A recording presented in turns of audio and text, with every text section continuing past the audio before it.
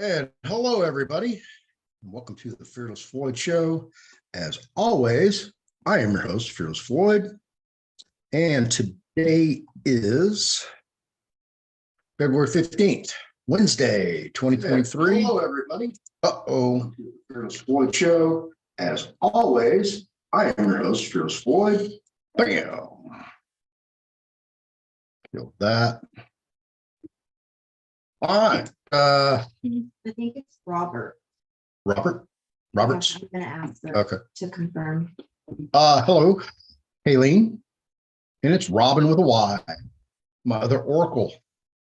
How you guys doing today? Thank you for being here. Appreciate all you guys showing up. Let me get over here to my live so I can see what's going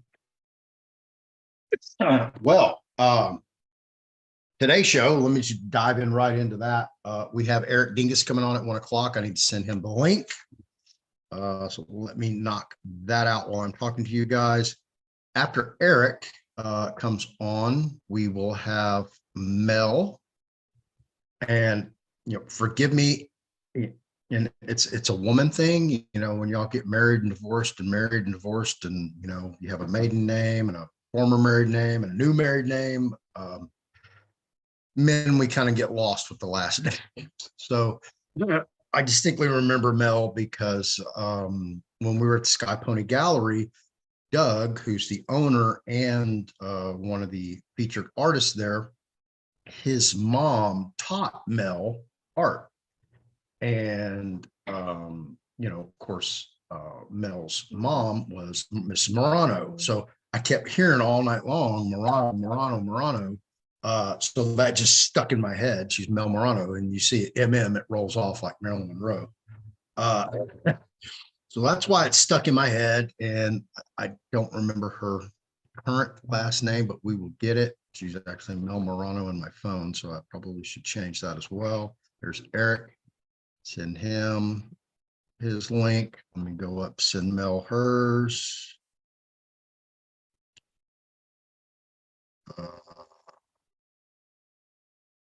And we had oh my God, yesterday was, man, I've had some good shows, but yesterday probably was the top. If not, it's definitely up there in the top two or three. Astonishing show for me. That I'm able to be in this position to help people is just nuts. But it is what it is. I created the new Telegram channel. Let me show you that, guys.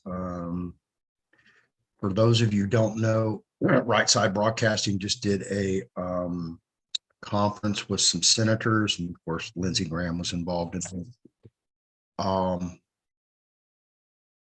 anyway, they did about a 30-minute press conference on YouTube under Right Side Broadcasting. And so I did pump that up during the broadcast in the chat to show everybody that there's an availability, that we have a spot now, and this is it. I changed the logo, changed the name on the recommendation of one of my viewers in another group, and he threw in there, throw the H in there, the human. He had a slash right here, but it is what it is. So the name of the site is Stop Human Trafficking, and the title of this group is Christ Child Human Recovery Investigation Support Team. And that's basically what we are. We are our community of like-minded individuals who empower the powerless, who have offspring, spouses, and loved ones stolen by the system under duress, threats, physical, emotional, mental, and spiritual armed assaults. We're here to stop human trafficking and honor good faith and clean hands. Fearless Floyd. So that puts pretty much everything in a nutshell, what we are trying to do and accomplish. There are some great people in there running that group. All I did was set it up, give it a name, give it a logo. It's yours. That's my gift to the world. So make it work, make it fruitful, make it effective. Please join us in that. That'll be in the comments below, or actually in the description below. So I want to thank you for that. Now, there's a ton of stuff I wanted to cover today. I can't do it all in an hour. So let me go hit some highlights for you guys. And of course, we're going to do the ever popular I know you guys are just sitting there with bated breath and, biting all your fingernails off, just waiting for this. So here, I'm going to give it to you early. And here is your daily Christopher Allen Hauser update. Yeah, Chris, I told you I was going to make you famous, bro. Bam, here you go. Nothing's still filed in the Tennessee Supreme Court regarding his case. State of Tennessee versus Lyons et al. So we're waiting on that. I definitely am waiting on that because when it comes out, I want to read it because I want to see that whole opinion on your challenge to jurisdiction, Chris. Yeah, that's going to be awesome. I think everybody should read that when it comes out. So I'll make it a point to find your video where you state I challenge jurisdiction, and then we'll go back and read the opinion to show where you did not challenge jurisdiction. So y'all can go follow Chris, the AKA private banker now, who's actually working with the man who's teaching him all this, teaching somebody who's been convicted of over 20 cases of fraud, filing fraudulent lien against a government official. That's probably somebody's going to come knock on my door and want to work with me, right? So, all right. Boom. Here's another one. Okay, I want you to read this. Title 8, United States Code, Section 1101, definitions. As used in this chapter, okay? And I want to go to 21, which is quite a ways away. You'll see. There we go. Here we go. 20, 21, 22, and 23. We're going to read those. All right, let me jump over here, share my screen so you guys can read it with me. Just, I like to show you the facts. Cornell Law School, Law Cornell. I mean, you can see this. It's not like I'm making it up or did a Photoshop or something. So, as used in this chapter, the term, quote, lawfully admitted for permanent residence, close quote, means the status of having been lawfully accorded the privilege of residing permanently in the United States as an immigrant in accordance with the immigration laws, such status not having changed. 21, the term, quote, national, close quote, means a person owing permanent allegiance to a state. The term, quote, national of the United States, close quote, means A, a citizen of the United States, or B, a person who, though not a citizen of the United States, owes permanent allegiance to the United States. 23, the term, quote, naturalization means the conferring of close quote, means the conferring of nationality of a state upon a person after birth by any means whatsoever. Okay? Now, I want you to pay attention to these because I'm going to go right over here. Boom. Welcome to the state national community. What is an American state national? Okay. So I just gave you the definitions. So let's see what these fine folks are putting in your brain or attempting to put in your brain. Okay. So you see right here, founding fathers and the weight of the United States Code. Oh, right here. Okay. The founding fathers are referred to as Pennsylvanians, Virginians, New Yorkers, Ohioans, and more specifically as American state nationals. That is why to this day, and I quote, American state national, close quote, remains a lawful status identified in Title 8 U.S.A. Section 1101A, 21, and 23.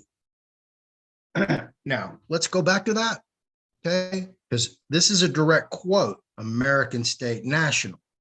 And they're saying it's quoted in 1101A, 21, and 23. There's 21. I see nationals in quote. Over here, I see national of the United States in quote. Over here, I see naturalization in quote. I don't see American state national anywhere in this citing. And I'll go all the way back to the beginning. United States Code definitions as used in this chapter. So there you go. Right off the bat, page 1, they've already led you astray, telling you that's a quote directly from that statute. Okay. This is where you get in wrecks with these assemblies. Okay. When they tell you one thing and you don't go do your own research to vet it, to make sure that they're telling you exactly who you think you believe to be. And then you go espouse this to law enforcement's looking at you like you're freaking nuts. Because if they go do their due diligence, what are they going to find? Bam, they're going to come over here and they're going to find that American State National is nowhere, absolutely nowhere in this entire statute. This code doesn't exist. Okay. Again, these people are lying to you. They do it for a reason. Okay. Because it's all about the dollar bill. That's all they want. Okay. And if you're going to teach people correctly, or don't teach people at all. Just shut the hell up, go sit down somewhere and be quiet. Right.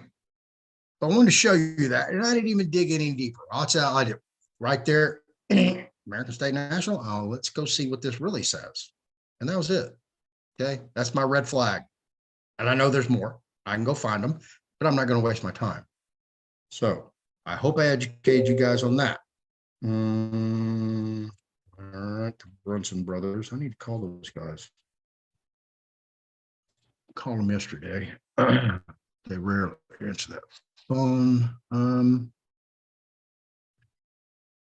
Birth certificates.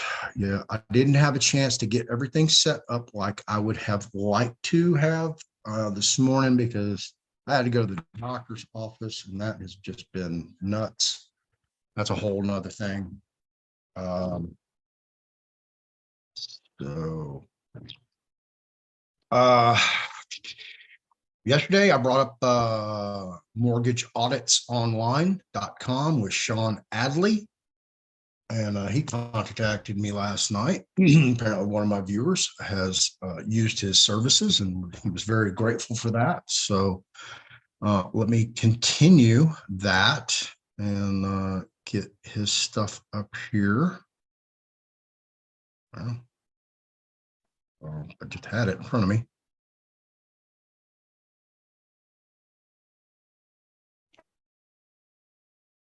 Did I close it out?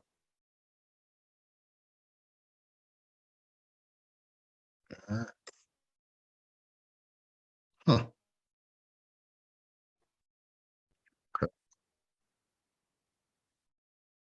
It's right here.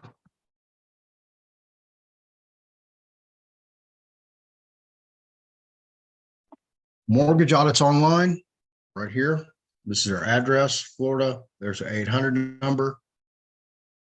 Fill this information out right here. This is the contact us tab right here in the message. Just put Fearless Floyd.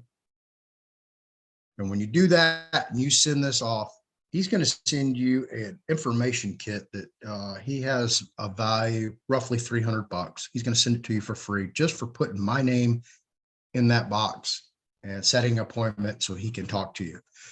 We went in yesterday about exactly what he does. He has a set of forensic auditing software that goes in and looks at different avenues of the entitled mortgage process. He can do this with automobile loans, personal loans, anything that has to do with those types of contracts that you're securing some type of financing. You know, and this is some of the description that he does. You know, it tells you definitive against foreclosures, company overview,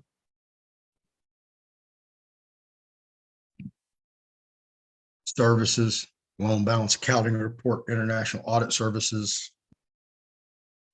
So basically what he does is he finds fraud, gives you the paperwork, say, okay, here, I found it. Here's your evidence of it, that the whole transaction's fraud. And it's up to you to determine what you want to do with it from there. If you want to take it to court, or you want to do arbitration or whatever, but that's your choice. All you're hiring Sean to do is find the fraud. Yeah, so what he says, he has an over 90%, okay, effective rate of finding fraud in all the clients that he's looked for. Now, have those clients taken his information and went and remedied themselves? That's up to the client. That's not what Sean does. All Sean does is find the fraud, present it to you, so you have the evidence. Now you can take it from there. So it's up to you after that point. So again, hit the contact us. Okay. And when you put your information in here, put Fearless Floyd in the message. Sean's going to send you a free information kit by email, and he will get with you within generally to 48 hours, but about 78 or 72 hours. He has been under the gun. Right here. Also, all this is going to be in my description below. I just haven't put it in there yet. Root Brands. Okay. When you go see Root Brands, / flex the truth right here. Boom. Okay.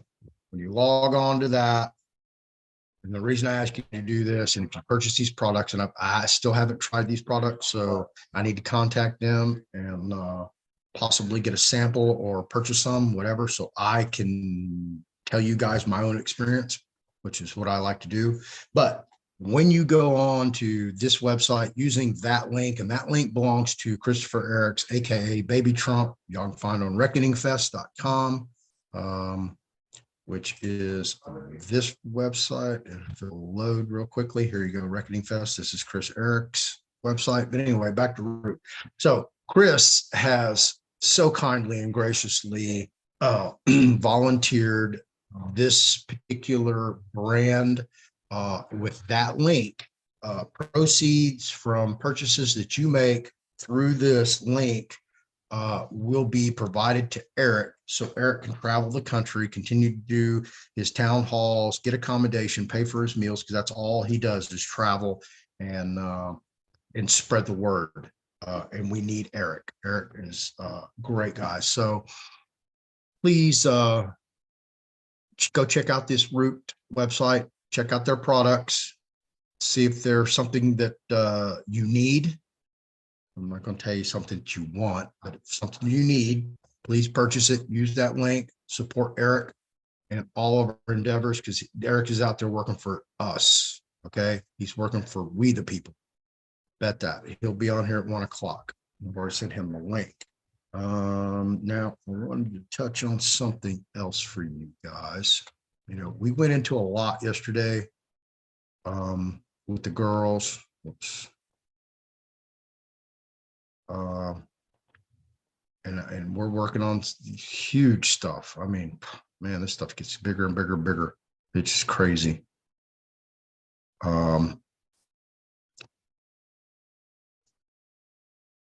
Record that he went through the hunter's class.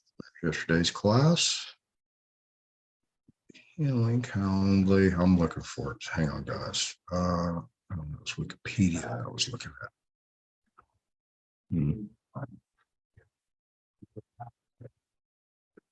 Let's see. Give y'all a quick update. This is from today. Well, actually, it's 8 hours ahead always. Boom. The exchange rates of the dollar rose on Wednesday on the Iraqi Stock Exchange to exceed 155,000 dinars per $100. Selling price of the dollar in Baghdad reached 153,000 for every $100. The purchase of 152,000 dinars for every $100. The selling price of the dollar in Erbil was 155,500 dinars for every $100, and the purchase of 100,054 dinars for every $100. So basically, when they reset it down to 1350, that has not held. It is still increasing. People are going to be pissed in Iraq because it's still not being effective to do what they want to do. Let's see if any of this news has changed in the last hour. Doesn't look like anything's new.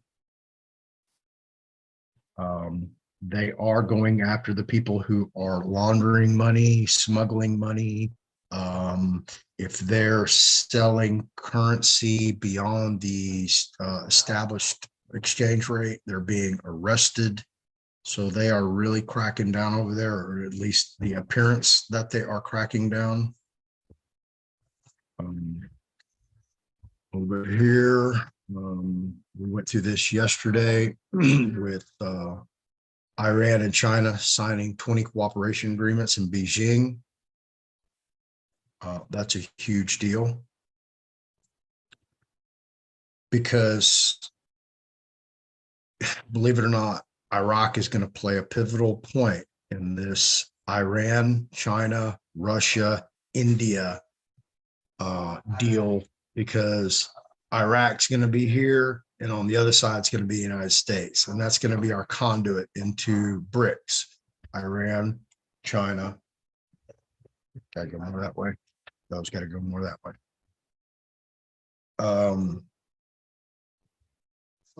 For those, that conglomerate, which I told you yesterday, that China and India together are 1/3 of the world population. So that's a big deal. Okay, right here, Saudi Arabia eager to join SCO and BRICS, Russian diplomat. So that's that whole BRICS thing. If you're not following that, get into that. Here we go.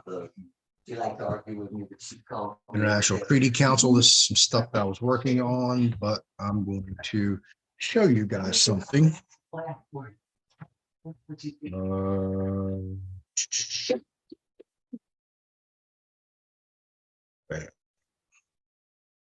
Right here, American Indian Movement. Okay, the American Indian Movement, AIM, is a Native American grassroots movement which was founded in Minneapolis, Minnesota in July 1968. Initially centered in urban areas in order to address systematic issues of poverty, discrimination, and police brutality against Native Americans, AIM soon widened its focus from urban issues to many indigenous tribal issues that Native American groups have faced due to settler colonialism in the Americas. These issues have included treaty rights, high rates of unemployment, Native American education, cultural continuity, and the preservation of indigenous cultures. And I would have to throw in addiction now, absolutely. AIM was organized by Native American men who had been serving time together in prison. They had been alienated from their traditional backgrounds as a result of the United States Public Law 959 Indian Relocation Act of 1956, which supported thousands of Native Americans who wanted to move from reservations to cities in an attempt to enable them to have a more economic opportunities for work. In addition, Public Law 280, otherwise known as the Indian Termination Act, proposed to terminate the federal government's relations with several tribes which were determined to be far along the path of assimilation. These policies were enacted by the United States Congress on a congressional plenary power. As a result, nearly 70% of American Indians left their communal homelands on reservations and relocated to urban centers, many in hopes of finding economic sustainability. While many urban Indians struggled with displacement in such radically different settings, some also began to organize in Pan-American groups in urban centers. They were described as transnationals. The American Indian movement formed in such urbanized contexts at the time, increasing Indian activism. From November 1969 to June 1971, AIM participated in the occupation of abandoned federal penitentiary on Alcatraz Island, organized by 7 Indian movements, including Indians of all tribes, and Richard Oakes, a Mohawk activist. In 1972, AIM and other Indian groups gathered members from across the United States for a protest in Washington, D.C., known as the Trail of Broken Treaties. My father attended that protest. According to public documents obtained under the Freedom of Information Act, advanced coordination occurred between Federal Bureau of Indian Affairs staff and the authors of a 20-point proposal drafted with the help of the AIM for delivery to the United States government officials, focused on proposals intended to enhance U.S.-Indian relations. So the reason I bring this up, because when I was a child, my father traveled to Washington, D.C. quite often. My father was a member of AIM. He used to bring home, we used to have these little square rectangle Polaroid cameras that used the old 35 millimeter film. And of course you took pictures, and, we even had black and white film back then. Color was so expensive. So it was rare we got color photos just because we were poor, poor Indians. My dad would bring home these pictures, and we just like waiting to get them developed and look at them, and thumb through them, because my dad would sit at these large conference tables in these conference rooms in Washington, D.C., and all these Indians would be in full tribal headdresses and feathers, and some had war paint, some had the beads and bones, and they wore the buck skins or the buffalo skin or deer skin clothes. So it was really cool for me as a child to see that, see my dad involved in that. And I really didn't understand it or get it, and, probably even didn't care a little bit, just because of my relationship with my father. But everything kind of is coming back full circle for me, because now here I am, kind of pushing the indigenous movement, because we're all indigenous to the United States of America, of America. Put that one in there, clean that up. So I wanted to introduce to you guys to kind of give you a background of who I am, why I am, what this is about, why,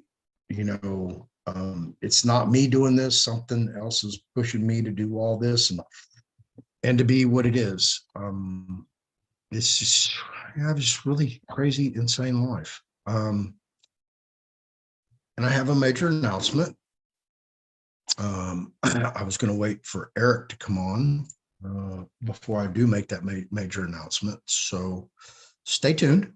It's coming about 33 minutes. Well, whenever Eric jumps on, we'll address it after we do our introductions. And I can go more into the American Indian movement. If you see, this was a big deal back in the day. If you ever heard of Wounded Knee, let me that's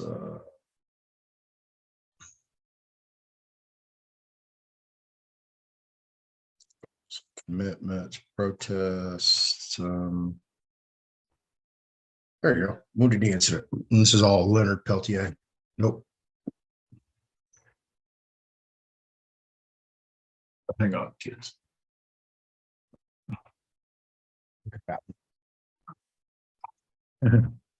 Right. In addition to the problems of violence in the border towns, many traditional people at the Pine Ridge Indian Reservation were unhappy with the government of Richard Wilson, elected in 1972. When their effort to impeach him in February of 1973 failed, they met to plan protests and action. Many people on the reservation were unhappy about its long-standing poverty and failures of the federal government to live up to its treaties with the Indian nations. The women elders encouraged men to act. On February 27, 1973, about 300 Oglala, Lokata, and AIM activists went to the hamlet of Wounded Knee for their protest. It developed into a 71-day siege, with the FBI cordoning off the area by using U.S. Marshals and later National Guard units. The occupation was symbolically held at the site in 1890 Wounded Knee massacre. The Oglala Lakota demanded a revival of treaty negotiations to begin correct relations with the federal government, the respect of their sovereignty, and the removal of Wilson from office. The American Indians occupied the Sacred Heart Church, the Gildersleeve Trading Post, and numerous homes of the village. Although periodic negotiations were held between AIM spokesmen and U.S. government negotiators, gunfire occurred on both sides. A U.S. Marshal, Lloyd Grimm, was wounded severely and paralyzed. In April, a Cherokee from North Carolina and a Lakota AIM member were shot and killed. The elders ended the occupation then. So, yeah, this was a big deal. Marlon Brando didn't show up in support of AIM and had a, what was her name? Sachin Littlefeather accept his Academy Award. So back when I was a kid, this was like a big deal. It was on the news, Leonard Peltier right here. He's a big thing.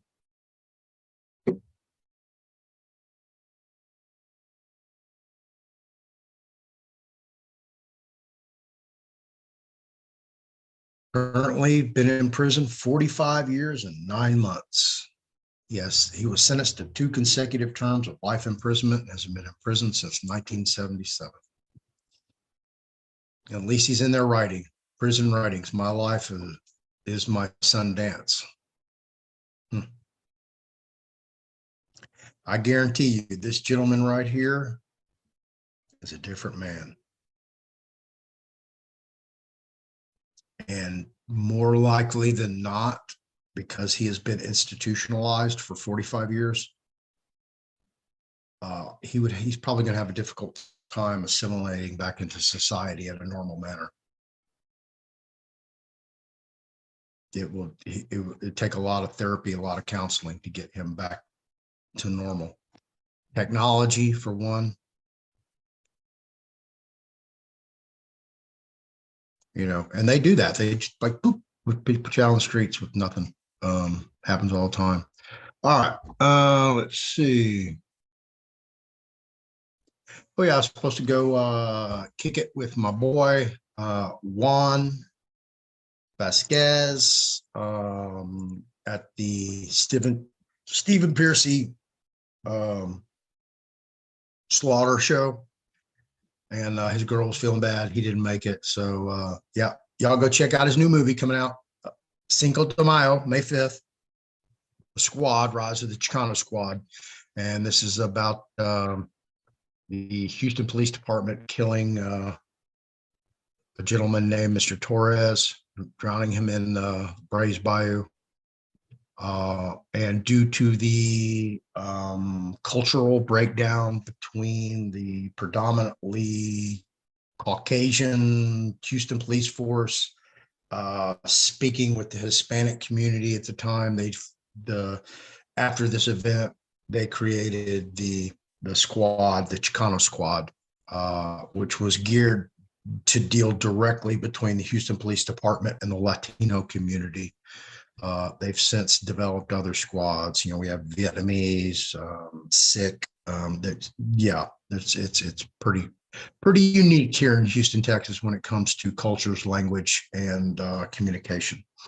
So anyway, y'all go check out my boy, Juan C. Vasquez. He is just a dynamo of a man, doing a lot of good, producing stories that are actual factual. I will probably be in his next movie. May even have a hand in it because he wants to do it on the Dean Coral, Brooks, Henley, not Jesse, serial murders that happened here in Houston, Texas back in the mid 70s. So yeah, I have a little knowledge on that. Having known David Owen Brooks personally, lived with him, worked with him, and was in the craft shop with him. So y'all can go look him up on Wikipedia.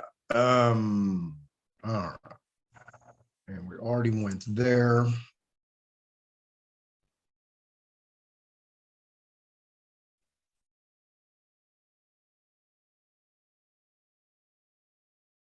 Well, here we go. Did she join? Okay. I just got this from one of my viewers. Hello, I'm in a serious situation. I have no idea what to do, but I do know I can find help here. CPS has kidnapped my children and the police department is trying to put a case on me and my husband when we have done absolutely nothing wrong. The doctors have backed up our story. The police and CPS will not return our possessions or my children. Please, I need help. Okay. All right. I'm gonna hook you up, girl. Let me give you the link.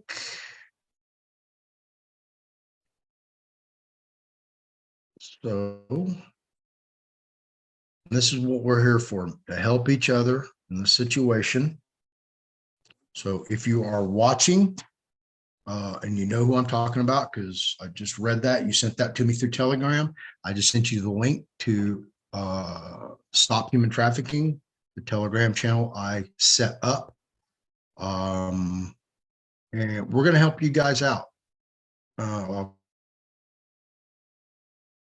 with somebody who is currently helping her to get her husband out of jail. So I appreciate each and every one of you who do come forward to volunteer your time, effort, energy, and I'm sure it's going to cost you some money, your sacrifice. You know, my hat goes off to you, all my grace and gratitude. Bless you for everything. You know, may your life just be full of wonder and delight.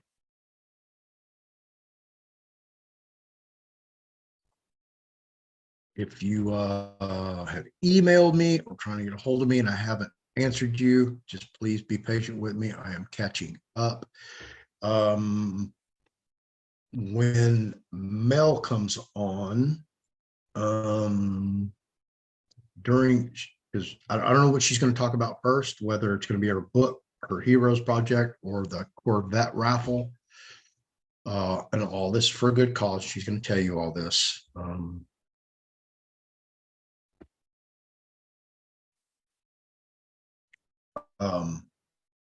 I have to go, believe it or not, take a urinalysis from my doctor to get my prescription. So I was going to do it earlier, didn't have time after I left the doctor's office. So now I have to go back. So I have to go back after 1:30 when they're back in the office for lunch.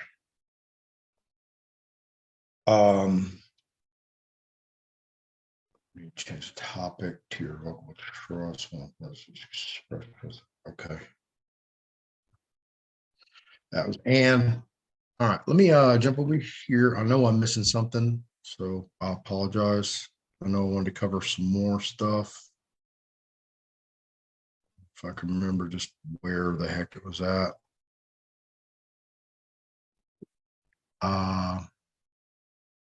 There she goes. Yep, she got it.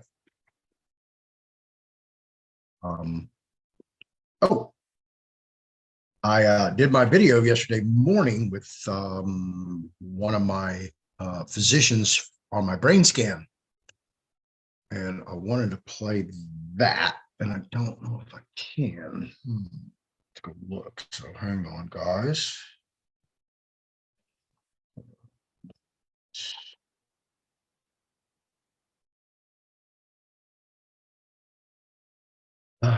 Let's see. This.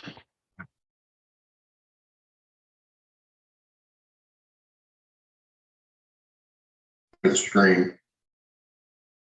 All right, let me see if I can share.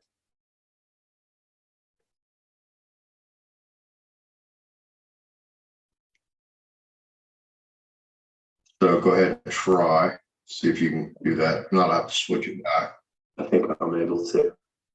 Okay. Yeah, there we go. Perfect. All right.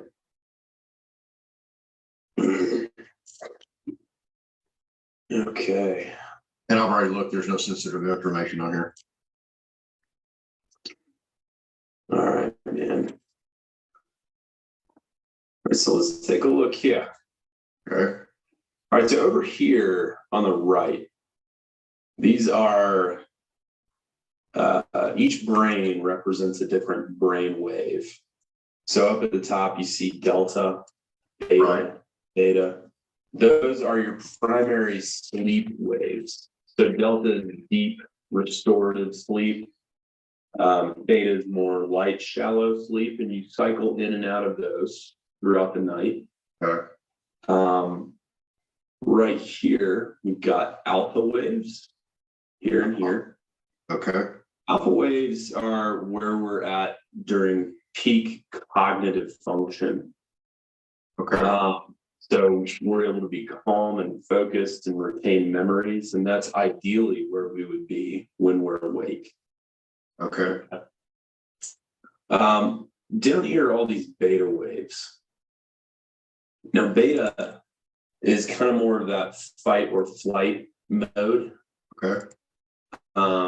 So, you know, ideally, if we were in beta, we'd be doing a really stressful task or outrunning a bear.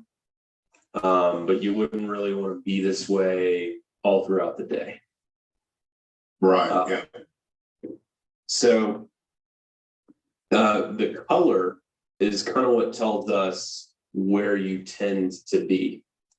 Okay. So the more blue it is, the less likely you are to be in that brainwave. The more yellow it is, the more likely you are to be in that brainwave. Okay. So when we look at like the color distributions on here, you know, I see a little bit more yellow in like this SMR down here in this beta. Right. You know, it's not like this really high powered signal that we're getting, but I would say, you know, when we see a little bit more yellow color in some of these brain waves, it can represent either hyper or hypo arousal, meaning like you're over aroused or you're under aroused. And the reason for that could be stuff like, you know, PTSD or anxiety. It could also be sleep issues as well. So let's move on to another section over here. So processing speeds. Just like a computer processor, you know, if your brain is processing well, that means all the neural circuits are firing the way that they should be. Now, I see a little bit of delay over here in this information processing and working memory area. Right. There's a number of different things that can cause you to have some slower processing speed. You know, it could be like neurotoxins in your environment, so like molds or heavy metals or environmental chemicals. General inflammation in the brain, which could be from like, you know, metabolic disease or concussions or traumatic brain injuries, that sort of thing. Okay. People who have some delay in information processing and working memory would tend to tell me something like, you know, I have a little brain fog, or I have trouble remembering where I put my keys, or it could be very mild.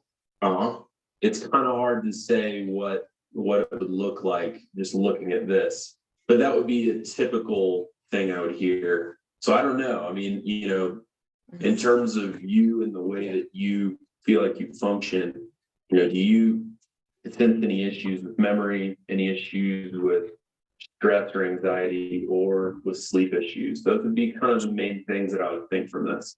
Yeah. Sleep issues. I have PTSD and definitely have insomnia. I take Ambien. So that would be for those two. But as far as short-term memory, long-term memory, functionability, you know, I'm doing 10, 20, 30 things at once. You know, I'll run a live show from noon to 5, Monday through Friday.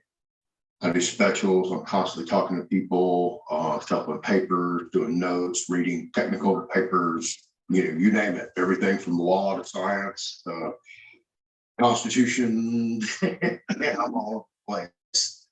Cool. That's great. Yeah, you're my third doctor in 12 hours, except this one's actually personal. The other two were for my show. So, cool. What kind of show do you run? It varies. Yesterday I had a PhD who does past life regressions, hypnotherapy. Then I had another gentleman on who did, he's a parapsychologist and best-selling author.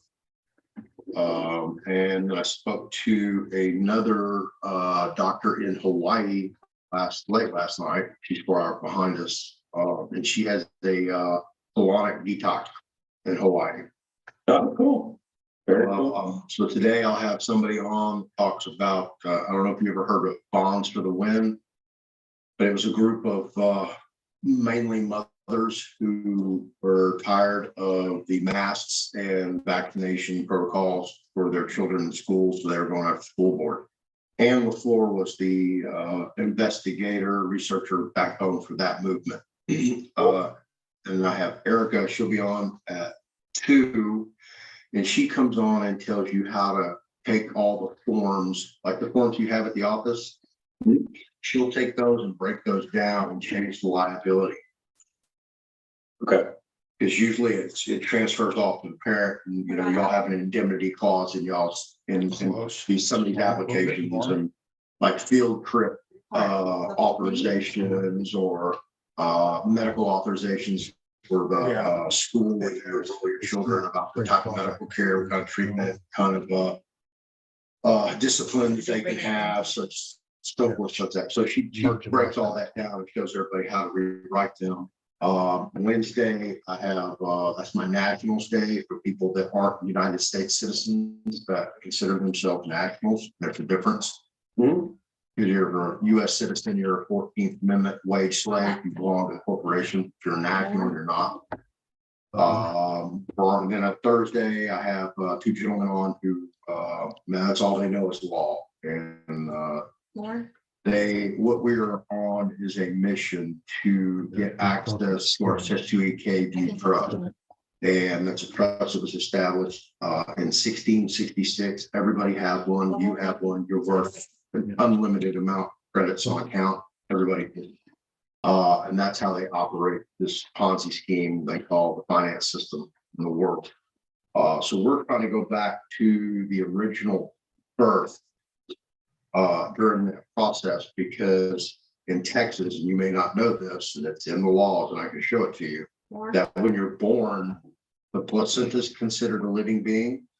The umbilical cord that gets cut between the child, or one that falls off the child and gets clamped and cut from the placenta, that's considered a living being. And then you have the baby, the third one.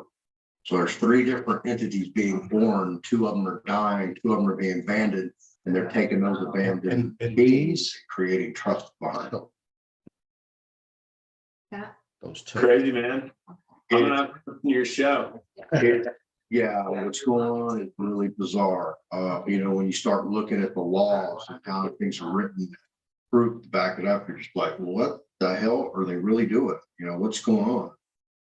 Yeah, it's crazy. I haven't paid taxes in over 20 years, and it's all voluntary. All you have to do is just keep writing exempt on your tax papers and send it back. Your HR department, you don't pay taxes. And I have people who have letters back from the IRS stating that, yeah, you do not have to pay taxes. Absolutely. Absolutely. Well, I need to figure out your tax. It's not hard. Well, let me continue. Yeah. Go ahead. And then, but that sounds super interesting. I'll have to look up your show. So basically, we talked about all of this. What happens is all this information gets plugged into the computer, and the AI spits out like a possible diagnosis. So AI says possible sleep and insomnia disorder, which you and I kind of already discussed. Mm-hmm. We discussed this aspect too, which is this delayed P3V latency. That's just that processing speed delay. Okay. Which one could possibly see with someone who is having issues with cognition or working memory. Okay. But maybe not. And then let's see if it picks up any. Okay. So that's pretty much it, man. So what I would say is kind of taking into account your history, the issues that you deal with, being primarily sleep and insomnia issues, a history of PTSD. I think you would benefit from what you and Dr. Ron talked about in the previous visit, at least briefly maybe, was neurofeedback. Neurofeedback is a really great tool for helping people learn to consciously put their brain into the proper brainwave state when they need to be. So, it kind of helps you achieve peak cognitive function. So I think this would be a really cool thing for you to try out. Basically what we do, you buy a kit. The kit's like $240, but then you can get the sessions covered by your insurance. And basically what we do is you put a little band over your forehead, and that's a miniature version of the EEG, the big cap that you put on. And what it does is that, well, we plug that information into an app on your phone, and that phone tells you what brainwave you're in. And then you go through a series of games that help you over time learn to consciously put yourself into the appropriate brainwave. Pretty cool stuff. Yeah, programming, I get it. Yeah, programming yourself to change your stuff. Absolutely. So I think that would be one really interesting tool for you. I know that you're getting some blood work. I don't know if it's been done yet. It has. I haven't looked at it yet. Okay. I don't have the read. I was just opening it up. I had it done at Spring Branch. Oh, that's probably why I don't have it yet. Yeah. You want me to send it to you guys? Yeah, send it to us. We'll take a look at it. Well, let's see what time we got. I'll probably have to take either me or Dr. Ron will take a look at the results and just say, hey, everything looks good, or hey, there's a lot of stuff here. Let's do a follow-up. Okay. The other thing that I think would be interesting if you want to go down this path, like I mentioned, sometimes when people have this delayed processing, we tend to think about toxins and two other things, and I'll mention the two other things. But the toxin issue, obviously a lot of people in Houston deal with black mold. The mold toxins can accumulate in your brain, and over time, you may not know anything about it at this point. You may not feel any issues with your cognition, but over time, could it be an issue? Yeah, it's possible. So, and then along with that, heavy metals and chemicals from the environment. So if you want to, we can totally test you for that stuff. Yes. That one, I will say, it's $480. That's the cap. Is that out of pocket or is it? It's out of pocket. Yeah.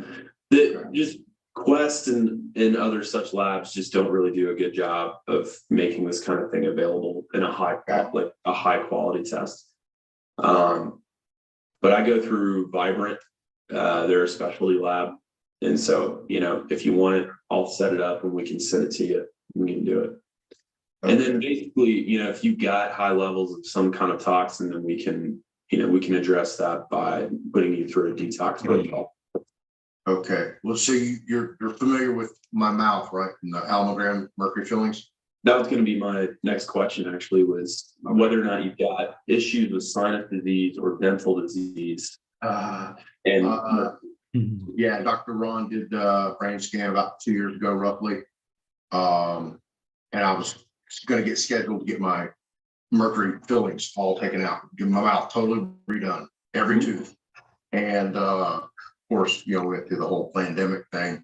So I'm just now kind of getting back on my feet. They changed my plan in January, so I'm still trying to get my providers all organized and realigned. Still doing that. But I did this. I go see a orthodontist at the end of the month, and that will get me closer to my scheduling to get everything done, removed. And then once it's removed, I'm going to come back and get another brain scan, and then I think I'll follow up in 6 months after that. Cool. Okay. So I'm like his patient zero test subject because he said he's never had one to be able to do that with. Got it. All right. So It could be a good idea to do that heavy metal top detox or to the test before I went in. It would be. Okay.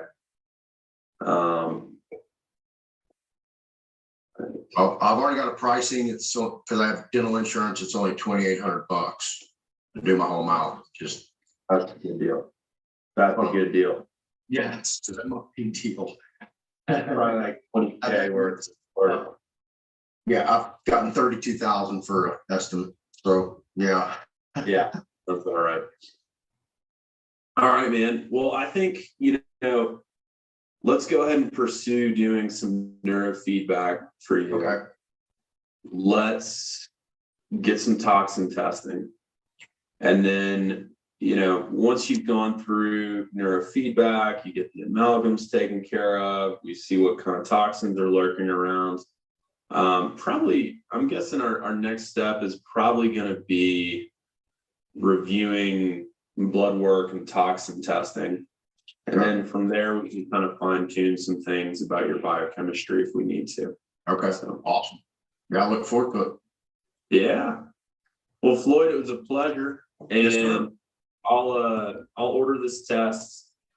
A company will reach out to you to arrange for payment and shipment and all that.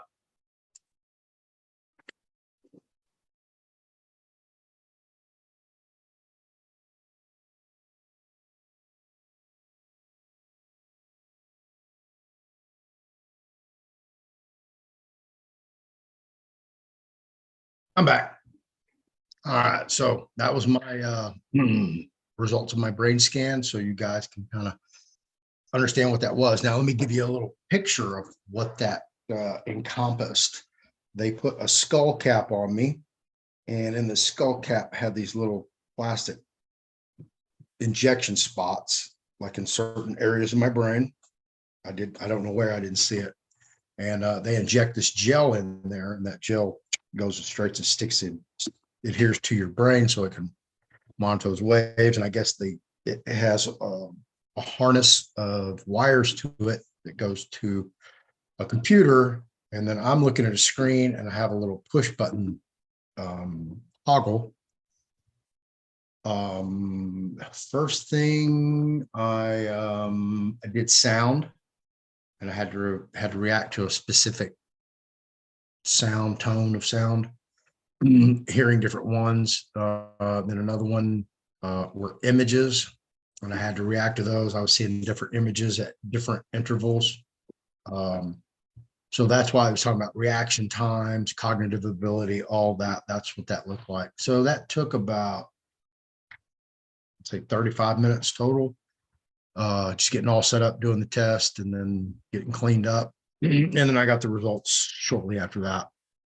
So those are my results, and I'm going to keep you guys progressing with me on that journey, so you guys have an ability to see what it takes as you age to retain your health, improve your health, discover your weaknesses and improve upon those, and add longevity to your life.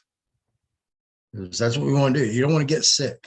You want to stay as healthy as possible, and you want to be able to maintain that health and proceed forward. I haven't heard back from Eric, so let me just double check with him. Make sure he remembers today's the day, because he will get busy and forget. Oh, the wrong button.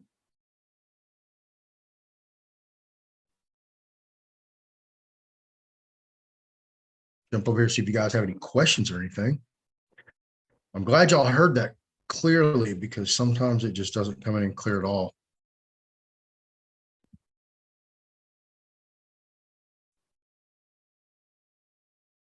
And I'll go back and answer these questions here in a second in the chat.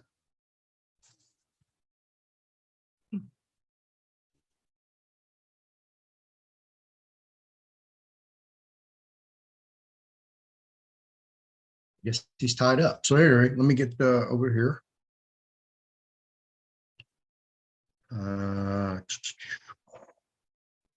Follow me. You're on there now, I guess.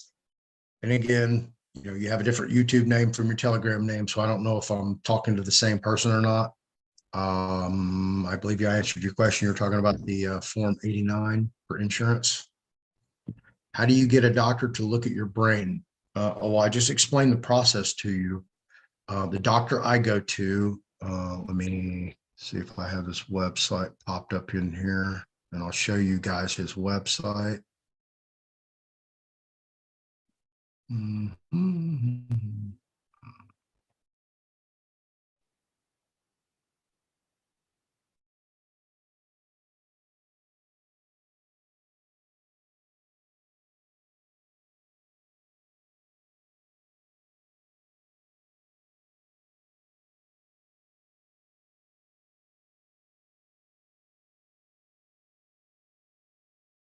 Texas Center for Lifestyle Medicine. And I found these guys because they used to be right across the freeway from me, and they've since moved over in what we call the Galleria area. Recent news feature, see our patient, Mr. Daniel Blue, and our founder, Dr. Chen Ron. CBS documentary film.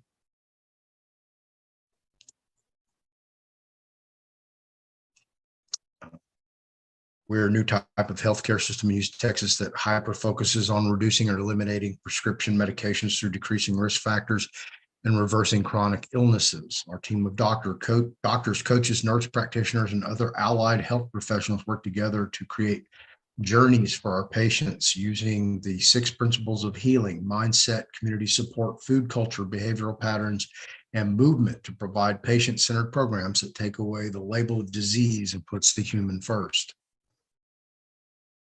Okay, I'm not advocating for Dr. Ron's facility, but it's the one that I personally use. I have personal interaction with his team.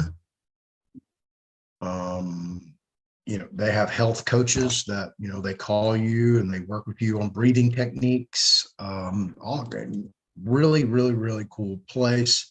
Unfortunately for me, the reason we disconnected is because of the whole pandemic thing.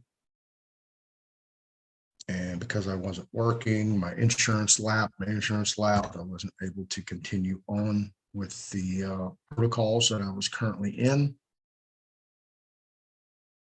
But they have all kinds of things, diabetes, which can reverse like that. A lot of people don't know that. And you can see all the different things that they offer. And it's just a good website to go to if you just want to learn.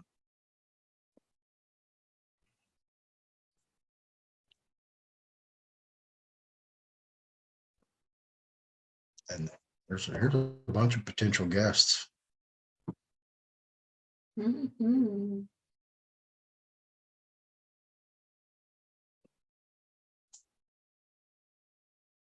And let's see. So that's Dr. Ron's place, Texas Center for Lifestyle Medicine. And like I said, they're right here, Memorial Drive. Memorial Park's over here on the right, which they just did the grand opening picnic last weekend. Because they actually built over this. There's a tunnel that goes through Memorial now. But anyway, they're right here. So it's kind of difficult to get to. There's not a lot of signage. It's kind of a weird building because when you pull in, you pull into a parking garage immediately. And it's, yeah, it's kind of weird, but it is what it is. As you see, it's North Post Oak. And So we're going to be contact. That's right. Lady with all phone. Document's very important. She goes, it's closer, but still needs to tilt. You're getting there. it's like a 25. Yeah, so we got a team. Sideways. Oh, my. Maybe There we go. Greece. That's Dr. Ron. That's Dr. Kelly, who I just saw, not to be confused with DJ John Kelly. Nobody laughed. I think I was the only one that laughed at that one. Yeah.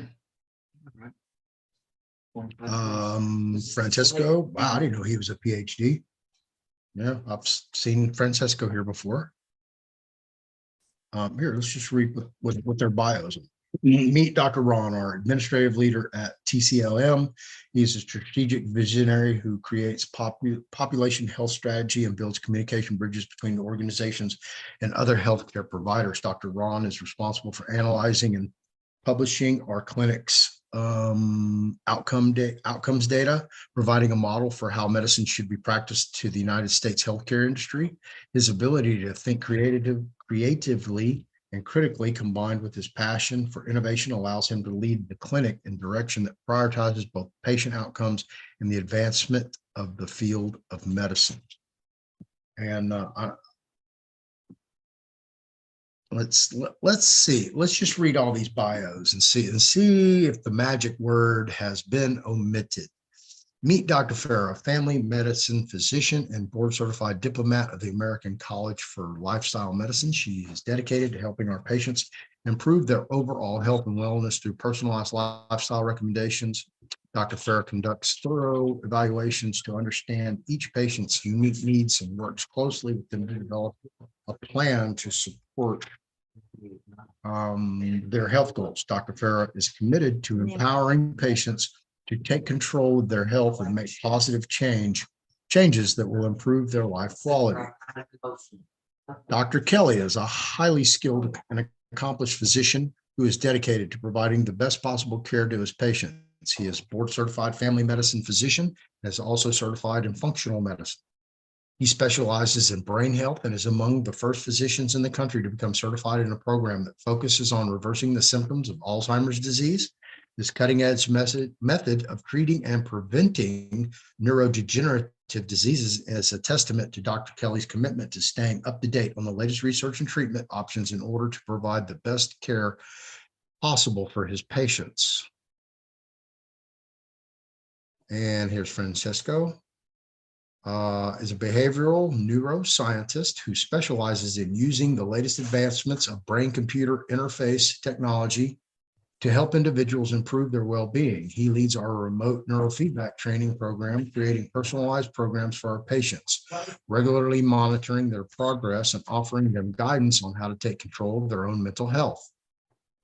As a thought leader and researcher in the fields of clinical neurosciences and transitional medicine, Dr. Amico regularly publishes in prestigious medical journals.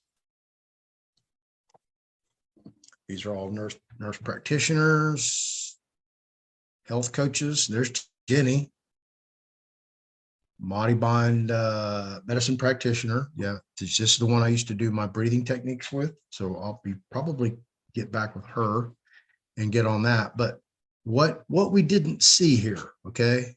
There's one word omitted. And I'm going to just go back and just skim through this, make sure that I didn't read it and miss it, because I don't see it. Not one of them said they're practicing. So this isn't a practice. Why? Because apparently they're the experts in their field.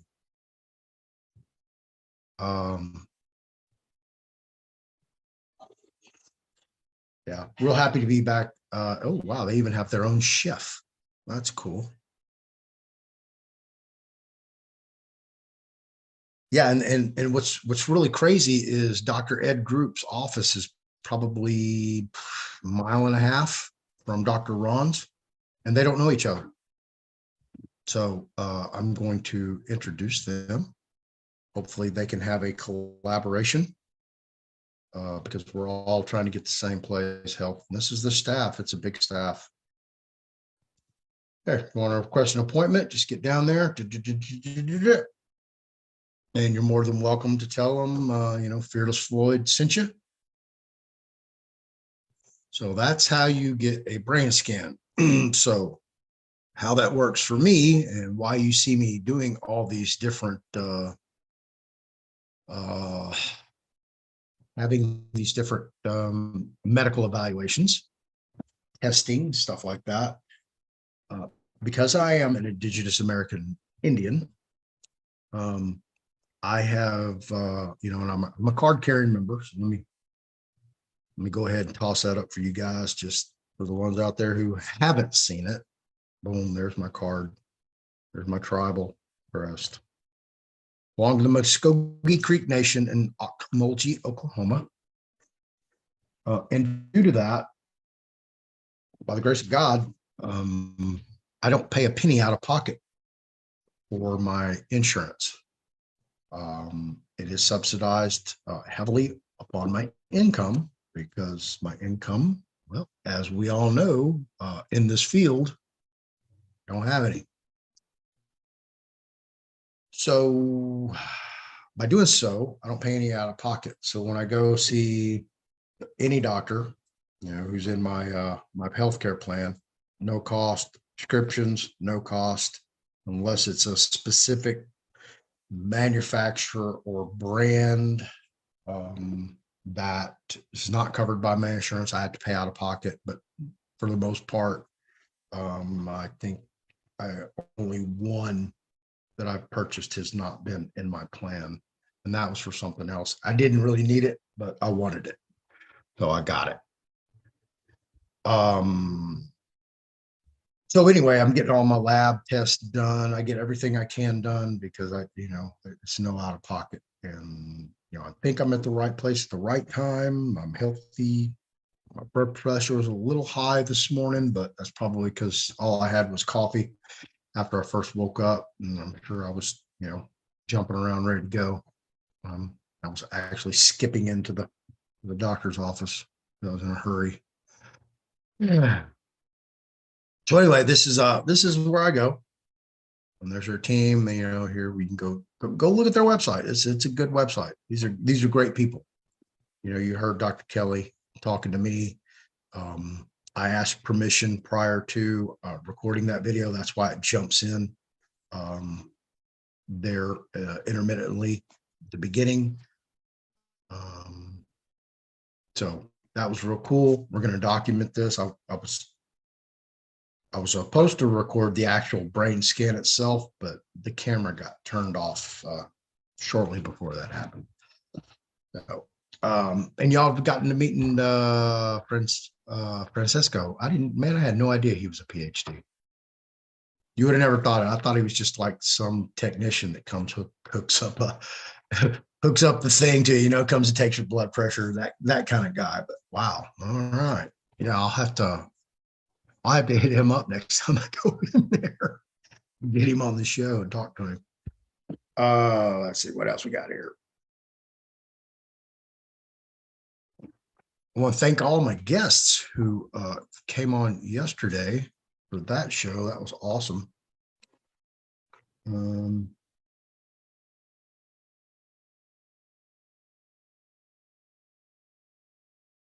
Okay. All right, we'll knock that out. Thank you for that. Would you do me a favor and just call Eric or text Eric? Which one? Huh? Eric Dingis. Yeah.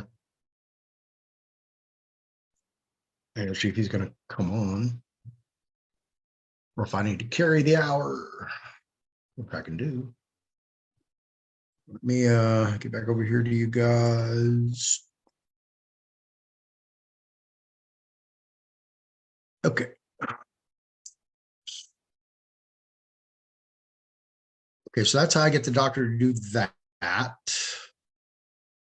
Does insurance test for toxins? That's all on your insurance, what they cover, what they don't cover. Also, your provider, what type of provider you go to. If you just go to your regular MD, family doctor, maybe you're going to probably have to go to a specialist. Buffy Leanne was on 2 weeks ago, last Friday, and we talked about the whole mercury filling thing. And there are what? Oh, it's connecting to these. That's what. He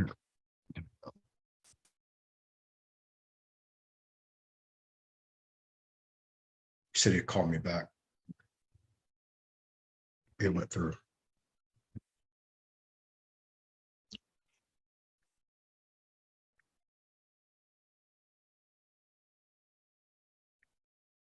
Guys, gals.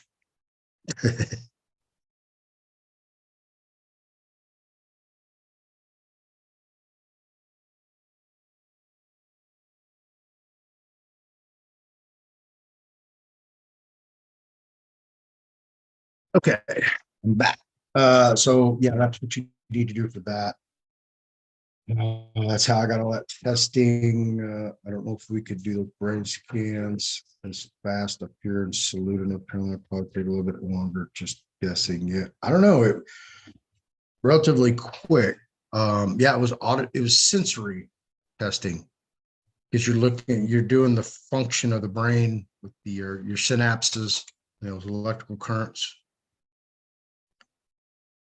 You probably be the first one we tried it on. Let's see, what kind of doctors are they? Well, I just showed you. Dr. Ron, because they when my plan changed January 1st, my healthcare plan, it changed from I don't know. It's still a silver package, but now it's limited for some reason, and it's still the same. They renamed it, and some providers dropped out of it. My main provider, I used Village Medical, and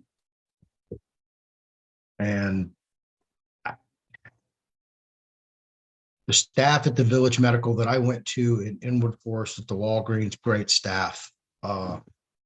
Never had a problem with them. The ownership and the executive staff in Chicago for Village Medical, horrible. The worst. Called them probably 48 times. Called everybody from the CEO all the way down as far as I could go. Numerous times, left messages. Never, no, not once did anyone call me back from Village Medical. And I told the people up at the Inwood facility that I attended, and they were kind of appalled, but the job's a job. They have to, kind of toe the corporate line. So I can't recommend Village Medical to anybody. So for all you corporate bigwigs, for Village Medical up there in Chicago, when you didn't answer my calls or my texts or my emails, and you got beat up on the Fearless Floyd show, now you know why. Yeah, I got treated real rudely. I was with a friend, and we went in there, and I refused to wear a mask. And oh man, that office manager came out, and it got real bad real quick. Let's see. What's the site name to learn Texas Center for Lifestyle Changes? Yeah, here, I'll put it in the link. Let me go get it.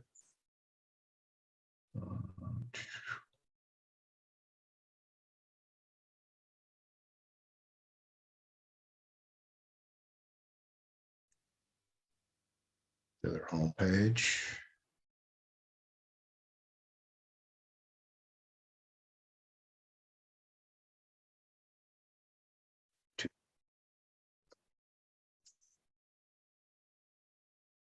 Okay. Hang on, I'll put it in the link.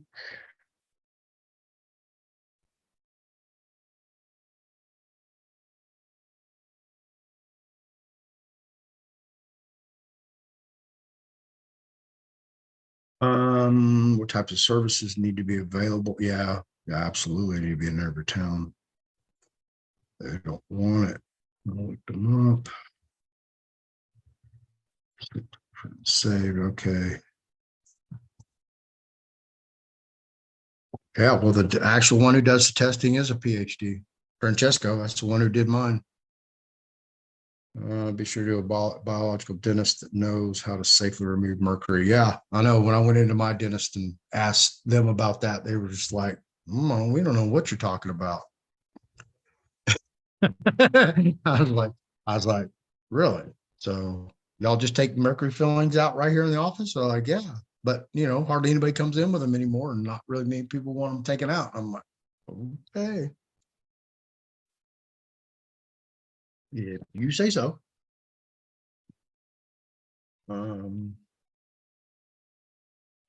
Hello, me and my wife need your assistance with a very important situation. Can you or someone please help, even if his help points in the right direction, dealing with CPS? Yeah, I hooked you up into the Telegram group, Stop Human Trafficking. Corey Baker. I guess your wife is Shay. I don't want to put you out on Front Street like that, but yeah, I got your message. There's human trafficking. There's an executive order from Trump against human trafficking, and yeah, we're going to shut them down, and we're going to hold these people accountable. So I'm waiting on Eric to get here. I think Eric doesn't know what's going on. I guess I'm the only one who knows. James may know.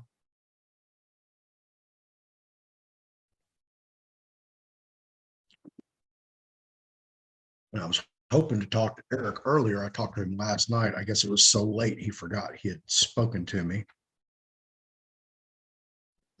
Okay. That's Corey, that's y'all's group, that Telegram group.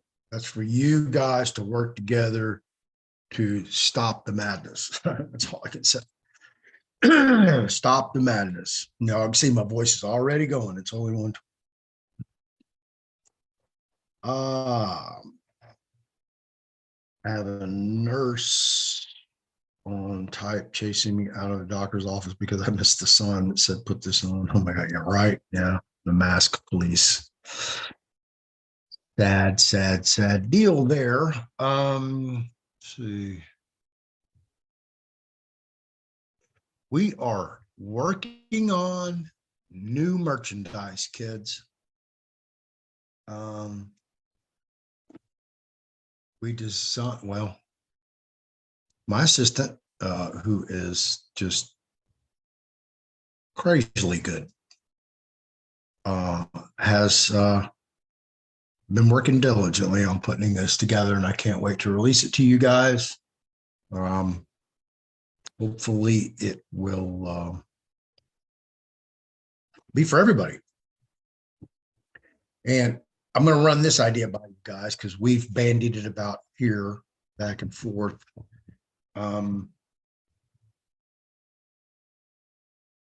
Because all the money that I get, what little I do, it all goes back into this because this is all I do now. I don't do stagehand work anymore. Obviously, I'm not on the rodeo call. I'd already be on that. Today's the 14th. Yep, I'd already be on that call. So I probably will go out and do a live while they hang the Ford truck. If y'all go on my video here, let's just go watch that. So I'll go out there and do that again.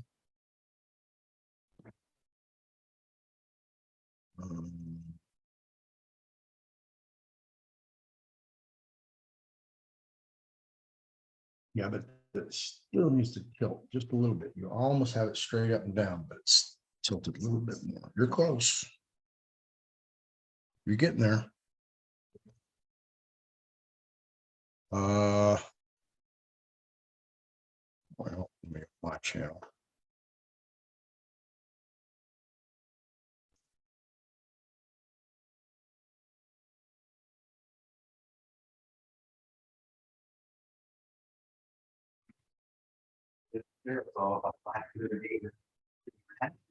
Pursuit of happiness. We're gonna use your own words against your own. Yeah, that's close. The two points right here still need to go up just a hair. Well, that's probably live that I did that.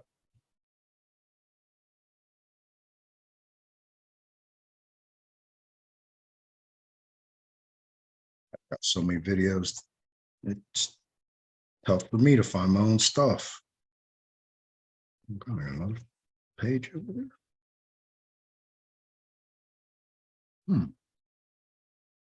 That's crazy. Can't even find my own video.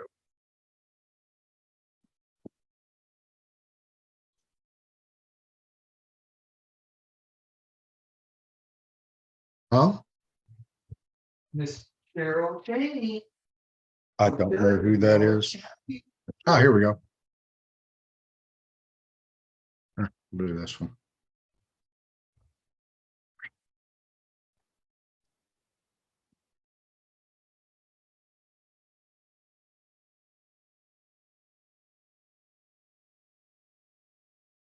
Moving.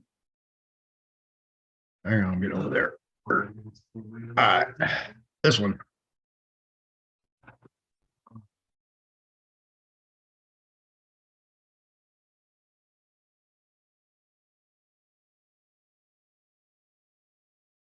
This goofball right here, that's me.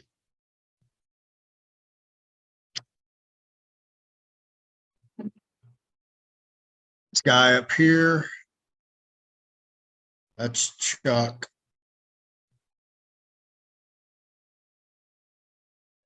That guy's works for Ford Booth. Ah, got that bitch up there.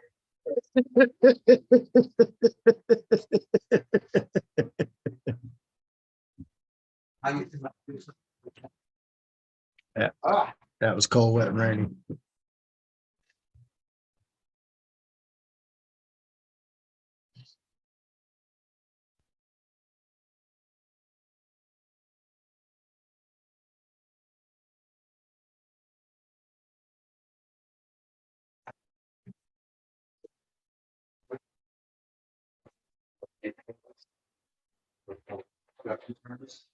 You know, the big long pieces of concrete, they put three-way for the top. Put it for the ground. Right. Tanks, dig this home, dig it 30 feet, 30 feet long. And do what they're doing. Whoops. Have those dead men up here on spring and have hold on to the rope to steer the dead man so we can put it down in the hole.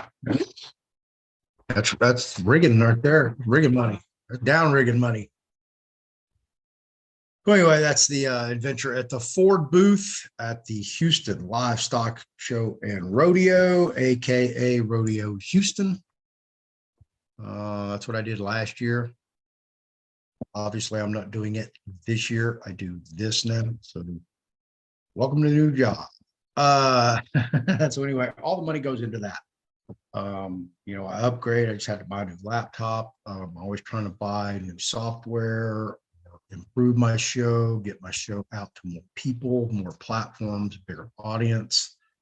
But anyway, back to this whole merchandise thing, what we're doing here. This is something Jesse and I were working on in early December. Dr. Kennedy was actually working on it with Jesse, but we moved on and we are here today. And I decided to get this crank back up and get something for you guys. So we're putting that lineup together. We have redesigned the new slogan that we're going to present. I think you guys will really dig it. It's unique. When you see it, you'll know it. And when you connect the two together, every time you see it, you'll know it belongs to that brand. So I'm looking forward to that. We'll have everything, I guess, hoodies, hats, t-shirts. I think they have sweatpants. What all do they have? As products. Stickers, Stickers, shirts, shirts, coffee mugs, hats, hoodies. bumper stickers. You can make those. You can get those too. Wow. All right. Okay. I told you guys, you know, I don't have time to do everything. So thankfully this is being done. So what we've been bandying about, which I'm trying to get to, is to raise funds, you know, because I have to travel to Plano to do this thing, which I'm waiting on Eric to come on so I can announce it to everybody, because I can do that.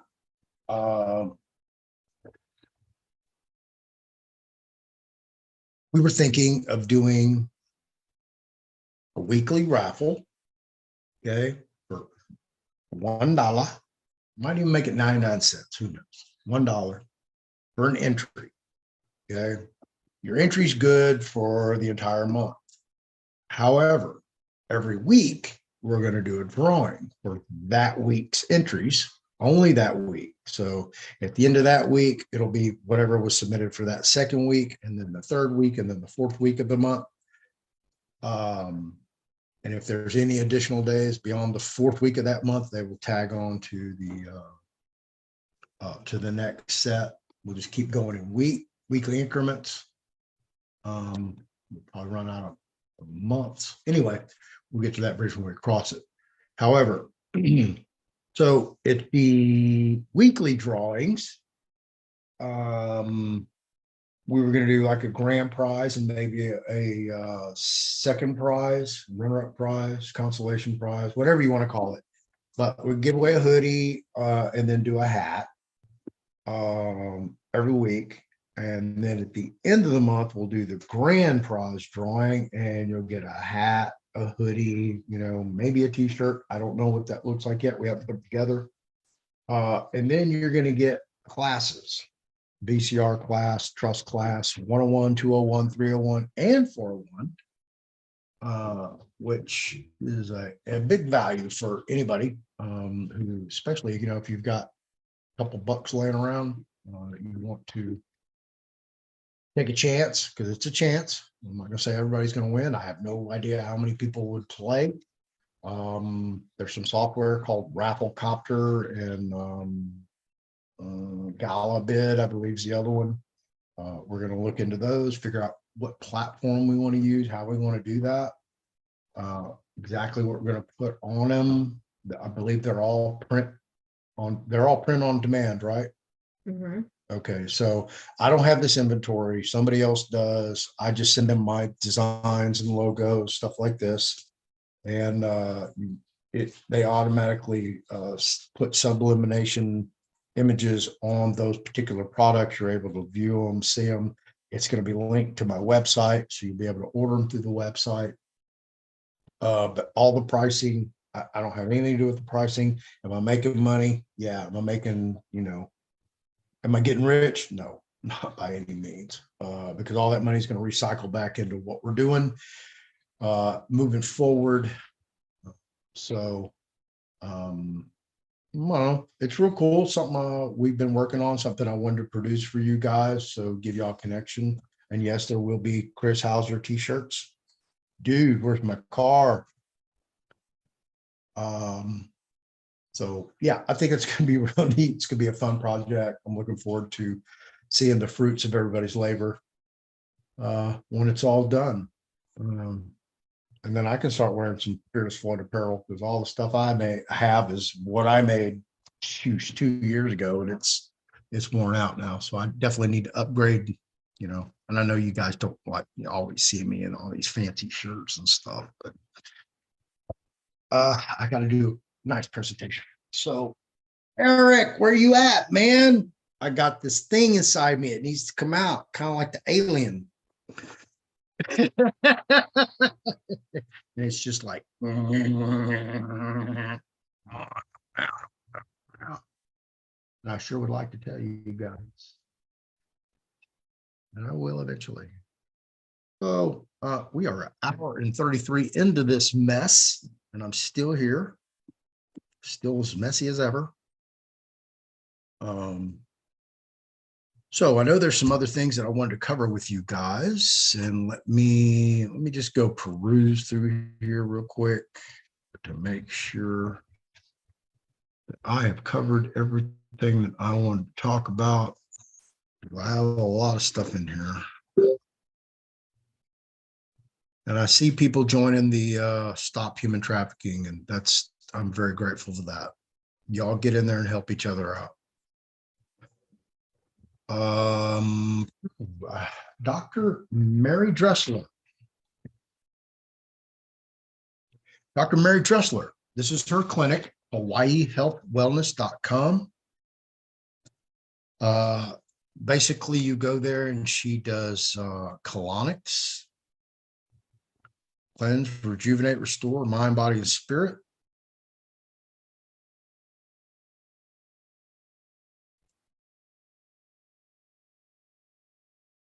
And these are some of the different things that she offers.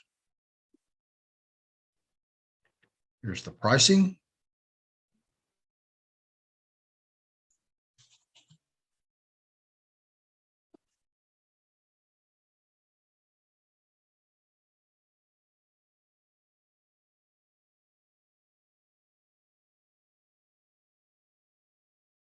And the reason I bring her up is because she will be on the show Friday at 4 Central. I'm going to put her information in here. I can't wait to talk to her. I spoke to her the other night on the phone. Apparently she has a new building and they're just waiting on the finalization of to be able to claim it and reestablish herself, because she, I don't know if y'all heard her story. She's a victim as well of her property being stolen from her, which seems to be an epidemic across the United States of America. So here's her information. Oh, the video wasn't showing? Oh my God, my chat went into 503 code. Sorry, I didn't know that. Anyway, if y'all want to watch that video, it's on my YouTube. Go check it out. I can put the link in there, actually, I think. Yeah, here it is. Copy.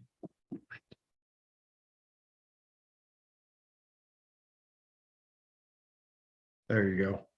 That's us hanging the Ford truck at the Ford booth.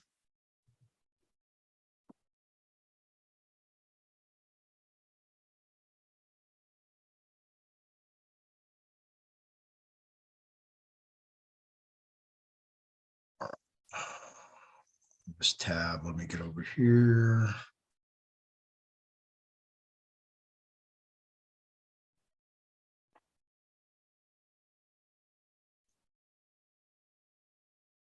You guys have any? Oh, here's something. Yeah, let me show you guys this. Y'all gonna trip out. Bet y'all didn't even know this. You ever heard of the U.S. Department of Peace? Okay. Now, y'all are gonna trip on this. While I was incarcerated, they have these volumes called legal directories. And they are published for each state. And they have the Texas legal directories, and they're published. I want to say Garland, Texas, publisher up there, by DFW, in southeast Dallas, one of those little towns. Anyway, they published the Texas legal directory. And in the front of the legal directory, they have what we call the yellow pages. And that was the directory of all the federal, state, and then county and city officials. I'm sorry, they're blue pages. All the different departments, agencies, bureaus, divisions, et cetera, et cetera. And of course, I like to read. So I read them, every one of them. And I ran across the U.S. Department of Peace. I was like, U.S. Department of Peace? We're over here invading these other countries and we have a U.S. Department of Peace? How come nobody's ever heard of that? So I was doing some research the other day and I ran across the Wikipedia for the Department of Peace. And I read this when it said the Department of Peace is a proposed cabinet level department of the executive branch of the federal government of the United States. I thought to myself, no, it's not, unless I'm actually witnessing a Mandela effect. And if you don't know what that is, go look up a Mandela effect. There's tons of videos on those. So I'm like, well, I know it existed because Dennis Kucinich was a big proponent for the Department of Peace, and Congress would never fund it. So it never got funding. It was established, but it just never had financing to move forward, to have a staff, to actually have an office or a building. But anyway, it tells you the history here. And that was probably, here, 2001. Representative Dennis Kucinich introduced the bill to create the U.S. Department of Peace. A version of this bill was introduced at each session of Congress from 2001 to 2011. The bill was co-sponsored by 76 members of Congress in 2007, and in July 2008, the first Republican co-sponsor, Representative Wayne Gilchrist, signed on. 2005, Senator Mark Dayton, Democrat Minnesota, introduced legislation in the Senate to create a cabinet-level Department of Peace a week after Dennis Kucinich introduced a similar bill in the House. 2013, Representative Barbara Lee, Democrat of California, introduced a sustainability similar bill to the consent bill. She has introduced updated versions in each session of Congress since then. So I don't know if I witnessed a Mandela effect because it says proposed, but I know it was in the books. It didn't say proposed because they don't put speculative agencies, departments, and bureaus in legal directories.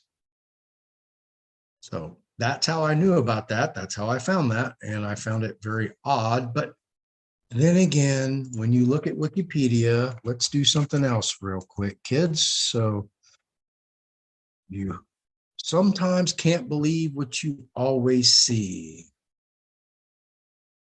Right. Oops.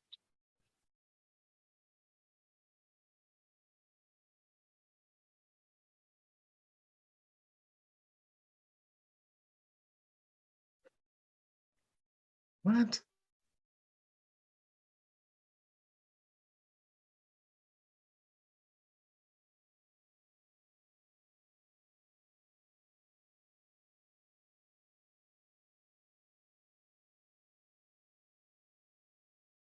Here we go. This is Wikipedia, femtotechnology. Femtotechnology is a hypothetical term used in reference to structuring matter on the scale of a femtometer, which is 10 to the 15th of a millionth. This is smaller scale in comparison with nanotechnology, which is on the molecular level, and picotechnology, which is on the atomic level, because femtotechnology is on the subatomic level. Okay, so we went there, kids, right? Watch this.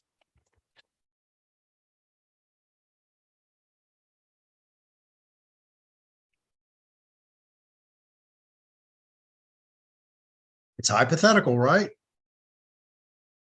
Hypothetical? Where's he at?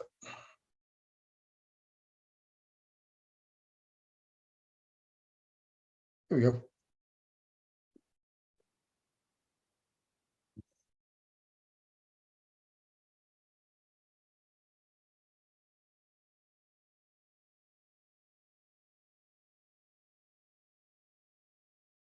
Okay, here we go. Cleaning composition, facilitating cleaning surfaces on an object using femtotechnology, patent number. Bam. Oh, let's read that again.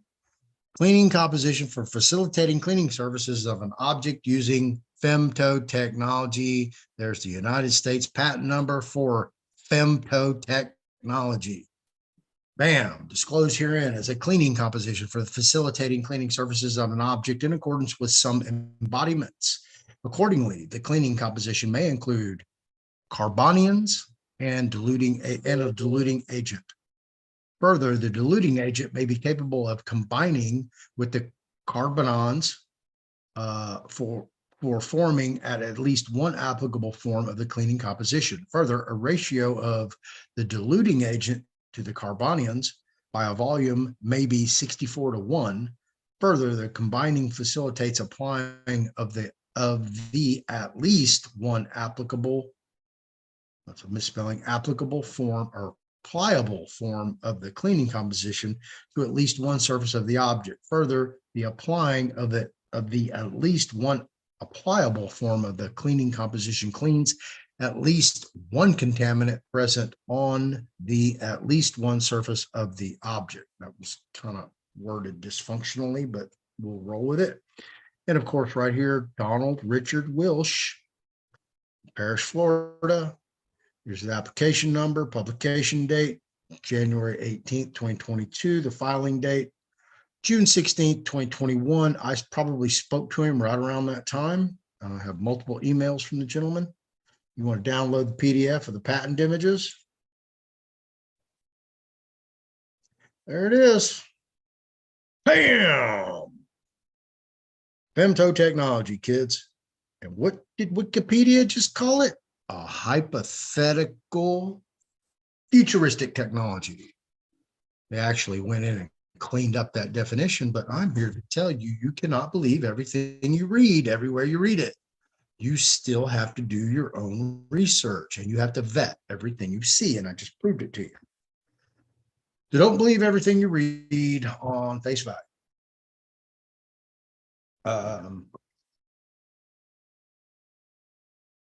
And I know I have some more stuff, so I'm going to see if you guys have any questions.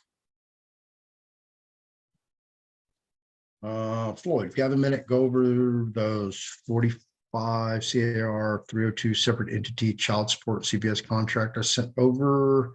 Or out there, not judges nor police officers, just contractors. We're probably breathing in this. Yeah, I'm sure we're breathing in all this crap. Yeah, that's what they're spraying in these chemtrails. Okay. They are spraying femtobots, picobots, nanobots, abso-freaking-lutely. I'm telling you guys, that's why I trip out every time I walk outside and I see chemtrails, and I'm trying to wake everybody up and tell them, hey, look, they're poisoning us, they're killing us, and it's crazy. People just,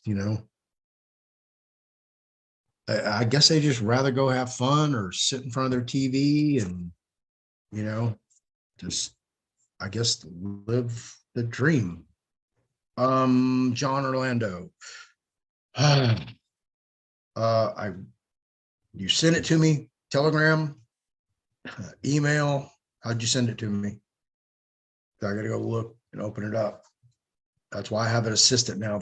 They've taken over all my files and I haven't even opened those up yet. Yeah. Land, air, water. And they're trying to take all the land now. They're poisoning the air. They're poisoning the water. What are we going to have left? We allow them to destroy everything that would deestablish our existence. Blaming it on us. Yeah. No, it's the cows. Our fault. The poor little cows. We're the jack. Yeah, they're burping and farting. They're killing us. Yeah. Damn. I wonder what it was like when we had 50 million buffalo roaming the plains of North America. I'm sure nobody could possibly breathe all the farts and burps. I'm sure the Indians were just like, man, damn buffalo, go kill one. They're afraid to critically think. Right? I mean, just ludicrous. Or even think it at all. Oh man. Really? Yeah, the things they try to make us believe. John, I don't want to have to go searching for this information. Okay. It'll take me an hour to go find it. You just tell me how you send it to me, I'll go dig it up. Or I've only got 11 minutes and Mel will be on. She says she's coming up early, so I have to respect that. Let's see. Done.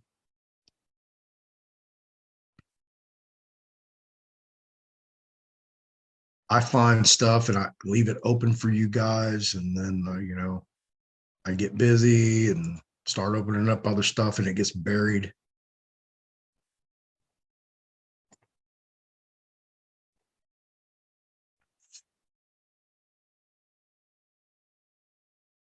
Hey, Cannonball Eddie. Thanks for joining us. Go through these. Survival.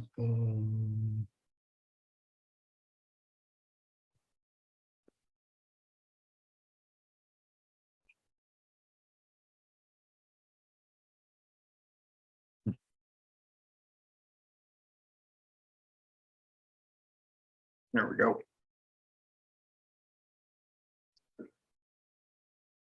Want to introduce you guys to some new team members we have. This is a Fearless Floyd show. This is the team tab right here. I don't know who that guy was. That's Jesse Wayne.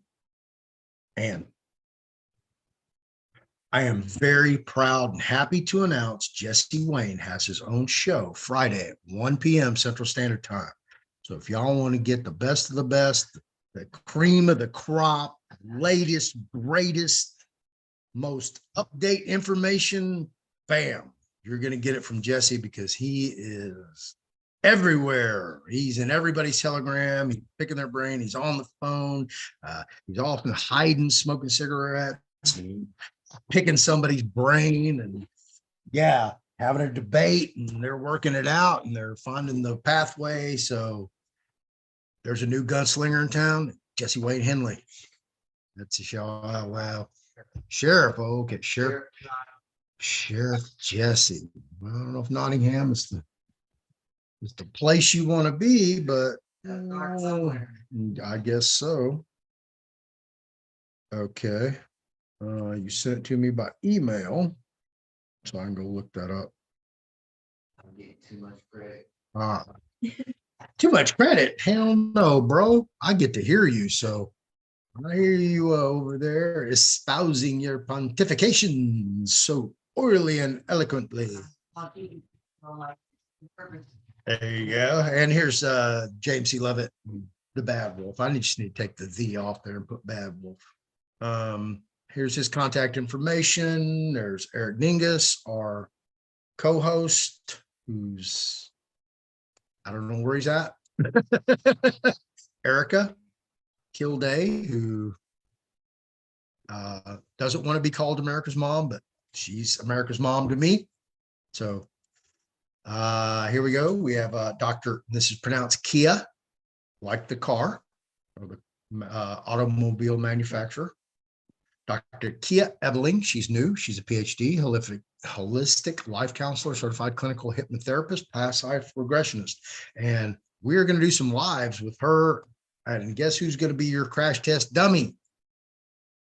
That's why they call me Fearless Floyd. So yeah, we're going to do some live stuff. I don't know if we're going to do in past life regression. We're going to do some hypnotherapy. I don't know what we're going to do. We're going to work it though.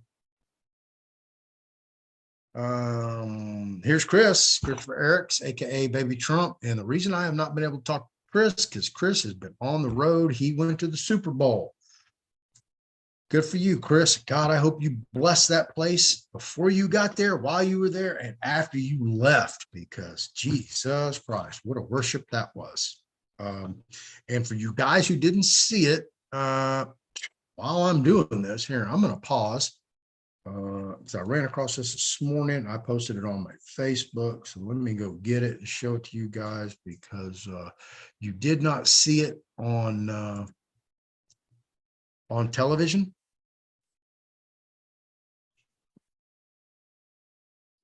Can I comment on that too? On What you're talking about? this.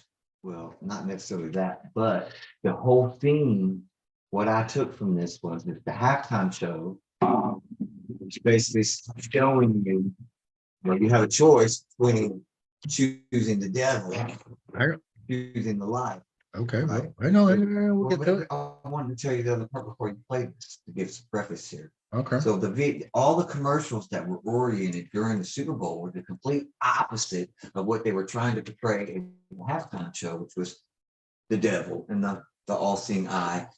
I saw 2 or 3 videos where at the end of the video, it had an equitable maxim, and it said something to the extent that even Jesus forgave those who had basically sinned against him, right? Literally said it right on the If bottom. I give you a production sheet, can you put that in production and present it Friday at 1 o'clock?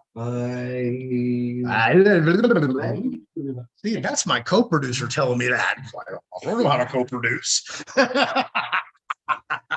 I'm gonna have to go back and find all the I'm gonna have to retitle him. What do you think? so put a capital L next to the co-producers. Information specialist.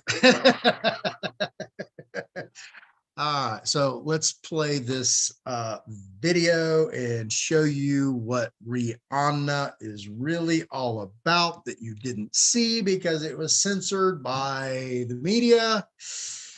And I'm going to mute it because you don't need to hear it. You just need to see it with eyes to see. The all-seeing eye. trustee and indoctrinating you into the trust. Seeing eye. Pregnant with the devil, baby. Ooh, man. Allegedly, Allegedly what? she's with baby. You didn't see that big And baby who the bump? baby belongs to. Huh? Big baby bump. Yeah. Okay. Let's see who else flashes that. Oh no, not Beyonce. Jay-Z. All of them. Uh-huh. Sasha, aka Sasha Fierce. This movie Illuminati really is. Oh, Illuminati. No, I'm not giving up the secrets. All right, let me get over here. And I'm gonna get to your CPS stuff. And I guess Eric's not gonna show up.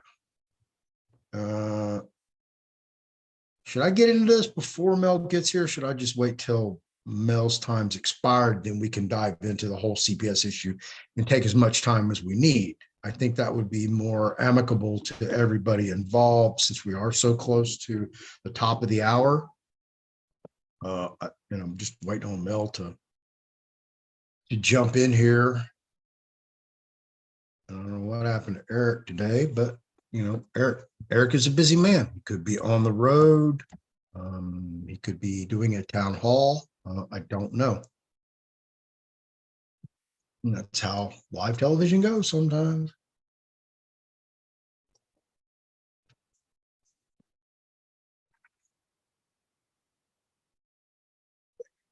Let me get back on my trail while we wait for Mama Mel.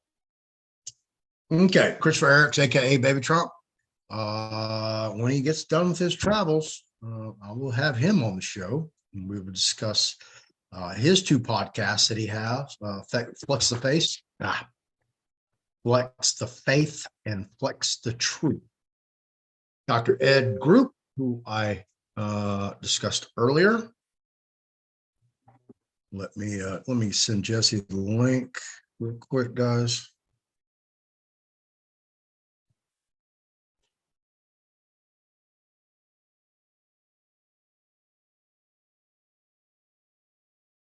Yes, he's done.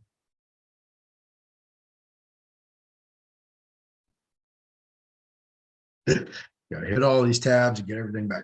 Okay, here we go. Dr. Ed Group, chiropractor, speaker, educator, author, entrepreneur, and my dear friend, who's actually on the cover of my Facebook page.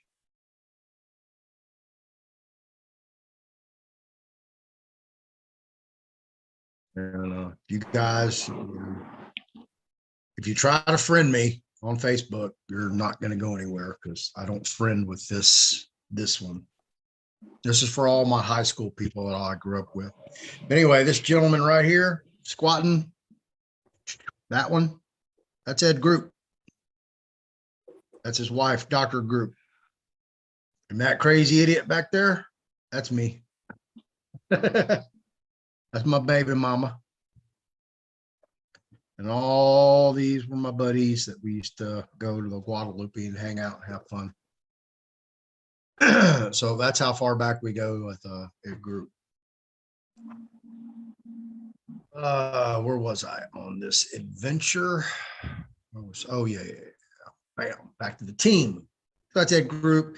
Of course, tomorrow we will have Brian Robertson, pastor of the Way, as well. And I need to get Eric's information to put up here as well.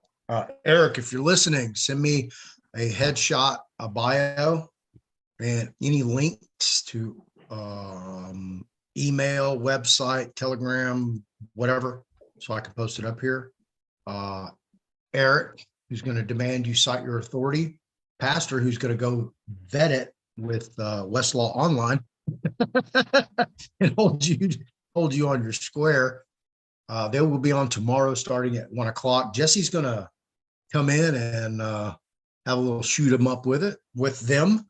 So look forward to that. And of course, my childhood friend, Little League baseball teammate, this guy's just, what an awesome guy. Bobby Rock, congratulations. 60 years old. He just had his first child. So God bless you, Bobby. Got you cut out for you. But couldn't happen to a better guy. And he's probably really ready for it too. That's a really good thing. And of course, we have Ann LaFleur, who you all know, brains, backbone, and bombs for the win. And we have Mr. National, my boy, A6 grind time, Anthony Lawson. Here's Keith, El Perro Little. And there's Dr. K. Hey, hey, Floyd. Yeah. Hey, has Eric ever told you what his symbol there means that he uses? It's pretty awesome. When you have him on, you should have him talk about that. It's pretty interesting. I don't have a symbol up here, so I No, don't if you know. go down to his name, go back to his name, and it's right underneath there. It's a triangle with the cross in it. That's his symbol. You're talking about Keith. Yes, Keith Little. Yep. Oh, you said Eric. Oh, sorry, my bad. Yeah, that's all right. Yeah, that's Apologies. right. Okay. Yeah. Oh no. Yeah. No. What is this? What's it mean? You know? Well, he gives a better explanation than I can. But Oh, I'm sure when he you does. when you have him on, just talk to him about that, and he'll break it down. I heard him in a video one Okay. time. He was talking about it, and I was pretty impressed with it. Okay. So I learned about Keith was him giving a little. He was talking with Melvin, and they were doing a video, and he was talking about his symbol and stuff. And I was really impressed with Keith. Yeah. Keith's a shark cookie. I hope he's doing well with his cancer. I haven't talked to him in a couple of weeks. We need to get him scheduled on the show to do a program on his own topics. But anyway, that's the team. I'm always adding to it. I thought Jason was in. Hang on. Let me refresh it. We need to add Lady A on there, don't you think? We can. Since she's now officially part of the team, she needs to be recognized as such. Yeah, hold on. Hey, much love, Lady A. We appreciate you. Oh no, hang on. Let me stop sharing here. Hey, there she is. Mama Mel. You have to unmute yourself. Okay, is that better? That's much better. How are you? I'm doing fantastic. Life What could a not great be show. any better for me. Awesome. Well, thank you. Everybody, this is Mama Mel. I met her as Mel Morano. As I told you guys earlier, I met her at Sky Pony Gallery. Probably around, oh God, when did we hook up? About 2 weeks one? ago. Yeah, well, I know it's that. about 1 o'clock in the time. morning. Yeah, I was leaning on the bar trying to hold it up. She's doing an excellent job. I Didn't need any did. assistance from me. I did. Hey, But you know how I am, over you know. there. Yeah. Right. Yeah. Well, you know, it's getting till 2, you know, and you gotta see that single woman at the bar alone, and you know, I just naturally gravitated towards her. And, I know, but I have one of gosh. those. For 33 years. I mean, we've been married 33 years and together 36. So, you know. Right. Hey. Well, congratulations. Yeah. That's an achievement in itself. Yeah, boy, is it ever. I know. can tell you stories. Oh yeah, I know you can. We're gonna get to them because Mel is going to be a regular on the show. I don't know how. Awesome. Yeah. I'm trying to build a network so we can get the word out. And I'm trying to cross as many platforms, Awesome. genres, topics, ideas, people, knowledge, research, all that. Oh, wow. Well, I've got lots of them. I'm a knowledge hound. I mean, I chase it and have been for decades. It's an addiction, really. It's kind of it's kind of bad, but I love it. You know, there's just not a way to have enough knowledge. There's just no way. Yeah, and you know, Mel and I, we had quite the discussion because we spoke with each other until 3:45 a.m. And then that was our turn to go talk to Juan. And yes, I don't know what number you had. I had 48, of course, negative 48. Michael's number. You had 44. No, I had number 4. Oh yeah, number 4. I had number 4. Yeah, I showed up. I have helped Chris with a lot of his stuff, and so I showed up early because I had tons of food. I love to cook, and so I showed up and I had number 4. And you get 2 thumbs up on the food because I did take a plate home with me. Remember? I love to cook. I was like, Oh, man, y'all yeah. take the stuff. I came home with so much of it, but that's okay. Right. Yeah, I helped you pack it up. I remember. Yeah. So anyway, Well, if there had been homeless people somewhere out there, I would have given it to them because that's generally what I do. I drive through the homeless Right. area and I just pass it out the window. yeah, you were in the wrong city for that. I I don't think there's know. any homeless I people know. complaining. And it's 5:45 in the morning when we left. I'm like, they're gonna be asleep. Yeah, right. Well, they're just getting up. Yeah, exactly. Exactly. Wow. So anyway, we talked about all types of topics. We I was did. I was privileged enough to hear your family history, Oh, which is impressive, and the fact that Mel even knows it and still to this day still pursues her family history, her family lineage. yes. It was So profound to find. Yeah. So before we dive in, Okay. go ahead and tell everybody who you are, what you're here for. Explain to them that I believe we're going to go over your book. We're going to go Yes. H.E.R.O.S project, and then we're going to go over Yes. the Corvette and the Raffle. Not necessarily in that order, but Yes. 3 main topics, Yes. correct? And I don't know that we're going to raffle the Corvette, but that's kind of it's out there at this moment. I don't know exactly what we're going to do with that. But just to start off, I'm Melanie Roberts, actually. And I acquired the name Mama Mel because I worked in some mega churches here in the Dallas-Fort Worth metropolitan area.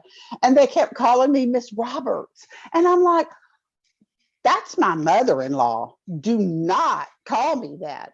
So one of the youth directors, because I cook, I would go in on Wednesday nights and cook for all the teenagers. I mean, sometimes 100, 150 teenagers, I'd cook for them. So he finally gave me the name Mama Mel, and it kind of stuck. And I got introduced, for a lot of places it's Mama Mel, because I don't want to really be known as Miss Roberts because it just conjures up the memories of my mother-in-law, who I didn't have a really strong relationship with. Poor thing, she was mentally ill and had somewhere between 14 and 17 personalities. So I don't like to be called Miss Roberts, but I did write a book, and that has been a passion. In 2004, I was a paralegal and worked for the top name on the door. And I worked for this big coffee company based out of Seattle, and we were, spreading their shops far and wide and by the hundreds. I mean, we did a lot of those, but it just did not fill an emptiness in my soul. So it was like, okay, I need to be looking for, why am I here? Okay. I mean, I'm good at this. I'm top of the game. I do these big, massive transactions. It's wonderful. I have, paralegals that work for me. I have attorneys that I deal with, and, executives in these large corporations. I call, they know I'm with the attorney. I tell them what they need to do. They jump. It's wonderful, but it's like, there's a hole there somewhere. So I began pursuing finding out how to fill that hole. And I had grown up in a Christian environment. It was a legalistic Christian environment, and I had walked away from it. It was just, I was never going to live up to the perfection that they espoused that we needed to live up to. And I tried. I'm like, I really want this. I love this. I had asked, Christ to come into my life and be the King and Lord over every aspect of my life when I was younger. And I really felt like that was my calling. So in 2004, I go out and I meet this woman that I was very impressed with, and I start studying personalities and how God had ingrained in us for the personalities that He had built, actually, wind, water, fire, and earth. And so I had a test to see what my strong suit was. I mean, you have all 4 of them. And you tend to gravitate to people that have like a fire personality. If you're a fire personality, you gravitate to someone with a fire personality. So I began writing my purpose statement. And you think that would be really simple, but it wasn't. I mean, it took me a year to really delve into this and define who I am. Why did the Creator put me here? Why am I here? And once I found that, it was just, okay, I know what my purpose is. Nose to the grindstone. I got to go do this. And I'm thinking, okay, I've got this flourishing life. I have this great career, work for the top name on the door, work with all these executives. It's wonderful. But then it came down to a simple prayer. Lord, use me. Take everything out of my life that does not serve you. Just, and I'm thinking, this little over here and this little over there. But the reality was that when he got done pruning my life of everything that was in it, and that came years later, there was just a toothpick left. And I'm like, really? And, I have these open conversations. I'm like, really? I mean, all you could come up with was a toothpick? And I was like, okay, obedience is not my strong suit, but you keep saying, be obedient, grow in knowledge and wisdom. And I'm like, okay, well, I'm pretty smart. So it began a journey, and that was in 2005. And in 2006, I had a health issue that was expected to take my life. Every doctor that I saw, and I saw a ton of them, it was an extraordinary situation. I became patient 1, or patient 0, patient 0 in a medical alteration of processes. Okay, you go now and you look up this process. It totally changed based on what happened to me. So I'm like, okay, you stripped me of everything, my career, my life, my income. I had a nice income. It was gone. Everything was gone. And here I am dealing with this result of this health challenge that I had. And that's really where the journey began for me to say, okay, am I going to go back to this life that I had before, or am I going to pursue this life that God has for me?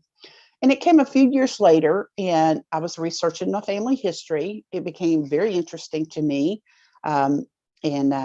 My grandfather had passed away, and he was a medic in World War II, Dr. George Washington Posey.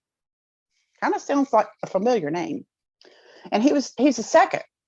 And it became, okay, he told me all these things when I was a child and a teenager, and I'd watch these old movies with him. He said, I was there when that happened. And let me tell you what happened. The bridge collapsed, and we were up in this monastery, and we'd gone in a few days before. We told the Germans, we'll be back in 3 days. Leave. Anyone you leave behind, we'll care for. And they did. And so he worked as this medic and so on and so forth. And I was out at the family graveyard, and I'm like, okay, there's 5 generations of these people here. 5. And at the time I had a child that was, toddler, and he's running around all over this graveyard, and he comes over and he's like, Mom, he leans on this headstone. He says, Mom, can I go over there? There's a gravestone that has a picture on it. I'm like, okay. And it was from the 1940s, had a picture on it. My mother talked about going out there and seeing that when they had these, events, family events out there. And I looked down at him, and then I looked next to him, and on the ground were 3 children, his age, buried there. And I'm like, holy cow, look what these people did. They came out here, they helped in the founding of the state of Alabama, some of them in the back history. And, they braved the wild, and it took their children from them. What have I done? What have I done to really honor the gift that they gave me for this nation? Because you go back into history and you find Hezekiah Posey. Well, Hezekiah Posey worked for George Washington. He was a French Huguenot. He was a descendant of a French Huguenot that was brought here in the late 1600s as a slave. He got caught in London, and they arrested him when he was a teenager, and they told him, you can either go to the new country, New England, or you can live out the rest of this time till you're 18 in jail here in London. So I'm like, okay. So that's really where my journey began down this road of I need to pursue my purpose. And just to categorize or share what that is, why I'm here. I'm here to encourage all who cross my path to seek, find, and share the gifts and talents endowed them by the Creator and use them in service to others. Nutshell, that's it. That's why I'm here. If you just put a bracket on this right here, that's why God put me here. And so I began in pursuit of that. And, you know, here I am. I have this child. He had health issues, very serious health issues. And just so you know, I had a child in my 20s. I had a child in my 30s. And I had a child in my 40s. And I wasn't expected to live. They're like, oh, you're pregnant. Oh, you're way pregnant. I'm like, what the hell is way pregnant? You either are or you're not. And the technician's like, oh my goodness, this will be great. This child will be wonderful. You know, yes, you're older, you'll be more mature, they'll keep you young. And I'm like, honey, you don't understand. I'll be 44 in like 8 days. And she's like, oh. And then I'm like, and I've had oblation. Oh, she's like, oh my God. And I'm like, yeah. So the doctor comes in a few minutes later and he goes, Melanie, we have a very serious problem. You're not expected to live. You're in the second trimester. I thought I had cancer. And I'm like, okay, well, you know, whatever. I'm in the second trimester because I had thought I had cancer. And when they did the ablation on me, all the cycles stopped. So I had no defining point of when I got pregnant. And they're like, oh my gosh, you do Christmas Eve. This will be great. And the doctor comes in and says, you're not expected to live and you need to terminate this today. You're in the second trimester. You're in the state of Texas. Every indicator is that you will not survive this. You and the baby. 600 cases of it, I think, was, documented in the world. Millions of this procedure had been done. And there were like 600 cases documented of pregnancy afterwards. And like 60%, the mother and the baby did not make it. And I'm like, okay, well, look, and you have to understand, he's from the same home state I am. And I'm like, you're the idiot that told me I could never get pregnant. Less than a year later, I am almost 5 months pregnant. You think I'm gonna believe anything you say? Oh my God. And look, you told me I couldn't have any more children. So if I have another one, you're my OB, I'll put a bullet in your head. And he's like, oh, okay. So he comes together. This man had saved my life once before. I'd had a miscarriage and I had bled for 3 or 4 days, almost bled to death. And no doctors would take me. And so he's like, okay. And he looks at my husband. He's like, you really need to talk to her. You've got other children. She's not expected to live.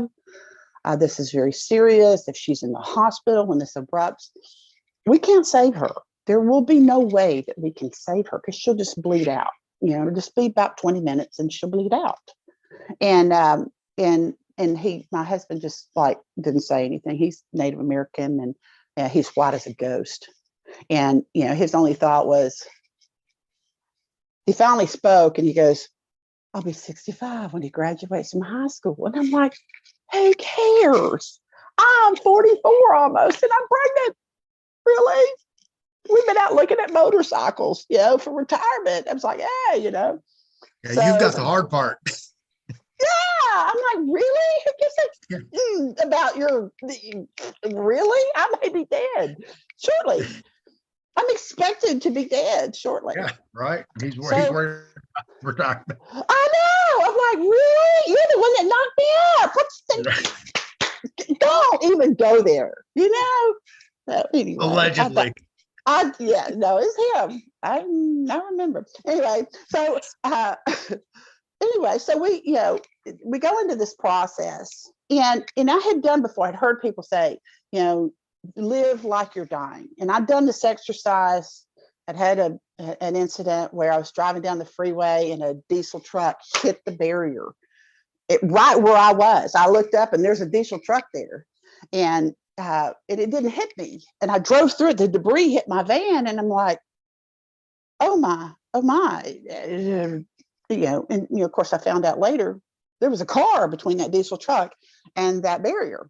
But that day I had just thought, oh my goodness, I had nanosecond from death. And I walked through this process of thinking, oh, well, they figured out that I'm dead. My family's being notified. They're going to have to make arrangements. So I walked through this process, but here I was faced with it years later. And it's like, okay, where am I going to stand on this? Okay. They're telling me December 24th, I'm due with this child and I'm expected to die. So my oldest son, who was in high school at the time, playing football, big football player, had 8 scholarships for Division I teams. And I'm driving to his football game, and I'm sitting at the corner, and I just remember this so vividly. I'm sitting at the corner of Centerville and Broadway. And I'm thinking, oh my goodness, I'm starting to have a panic attack. I'm like, it's like October. I'm like, I need to start buying Christmas presents because I may not be here, and I want to make sure everybody has something for Christmas if I don't make it. I had calculated, and it was like a countdown. I calculated how many days, how many hours, I had calculated all that. I was like, this is the window that they're telling me I have left to live. And boy, does your focus on everything you think, you feel, you believe, everything comes into focus because I only have X number of hours left to live, X number of days, X number of weeks, X number of years. I don't even have a year left. It's a couple of months. So I'm sitting there and I started having this little panic attack, and I'm thinking, you know what?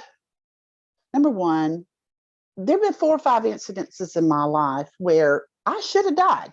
Starting when I was 4, I had a rare disease. They didn't think I'd live then. I had a car accident, rode my car off of essentially a cliff, and it got stuck on some shrubs, and I woke up and I'm upside down. And I'd had all these accidents and things that had gone on. I've been hit by lightning. You're thinking you go outside, it's raining, I'm standing under the cover, lightning hits the backyard, knocks me down. I don't know how long I was laying there. So I'm like, okay, do I believe that God has something for me, and that am I going to put my faith in him? Because it's a miracle that I'm even pregnant. It's going to be a miracle that he makes it and that I make it. So am I going to trust God to be that person that I have always believed he is? And at that moment, it was like a pivot. It's like, okay, I'm not giving evil 1 second. I'm not giving fear 1 second. I'm like, look, get out of my life. If I give 1 second of time to you, then I've wasted it, because I only have so much left. And it was a sparseness that it's like, okay. So that was really a pivot in the journey as well. And it's like these pivots kept coming, and my life kept going into these shoots of directions. And so that led me on to, how I ended up writing the book. And, I got in the real estate industry. My son played football. We traveled all over the place. I had this little baby with me. He was, born with a birth defect, and he didn't breathe for the first couple of minutes. And at 2 months old, they told me he's blind and deaf. And I'm like, okay, I'm 44. I've got 2 older children, teenager, just a preteen, and now I've got this blind and deaf baby. And so that journey was a hard road. Oh my Lord, it was a hard road. The doctors and the tests and the this and that and this surgery and this, that, and the other. And it was just a test of faith. I was like, okay, Lord, here you gave me this blind and deaf baby. I'm sitting on the top of my career. I loved what I did, and now I've got this blind and deaf baby. So, his miracles came, and someday I may explain what we did there. It was very unconventional, and within a few months, he could hear and he could see. And None of that had anything to do with the medical industry. They just kept telling me, oh, we'll have to do surgeries his whole life and blah, blah, blah, blah, blah. He'll be on these drugs his whole life. And I'm like, just, you're the ones that told me I wouldn't live, and this and that and the other. And I'd had incidences with them years before. So I just walked away from it all. And I'm like, okay, I'm going to take care of this baby. I've got a blind and deaf baby here. I need to learn how to do Braille. I need to learn how to do all the things that would have been for Helen Keller. So I began that journey. I'm like, okay, here I am, focused. I got to learn all this. I've got to help this baby thrive. And then his miracle came when he, the Saturday before Mother's Day, I picked up a toy in his crib and he tracked it. I'm like, did he really track that? I mean, we're over there going, did he really do that? Are we just thinking that he did that? So at 7 months, his vision and his hearing woke up, and he sees and hears, and he got a sassy mouth. I don't know where he gets it from, but I mean, he's this thriving young man. So I get in the real estate industry and think, okay, I'll take my paralegal knowledge from closing very complicated, very high dollar real estate transactions, but I have the flexibility to go and do things with my oldest son and my daughter and take care of this baby. So I got a real estate license. And oh my goodness, I got into that industry and I was stunned at how no one knew how to buy a house. And so that was the genesis of the book, The 5-Star American Dream of Hopes and Homes. And I'm going to show you the cover of the book here. So this is the book. If you can see that, you'll see an acrostic there. Hopes is, and this was how I coached my clients. Look, you need to know your numbers. There's 14 worksheets in this that show you your numbers. You need to understand the neighborhood you live in, the analysis, the schools, how far it is from where you work. Do you need a 2-story, a 1-story? Do you have a family situation where you might need an additional bedroom? So I had all these criteria that I put them through. And they're like, well, we've never heard anybody say that. You need to write a book. And I'm like, I hear you. Boy, do I ever, because I need to educate the masses. And so that's what this book became. And originally it was the 5-Star American Dream of Homes. But then I realized if you overbuy and you get into a situation financially where you've not done your due diligence, you are going to crush this 5-Star American dream. It's over, because financially you've wrecked yourself. And so these things need to be considered. So the acrostic for this is health. If you have issues climbing stairs, you don't need a 2-story house.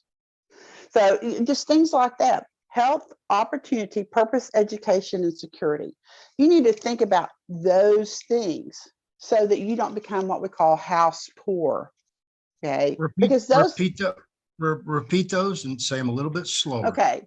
Health, opportunity, purpose, education, and security. Okay. And it's a workbook. Okay. So it's not my 5-Star American Dream. There's the logo for it. Okay. Right. That's one of the logos that we put together for it. So, and just so you know, this is dedicated to the Love Your Heroes organization, which is the nonprofit. And I'll talk about that in just a minute. You'll see that on my shirt. This book assists in the funding of that. You'll go through that. So we walk through the different sections of the book, and we talk about. Where can we get that book, Mel? This book is at the loveyourheroes.org. And you can also get it on Amazon. If you get it from loveyourheroes.org, it's less expensive. But it goes through and you write out. Okay, so being the person I am, I have extensive background in studying things. Okay, so this one, the Health Start, talks about your food and your rest and your exercise, your emotions, and your disease care. Okay, healthcare and disease care are two very different things. Okay. Right. The medical system does disease care. They create it and then they treat it and then they bill you for it, or they don't necessarily create it, but in some cases they do. So it talks about that, and it goes through and it talks about the opportunity, about your freedom. How are you inspired? Are you realistic? Your endurance. Hey, look, this is a race. It's not an event. This is a process, and you need to understand how that, and then your daily activities, and then you're fired up to serve others with your gifts and talents. So it walks through that. So we go through all of that in the book, and then the last part of the book is, how to do the home buying process. So that's the home section, and that goes through. And I'm a little. I like to do things humorously and have fun. No. Yeah. So this is what I did. I wrote it in baseball analogies. Oh, okay. Okay. So I mean, who doesn't know how to play baseball? It's America's pastime. Girls play softball. Oh, don't even go there. It's the same. The guys play softball too, so yes, they do. Go. Yes, they do. Yeah, I was a tomboy. I grew up with like 13 boys. So I had 2 older brothers, but I grew up in a neighborhood with 13 boys, and I took every step they took. They didn't get anything on me. So, but anyway, it just goes through how to order your credit reports, and it just walks you through the whole process. There's like 38 steps in the home buying process. And so, it's just, how to build your team and how to talk with people and how to ask them questions to know whether or not they know what they're doing. I mean, so even if you're, let's put it this way. So if you even are considering maybe changing careers or getting into the career of the real estate field, that would actually be a great book just to kind of get your toe wet and test the water, see if it's something that you would want to do. Or well, this is for the public. Okay. Yeah. So that, and it would be good for realtors. And I can't tell you how many people I say, oh, come in and teach my realtors. And I'm like, this is for the public. This is to educate the public, so you don't get duped by somebody that does not understand this. And this was a problem that I had when I got into this before I became a broker. Okay, which I am a real estate broker. I'm licensed in the state of Texas. It's inactive now, and I'm licensed in the state of Alabama, but they're inactive for a reason. I've been dealing with my father's death, and I've been busy trying to work on his estate and things like that, and a lot of other things. So I'm not active right now, but this is about teaching you the knowledge that you need so that you can make decisions for yourself without influence, because there's 2 rails here on this railroad track. You buy the house and you buy the loan. You are buying a product there. And those 2 rails run parallel. And people don't understand. Those are 2 different transactions: the purchase of the home and the purchase of the loan. And they don't know how to talk to a lender. They call, and the lender he asks them all these questions. Well, if you call in and say, hey, here's my DTI. Well, that lender is going to know that you know something about your debt to income ratio. And you're going to have done the calculations on your debt to income ratio and done your budgets. And this appendix, like I said, it has like 14 worksheets in it to help you understand budgeting and before and after, and how fees interact with the transaction. And I wrote a lot of this actually, trying to teach paralegals how to become real estate paralegals. I mean, those are very, had corporate paralegals, and had litigation paralegals, and they're like, people are crazy in the real estate industry. Y'all are just nuts.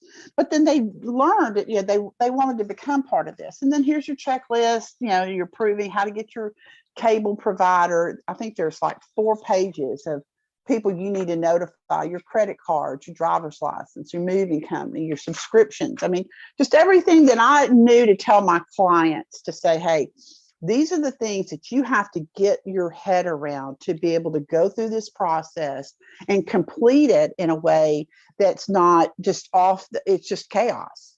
And because it can just be chaos, because you're just doing a little piece at a time. But if you know it all in advance, it sure does make you a more powerful buyer, and you can base it on your income and your family needs and so on and so forth. So that book was what stemmed out of having crashed my paralegal career.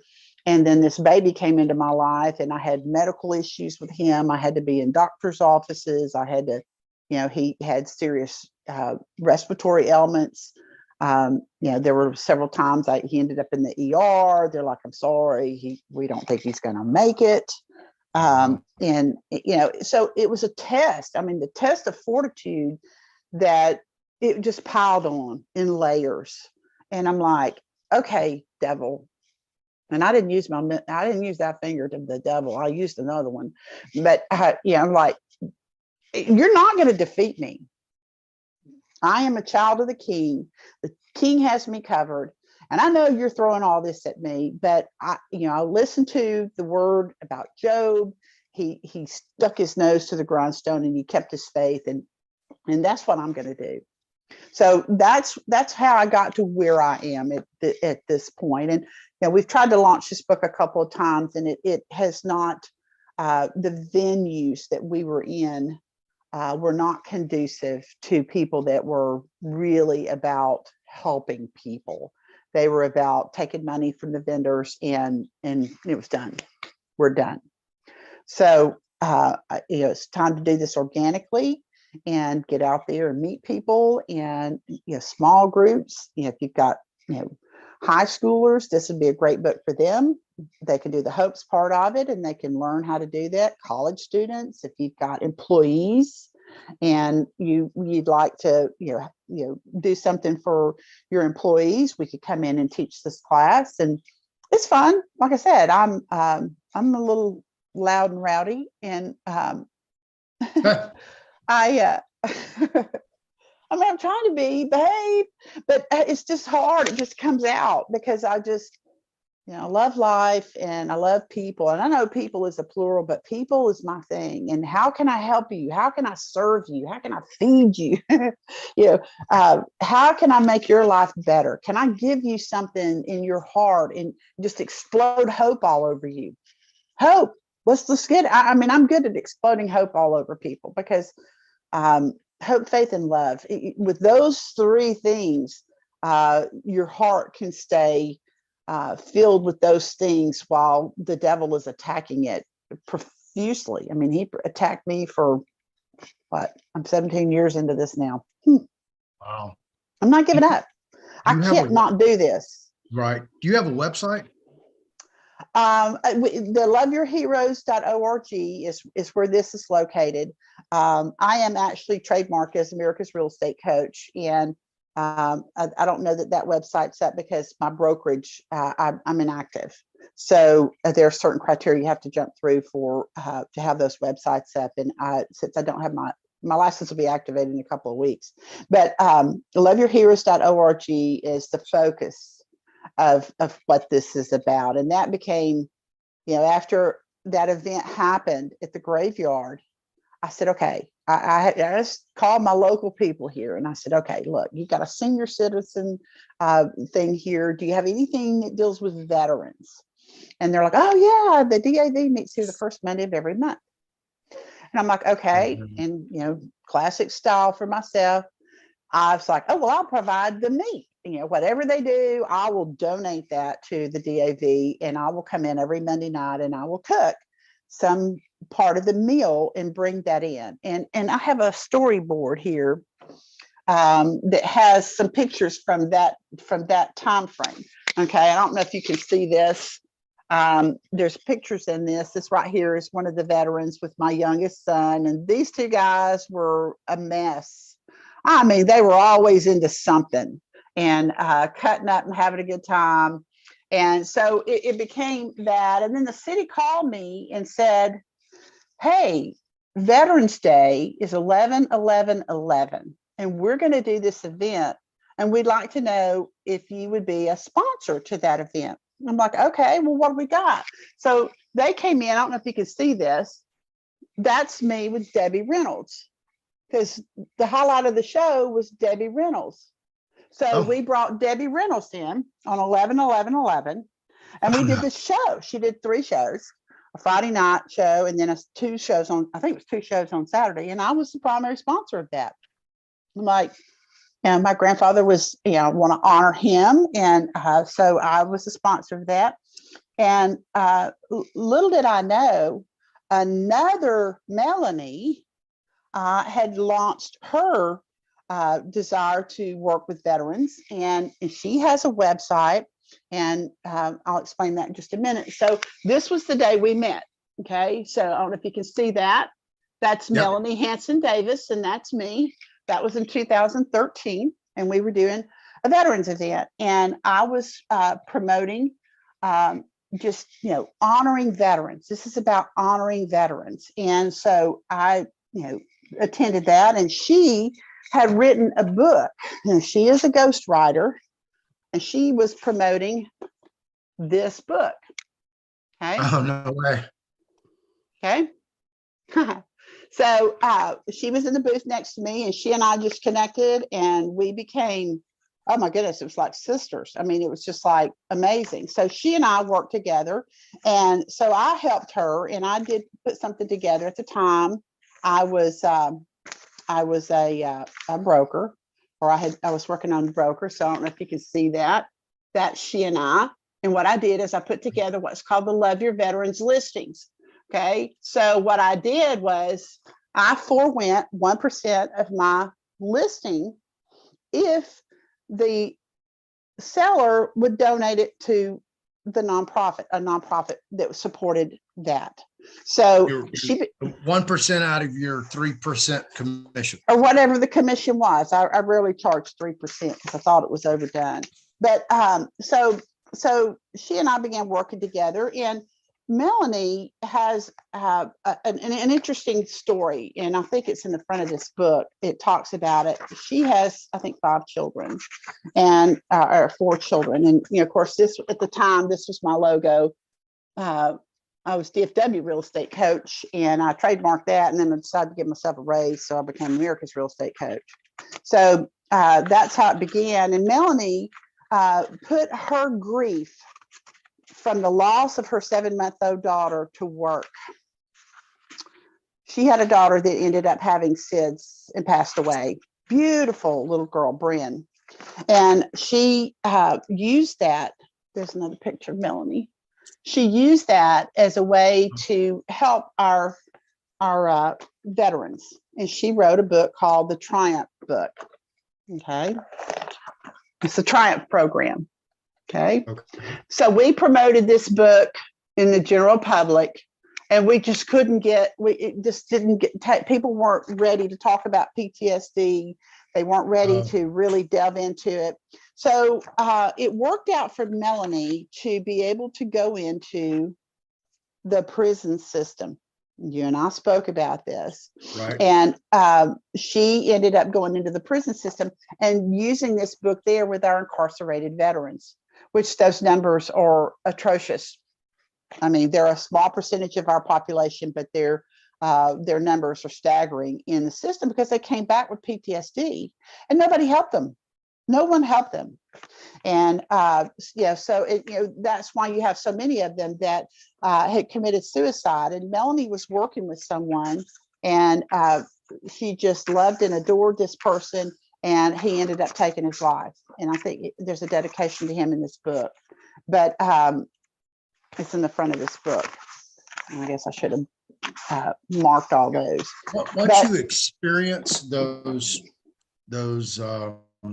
triggers, as they're called, yeah, which for veterans would be gunfire, jet noise, helicopter blades, anything to do with any type of armed conflict.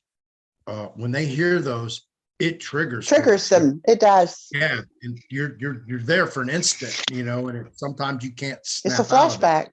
Well, and that's the thing, because my grandfather, he showed up 3 days after the invasion of D-Day, 3 days as a medic. And I'm sitting here, it's 2006, in May of 2006, and he's dying, and he's screaming out and yelling and having these fits, and he's incoherent, he's dying. And I was like, what is going on? And his wife said, well, that's shell shock. I'm like, no, he has PTSD. What the hell happened? That was 60 years ago, 50 years ago. Why is he suffering from this? And my grandfather lived a full life. I mean, you look at his life and he did everything, he owned everything, he went everywhere he wanted to go. He lived a full life. And then he said, you know what, it's time to go. And he just sat down and stopped eating and said, I'm ready, I'm gone. And but he would have these fits, and she's like, he's been like that since I've known him. And he came back from the war like that. I said, why didn't somebody help him? Really? And that was part of how Melanie and I connected, because it was a disgrace that our military sent these people into these conflicts, and then they never helped them. They never helped them unravel what happened to them. And it was a disgrace that was marred on my grandfather's life, because he was there. He was there for the liberation of the concentration camps. And he would sit there and he'd say, Melanie, if you ever watched the movie Saving Private Ryan, that's the most realistic movie you'll ever see about war. And there's a scene in that movie that happened to me. And he said that we swung the great gates open of the concentration camps, and we walked in, walked in. The Germans were gone. And when the people there realized that we had an American flag on our arm, they ran up to us and they almost crushed me. And they wouldn't leave. They were just clinging to us. And he said, they almost crushed me. And that's a scene apparently in that movie. I've never seen it, but because I don't watch things like that, because my mind just clicks to things like that. And I would begin to have nightmares about it. So, that was part of the disgrace. So we promoted this book, and you'll see on this book, you'll see this right here in the corner. That is the One-Star Foundation Award. That was 2019. It was given to the Triumph program for the work that they did in helping the PTSD recovery of our veterans in the prison system. I mean, that's Governor Abbott gave that award to her for that. Wow. In Texas. Yeah. So Easton, there were several units where she did this. So, and I've got that on my little storyboard here. Okay. So this is the One-Star Foundation Award for these books, the workbook and the book. Okay. So One-Star Foundation Award. And what happened was we had tried to get this set up as a nonprofit, and we couldn't use the word veteran. Did you know that you cannot use the word veteran in your business unless you are a veteran or you have approval from the U.S. Congress or a nonprofit with the word veteran in it? So we applied and we applied and we applied and we applied. And of course, we got caught in the IRS scandal before that. And for 2 years, really? we couldn't get. Seriously? We couldn't get. Yeah. Yeah, it was real. They just, this and that, but, it was just riddled with patriots and serving patriots and lifting up patriots. Everything in that was about serving the veterans and the patriots. So we got caught in that, and, it never got approved. So I had wanted to expand it. So we took on the Love Your Heroes name. So a lot of the information of what was done under Melanie's guidance is at loveyourveterans.org. She's got plans and programs and things like that. So I applied for Love Your Heroes as the nonprofit, and I ended up getting that approval, and to be able to serve a broader spectrum of people. So I know I have my book here. The logo, I've got that on here. Okay, so the logo for this, it kind of got cut off here. The logo for this, it's got 5-star array across the top of it. This is your veterans. This is your law enforcement. And those are the people that are, truly doing what they're supposed to be doing, because there are some out there that are not. This is for your first responders. These are the people that go out and put their life on the line. They do disasters, and they come pick you up off the street when you've been run over by some idiot out there. And then it's for the families. And then for what we call other citizen heroes or patriot heroes. So these are the 5 stars. This represents the person I don't know if you can see that. It's a shadow standing in front of the gold heart of the American flag, 5 stars, 5 stripes. And so that is the Love Your Heroes logo. And that's the symbolism of that logo. And that's what we've been working on. Love Your Heroes, honor mentoring, the Governor's Award. And then what happened following that, and this was in 2020, you'll see this logo right here. Yeah. This is a Peace Builder Award. And that was given by the U.S. Congress. Oh, wow.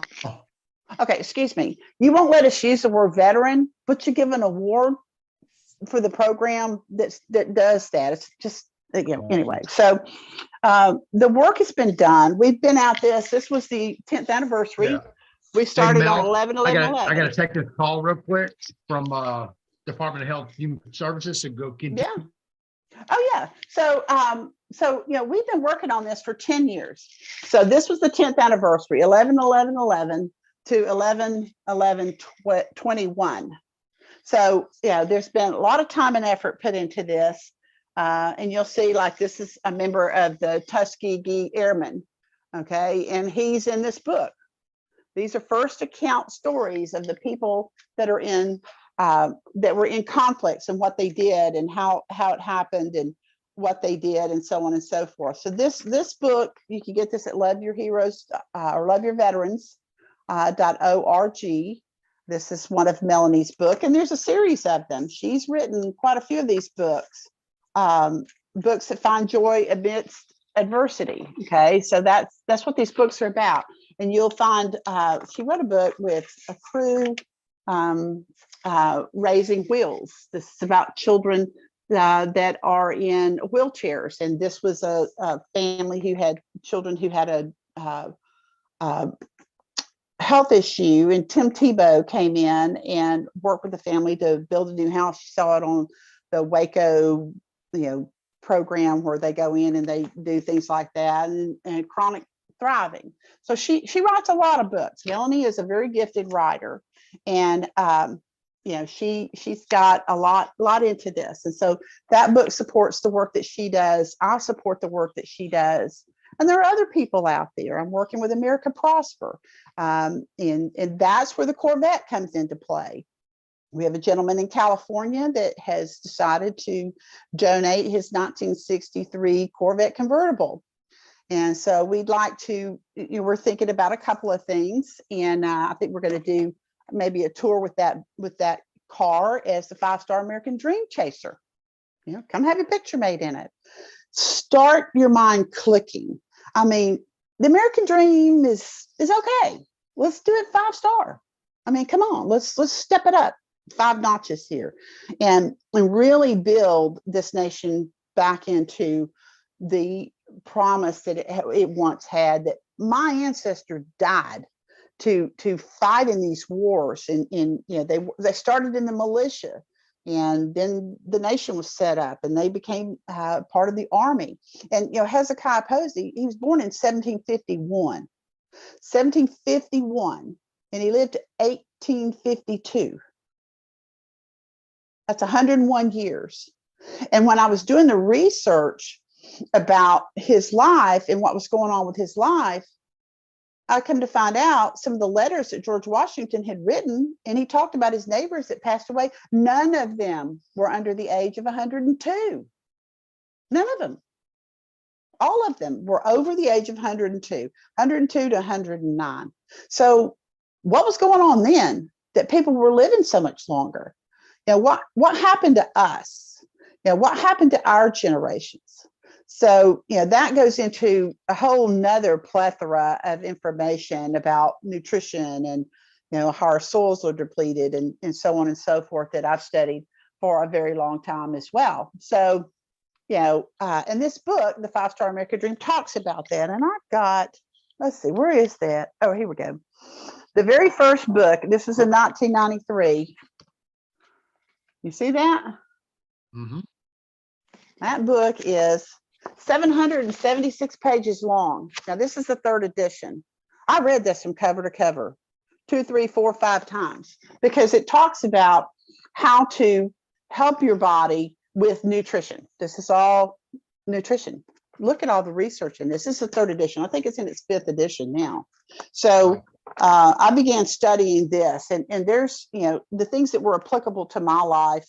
I used and recovered my health from some things that the medical industry had done to me, and it nearly killed me. And that was in 1993. And at the time, you really couldn't get information about nutrition. It wasn't something that you could really just go out and research. There wasn't a lot of data out there. And I think there were probably, it was censored, because if you hadn't had a $50 million study done on it, you couldn't make a claim about the efficacy of vitamin D. You know, that's something that I learned about a long time ago. And I don't know when this book was written. This is the 3rd edition. I started with the 1st edition. And this one was written, I don't know when it was written. But I mean, I've been studying this for decades. Let's see. This was 2000, the year 2000. This is copywritten the year 2000, but I had started on it long before that, studying the information and the knowledge, and I came across places and people that would help me, you know, grow in my knowledge. I subscribed to something in The Art of Growing Young. You see this one? That is dated in 2012. Okay, so or this is September of 2012. So, you know, your journey needs to begin. And I know there's a lot of things swirling around out there, and this helps focus that. This book, The 5-Star American Dream, helps focus that. Number one, without your health, what do you really have? Everything in your life is diminished if your health is diminished. So we need to work on that. And that's a process. I mean, you've been consuming things that are toxic to your body. I consumed things that I was given medications that were extremely toxic to my body. My body had severe reactions to them. And it's a matter of cleansing my body and getting those things out of my body. So yeah, there's a whole lot of different things to talk about and share about, you know, just your physical state, your emotional state. Can share some things about that. The emotional state is very important because, you know, our heart needs to heal. And let's see, I did this the other day for somebody else. Let's see what I did with it. I know it's here in my little place here. I don't know what I did with it, but it's like, you know, food for the heart. Oh, there it is. I set my book on top of it. So in my household, we eat on paper plates a lot. So here's a paper plate moment for you. So I put this on a paper plate, and I called it Food for the Heart. Okay, you see that? Food for the heart. You see that verse right there? Just take a minute to read that verse right there. Okay, so here's a verse. Truly, I tell you, unless you change and become like little children, you will not enter the kingdom of heaven. Matthew 18:2. Well, let's talk about a child's heart. Here's some food for your heart right here. What is a child's heart full of? A child's heart is full of love. It's filled with love. Okay, so except you become as a little child, you will not see the kingdom of heaven. So it talks about this. It's filled with love. A child's heart is filled with love. It easily forgives. It hopes for greatness, kindness, and goodness. So love radiates from a child's heart. Okay. And then what happens? They get out in the world, or they have a family situation, a family of origin situation where their heart is wounded. Okay. And this is what mine looked like. I mean, for my family of origin and the things that went on in my life, this is what my heart looked like. Okay. The world wounds the heart. So you've got all these things, all these rips and tears. Okay. And you know, this is what your heart looks like. And there's things like, you don't matter. You're worthless. You're ugly. You're stupid. You're dumb. You have no value. That's what the world will tell you. If you don't live up to this standard up here, then you have no value. Well, that's a lie. Okay. LIE. It's a lie. And that's what the world tells you. It's dismissive, it's demeaning, and it's deceitful. And they love it. Okay. And it distracts you from love. Okay. All these things distract you because instead of your heart being filled with love, your heart is filled with anger and bitterness and hurt and disdain and all the things that come with all the hatred that they just puke on you. And that's what they do. They love that. And this is all talked about in the book, the workshops, how to deal with those things. There's books and references that I give in those that help you understand. So what do we do to fix that? And this is part of the stuff that Melanie does in her workshops for the healing and walking through that process. Okay. So here's the answer. Okay. The word heals the heart.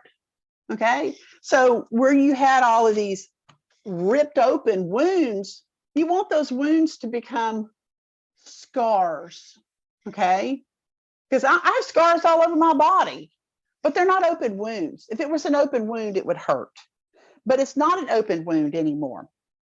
The stitches of forgiveness are what heals the wounds. And this is simplistic. This is so easy. You could explain it to a child and a child will recognize it and it prepares them. Yeah, I told my children, look, you can get out there, somebody's gonna rip your heart open. And forgiveness is how you unwind and these stitches of forgiveness. And if you hadn't started putting those stitches in those wounds, every time someone reacts to or does something that's dismissive, demeaning, or deceitful, it just rips that wound open a little bit more, and it rips it open a little bit more. And your heart is diminished. Your capacity to love is diminished by all of those wounds that are still bleeding and still open and festering. And people can say something to you and it sets you off. Well, that's probably one of the things that it's a wound in your heart. So open wounds remain painful and hurt, and scars help you help others. So I have lots of scars on my heart, and I've walked through the healing process, and I have been down the path before you, and my life is crazy. I mean, there's been all kinds of crazy stuff go on in my life, and I walked around like this, where all these wounds were open wounds. And every time somebody poked at that wound or pulled at it, it was hurtful, and it just made the wound bigger. And then I learned that this is the answer. The golden answer are the stitches that I put in there to say, you know, that person was hurting when they hurt me. And I feel for them because they've not accepted the grace and understand. And this is the same process that our King has gone through. He took the wounds for us and we put them there. So that's part of becoming, your heart becoming full of love again. You stitch up all the wounds where your love seeps out of and is festered and all the different things that comes with that and manifest with that. So it's part of the emotional healing that's part of this book as well, because the fullness of your 5-star American dream really needs to be based on how much love can you give.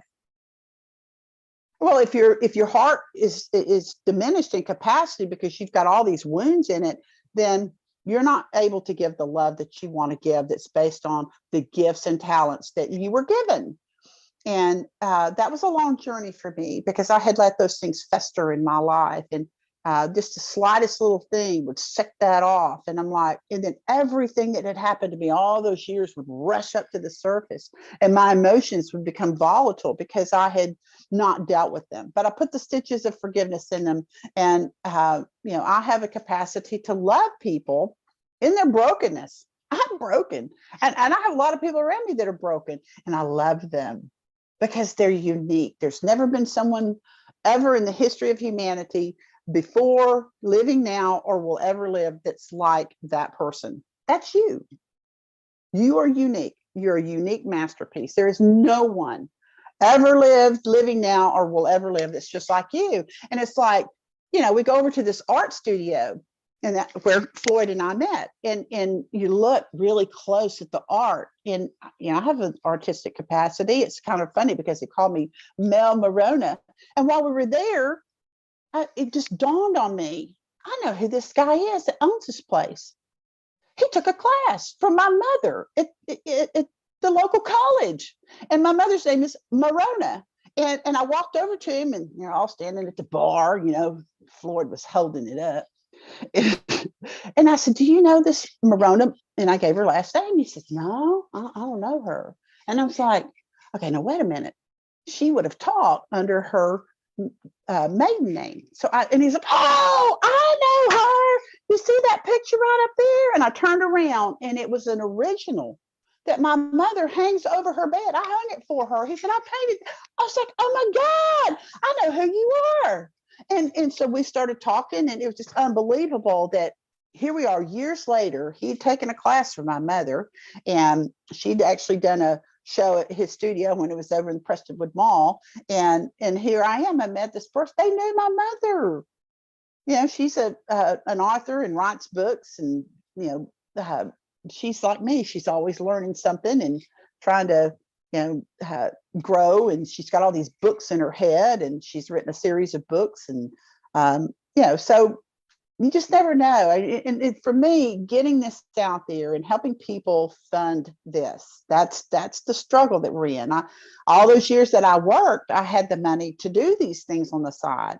But all the years since then, I've done contract work here and there and worked. But now it's time for people and the heroes and the patriots to step up and help us do what it is that we all want to do. We all want to get out there and help people. And we have a plan called the Triumph Villages.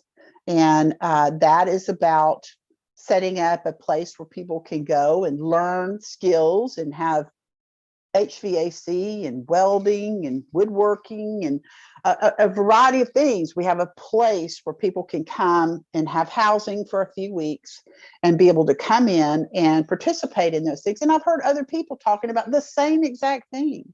I mean, there's a lot of us out there that want to do this, and we've been working on it for a long time. And there've been a lot of things that have thrown us off a cliff and diverted our ability to do this. But now we want to come patriots to come alongside us and help us build this and have these Triumph Villages and be able to go out and bring people in. Initially, it was about the incarcerated veterans. When they get out, they need a skill set. They need a tradable skill.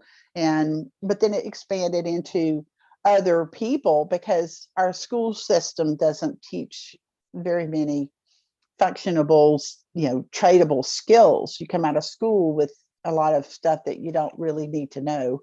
That's indoctrination instead of education. So, let's retool everybody. I mean, that's in a nutshell. That's a big nutshell. So, big nutshell. It is. Wow.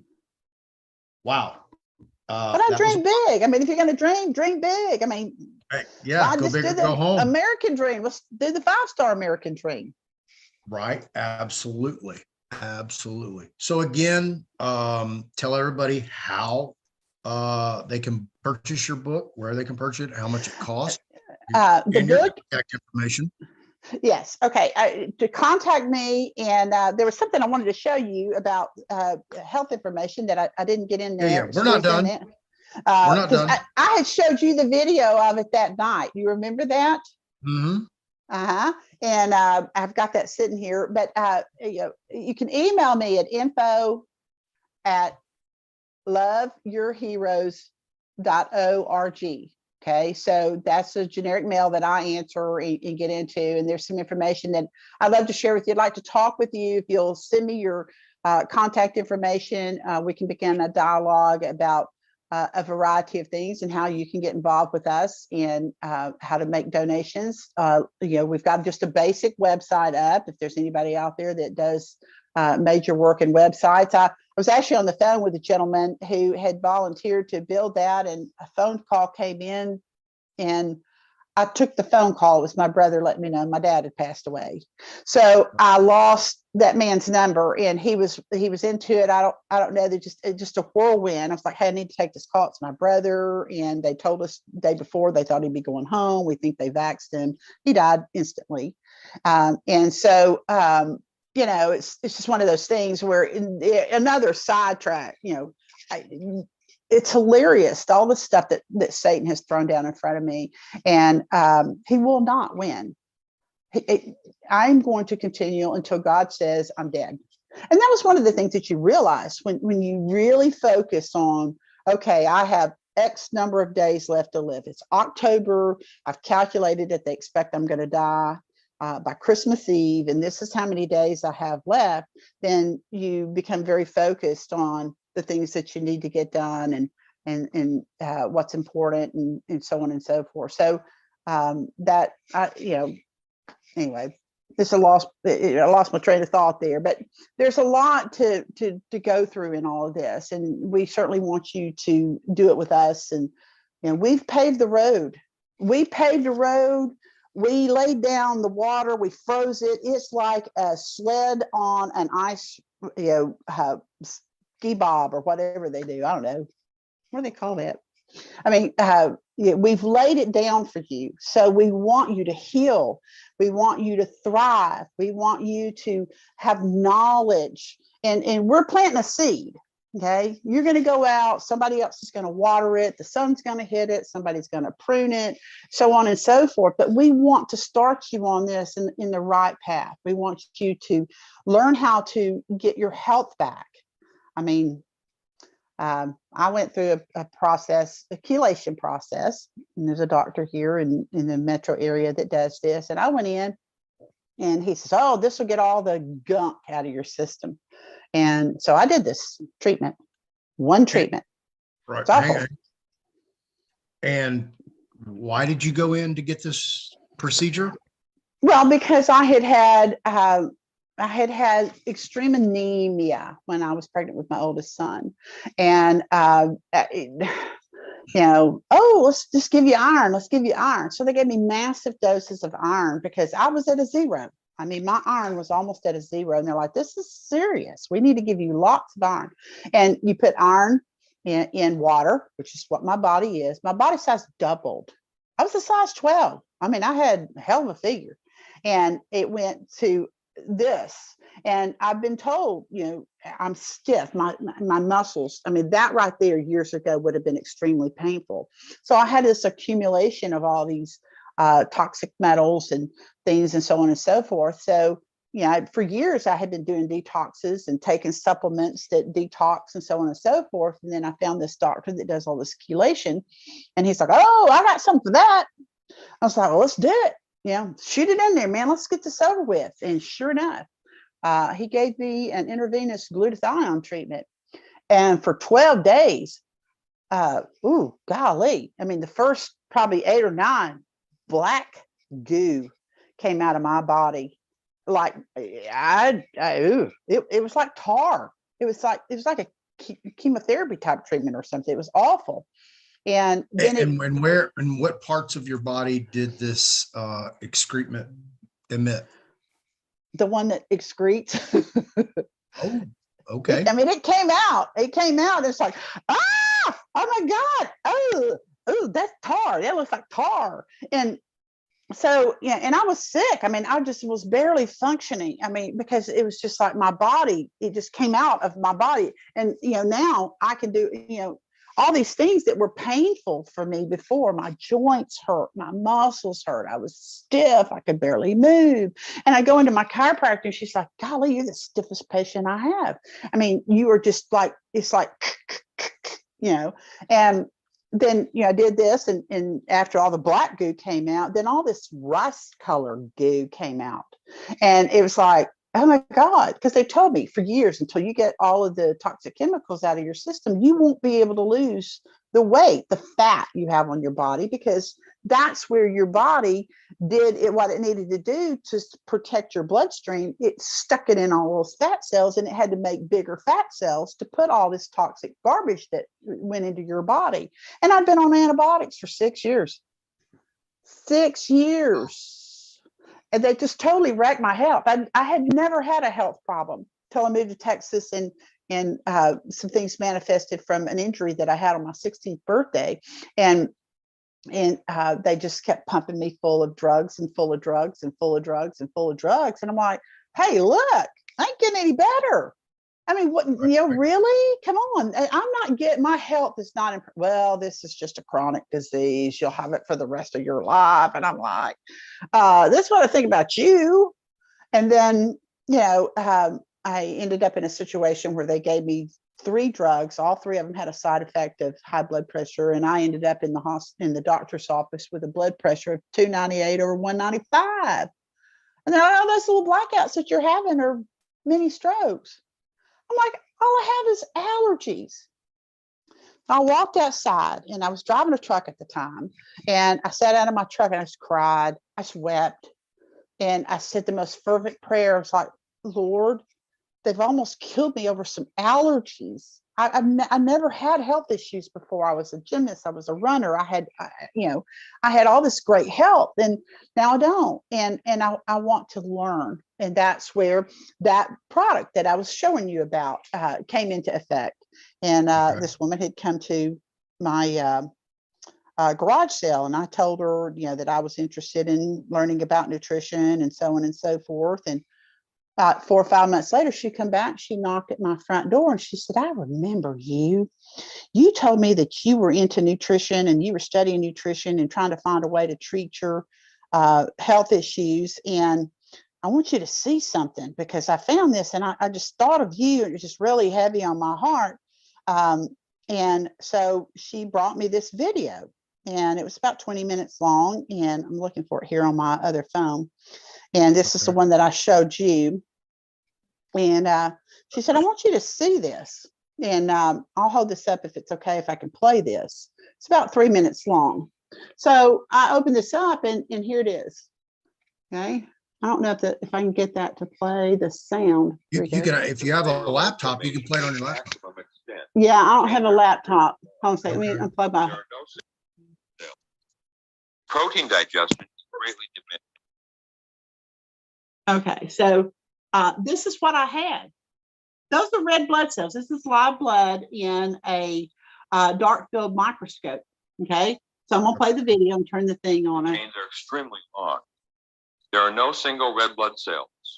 His protein digestion is greatly diminished. Well, yeah, because I've taken so many vitamins, supplements, and things in the past, vitamin E, vitamin C, and all the other things that you can run into, I've taken those and didn't seem to get any help from them, or feel any different or any better from them, or feel any different or any better. 30 days after taking pycnogenals and digestive enzymes, Max's blood shows that the rouleau formation is totally gone. No more chains, cells are separated, they're much healthier looking. The blood's no more chains, cells are separated, they're much healthier looking. The blood cells are round, freely floating in plasma, and the cell walls are strong. Max has just eaten before this evaluation. Therefore, he has small bits of undigested fats, those little pepper particles that are in the inner spaces between the cells. So you get the idea. I'll stop this. Okay. And put my thing back in here so I can hear. So you can guide me through my. Can you hear me? Yes. Okay. All right. So this lady shows up at my door. She knocks on my door and she shows me this, and I'm like, okay, well, I'm pregnant. Is it safe to take this when you're pregnant? And she said, well, I don't know. And so here I go. My mind's clicking. Okay. I'd had 2 miscarriages because I had this. I really think that that's what happened, that the blood was all stuck together in a rouleau formation. And my body could not get the rouleau, the blood in through the tissue of for the baby. And so I lost 2 children. And I was like, okay, Lord, I was healthy first go around. I had no issues. I had him on his due date. I mean, it was just a textbook pregnancy. And here I am, I've lost 2 children. And here's a closer a look at what that looks like. Okay. This is just a graphic of it. It's called a rouleau formation. And people that have been vaxxed, guess what? Oh, hang on. Yeah. That's what your blood looks like. And they tell you, oh, well, this disease causing this and that. Well, they've done something to your blood that's caused this rouleau formation. Allegedly. So, allegedly, I mean, that's my theory on it, because I've been there and this is what I had. I went and had the test done, and it's like, oh my goodness, you have that. But I didn't know how to get rid of it. And then this lady, I'm praying, Lord, help me find this. And she knocked on the door. She came to my front door, knocked on it, showed me this 20-30-minute video, talked about the supplements, and I started taking them. Sure enough, they're the number one type supplement that has been prescribed in Europe for years, this supplement. Wow. And I'm like, okay, because it helps build those tiny blood vessels. It helps strengthen those tiny vessels. It's good for the eyes. It's good for the brain. It crosses over the blood-brain barrier, and it heals the blood. And that's the network that gets nutrition to every part of your body. So I started taking those, and my health got better. The issue that I had with her had already been in, and my body was aborting her. And they're like, we can't stop this. You have a previa placenta. I mean, there's nothing we can do for this, but except for you can just stay home and be on bed rest. I'm like, okay, golly, that's the hardest part of my life. Oh my God, you told me to sit down and be still for 9 months. Holy. Do you know mentally how hard that is for somebody like me who goes 90 to nothing, and I'm helping this person over there and that person over there, and I got kids and I got a husband, and my crazy mother-in-law was in our life at that time. It was nuts. And the only thing on television was the O.J. Simpson trial, and it was on every channel. And I'm laying here and they're saying, don't move, don't move around, blah, blah, blah, blah. But within taking that, within 24 hours, poof, the issue that I had was gone. And I had no idea until years later, when I really started studying what this was, why it worked. And I've studied it extensively. I am part of academia.edu, 40 million research papers, 40 million. Okay. And I'm in there all the time. And this supplement, they keep talking about these cytokine storms. This stops cytokine storms, according to the research that's in these papers in academia.edu. So, if people are interested in that and want to know more about that, you can reach out to me at info at loveyourheroes.org. I would be glad to explain it to you or share it with you or send this information to you, because we got to get our health back. Because if you're thriving and you're wide open and your mind is clear and your heart is healed and you've got love and you've got expressions of knowledge that other people might have gone through, like Melanie, she lost a child. She can talk about that. She can have a conversation about that, unlike what I can. My 2 children that I lost weren't born. Her daughter was 7 months old. It's a different dynamic. I can talk about the loss of a child during pregnancy and the challenges that I had there. And I can talk about, having a psycho crazy mother-in-law. Because if she wasn't threatening to kill me, I'd have to go, Miss Roberts, you hadn't threatened to kill me this week. Are you okay? And I did. I was like, hey, something's wrong. She hadn't threatened to kill me this week, So it was just things like that. I was like, hey, because the normal thing was, I'm going to tell them you're beating on me, so they'll throw you in jail, So, and the poor thing, she was demented by all these demons that were in her life. And I feel for her. And at times I didn't. I was very bitter and angry about it. But then I had to realize she'd lived a hard life. And there were things done to her that were unthinkable and unfathomable. And we're hearing a lot about that now. And so, but anyway, I have a lot of knowledge and a lot of information, tons of love. I want to share what I have and know. And, I dig and dig and dig. And I try to make myself have a very wide cross section of knowledge. So I can speak to a lot of things and share it and point you to a resource and just all kinds of things. Encourage you, like I said, exploding hope on you. And then, that's part of the America Prosper project, is to try to help people become prosperous and grow and do businesses and barters and whatever it is they're going to put into that platform. And Kristen Olsley, I share with you her contact information, and her husband's father, they live on the reservation, and he was one of the original co-talkers. So she would be great to have on. And I don't know if you saw the information on that. I shared it with your assistant, but I think they're Navajo, but because they worked in World War II their language couldn't be deciphered by the Germans. They couldn't decode it. So she'd be great. And they're building a platform that's an alternative to your Google and Amazon and those types of things. They're working on that. So people like us can have a platform to go out there and be able to sell that book and sell your goods and not take the largest portion of it for this, that, and the other. You ship it yourself or however they're going to construct that. So I'm working with them. I work with Melanie. I work with a lot of people to try to assist them and raise the money to do this and go into the neighborhoods and teach people and make connections just like I've made with them. And we hope to have the 5-Star American Dream Chaser tour up and running. The car's not been shipped out here yet, but we're working on that. I have to have a place to put it. And I wouldn't feel comfortable just parking a 1963 Corvette convertible out on the street. So, we'll get that put together. I'm working on the media to put that together, and we'll be out in areas and hopefully places that will allow us to come in and park the vehicle and let people have their picture made in it and talk about the 5-Star American Dream and how to chase that and start their mind, back on the track of hope.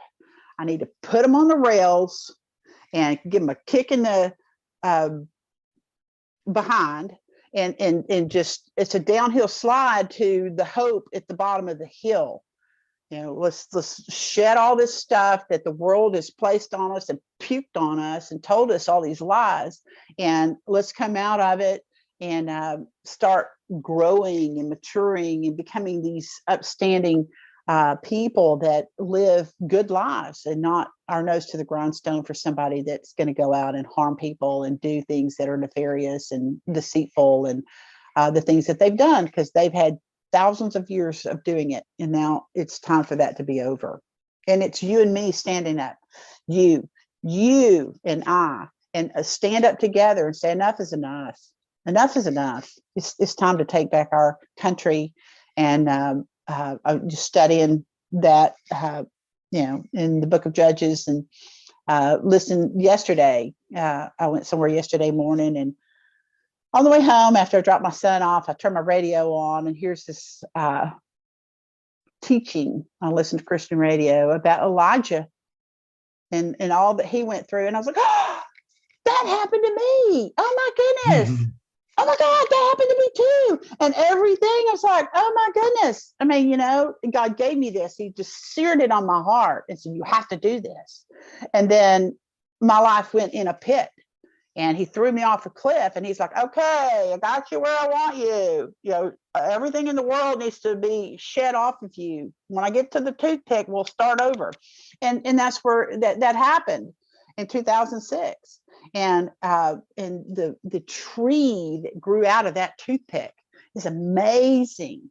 I wouldn't trade all the hell I've been through to go back to where I was, because this is so much better. It's a better type of living. It's a better type of love. It's a better type of growing and helping other people and exploding hope all over them. So it's been an honor. I'm glad that I got invited to be a part of your show and be able to share some of this with people. And I know I've kind of rambled on here for an hour and a half, but no. You're telling your story. you know, it would probably be good to, you said you had how many different chapters in your workbook?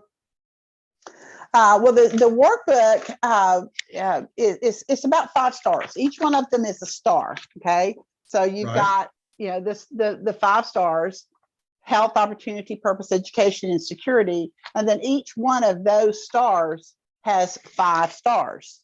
Okay, so the Okay. 5 points of the star. The health star is about your food, resting, exercise, emotion, and disease care. And there are other people. I don't teach all of this. There are people out there that know more about this, know more about that. We may have a little video that plays. We may have them there. We may have them on a Zoom. So each of the 5 stars has 5 stars. Your health has 5 stars. There's 5 points to that. Your opportunity, you know, what is it that you got to find your purpose? That is a fundamental base for you to start with. I mean, I look at my middle brother. He's a CPA, okay, but he loves to bake bread. And he loves to make stuff, and he loves to come up with, conjure up this and that and the other. I mean, he has a brand. He has, I think, it's Mark's Moonshine Mix, and he creates all these flavors for liquor. So apple pie moonshine, you mix it with your moonshine, or you mix it with your, whatever. It's phenomenal. Oh my God, it is so good. And that's his passion. That's what he loves. His wife is a dog lover. And unfortunately, she's been stricken with a disease from what they have identified as her vaccination. And she is struggling to live, literally. And so, but she is a dog lover. I mean, this woman is amazing. It's with taking in dogs and rescuing dogs and things like that. She's an incredible person, and that's her passion. And we were working on hopeful to have a dog rescue for her, and then she was stricken after she was vaxxed. She was stricken with something that, like I said, has almost taken her life.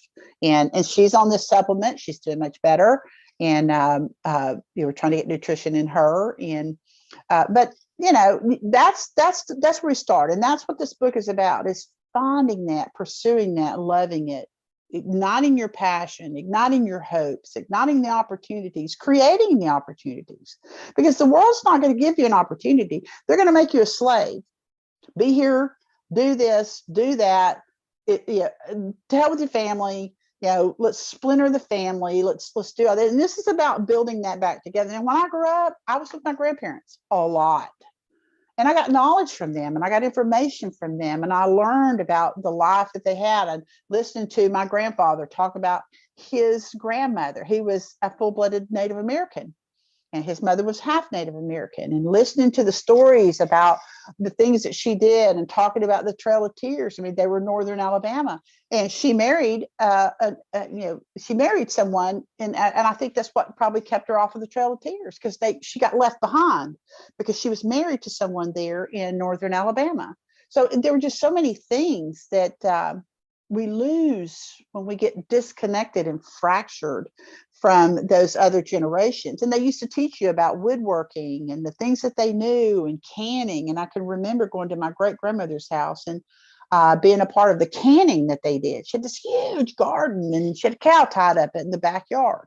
Go out there and milk that cow. And it was like, okay, can't we just, the milkman brings the cow to the front, the milk to the front door at that time.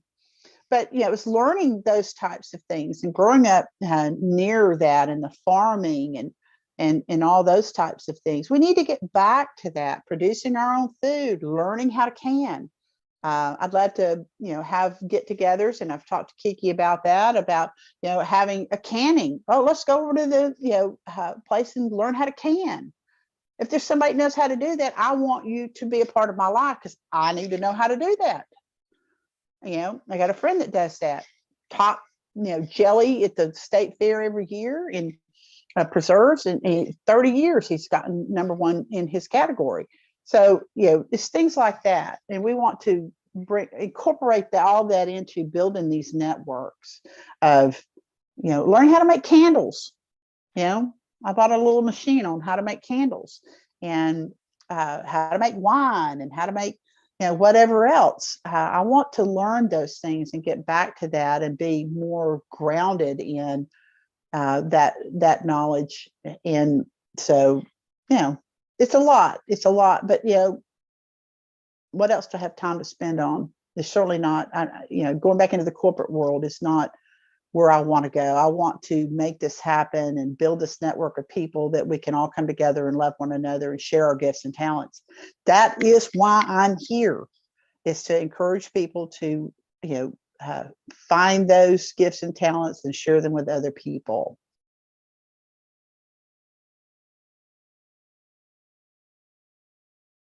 I can't hear. There you go. Yeah, I know. My microphone's muted. We're working on our merchandising, creating our logos. So that's what we're doing behind the scenes. So when I'm that's what I'm doing. Awesome. Yeah. On a side note, by the way, a Hollywood icon has passed away today, Raquel Welch at 82. Wow. Yeah. And you and I grew up with her, so it's Yes. Was, wow. She was something else. Oh yeah, she was. Yeah, she was something else. Okay, so let me see where I was at.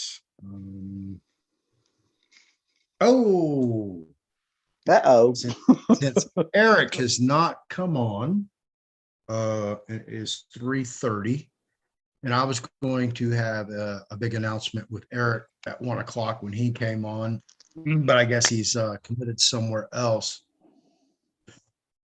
Mel's part of the inner core of our team. She's been on one of our Zoom meetings. Well, actually, the only one we had with all those participants that you were a part of. I spoke to the founder last night. I don't know, we probably talked about 30, 45 minutes. Up much of her time, just chit-chatting anymore because of we're both limited on time. Yeah. I'm very intrigued by that. It will be announced this week.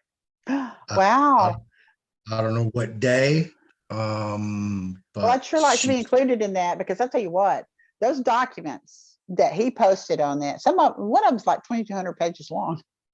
I read it. I didn't read the whole thing, but that's just my thing. I hadn't slept in days since that, because I'm like, oh my God, developing real estate, I'm thinking, okay, we got to have water supply, we've got to have sewer, we got to have cross access easements, we've got to have, all these things, interlocal agreements. Where do we get our power from?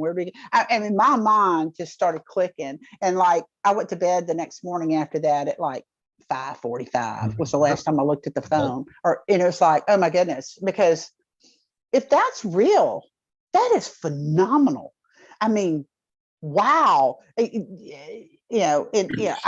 have just spent 20 hours since that last deal digging into that, because they're like, it's like drinking from a fire hose. Well, turn it on. I mean, I just send it to me. Just send it to me.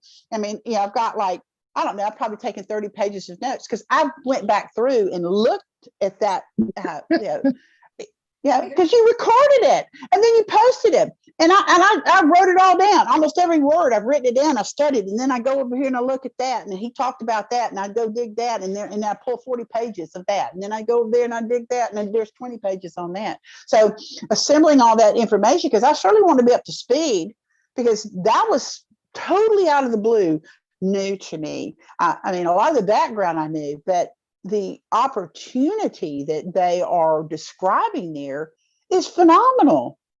I mean, if it's real, and that's why I keep saying, give me the documents, give me the documents. I know I was driving them crazy, because I'm like, give me the documents. I love this, but I'm a due diligence expert. And I worked in the legal industry for years, and I was a due diligence expert, and I had to forensically look at all the documents and give an assessment. And I know it's like, as crazy as that woman is, I mean, but there's a very pragmatic side to me, and very few people see that, because I express everything so blah, so, but that is phenomenal. I cannot wait to see the next round of what's going on there. And I hate I'm going to miss it. I'm going to be out in West Texas this weekend. You are? yeah, I've got to go out there. My husband and son and a crew of the people, they hunt. And they hunt on a ranch out there. It's got 110,000 acres or something. Oh, it's huge. And so I've It's got to over go up by there. San Saba, right?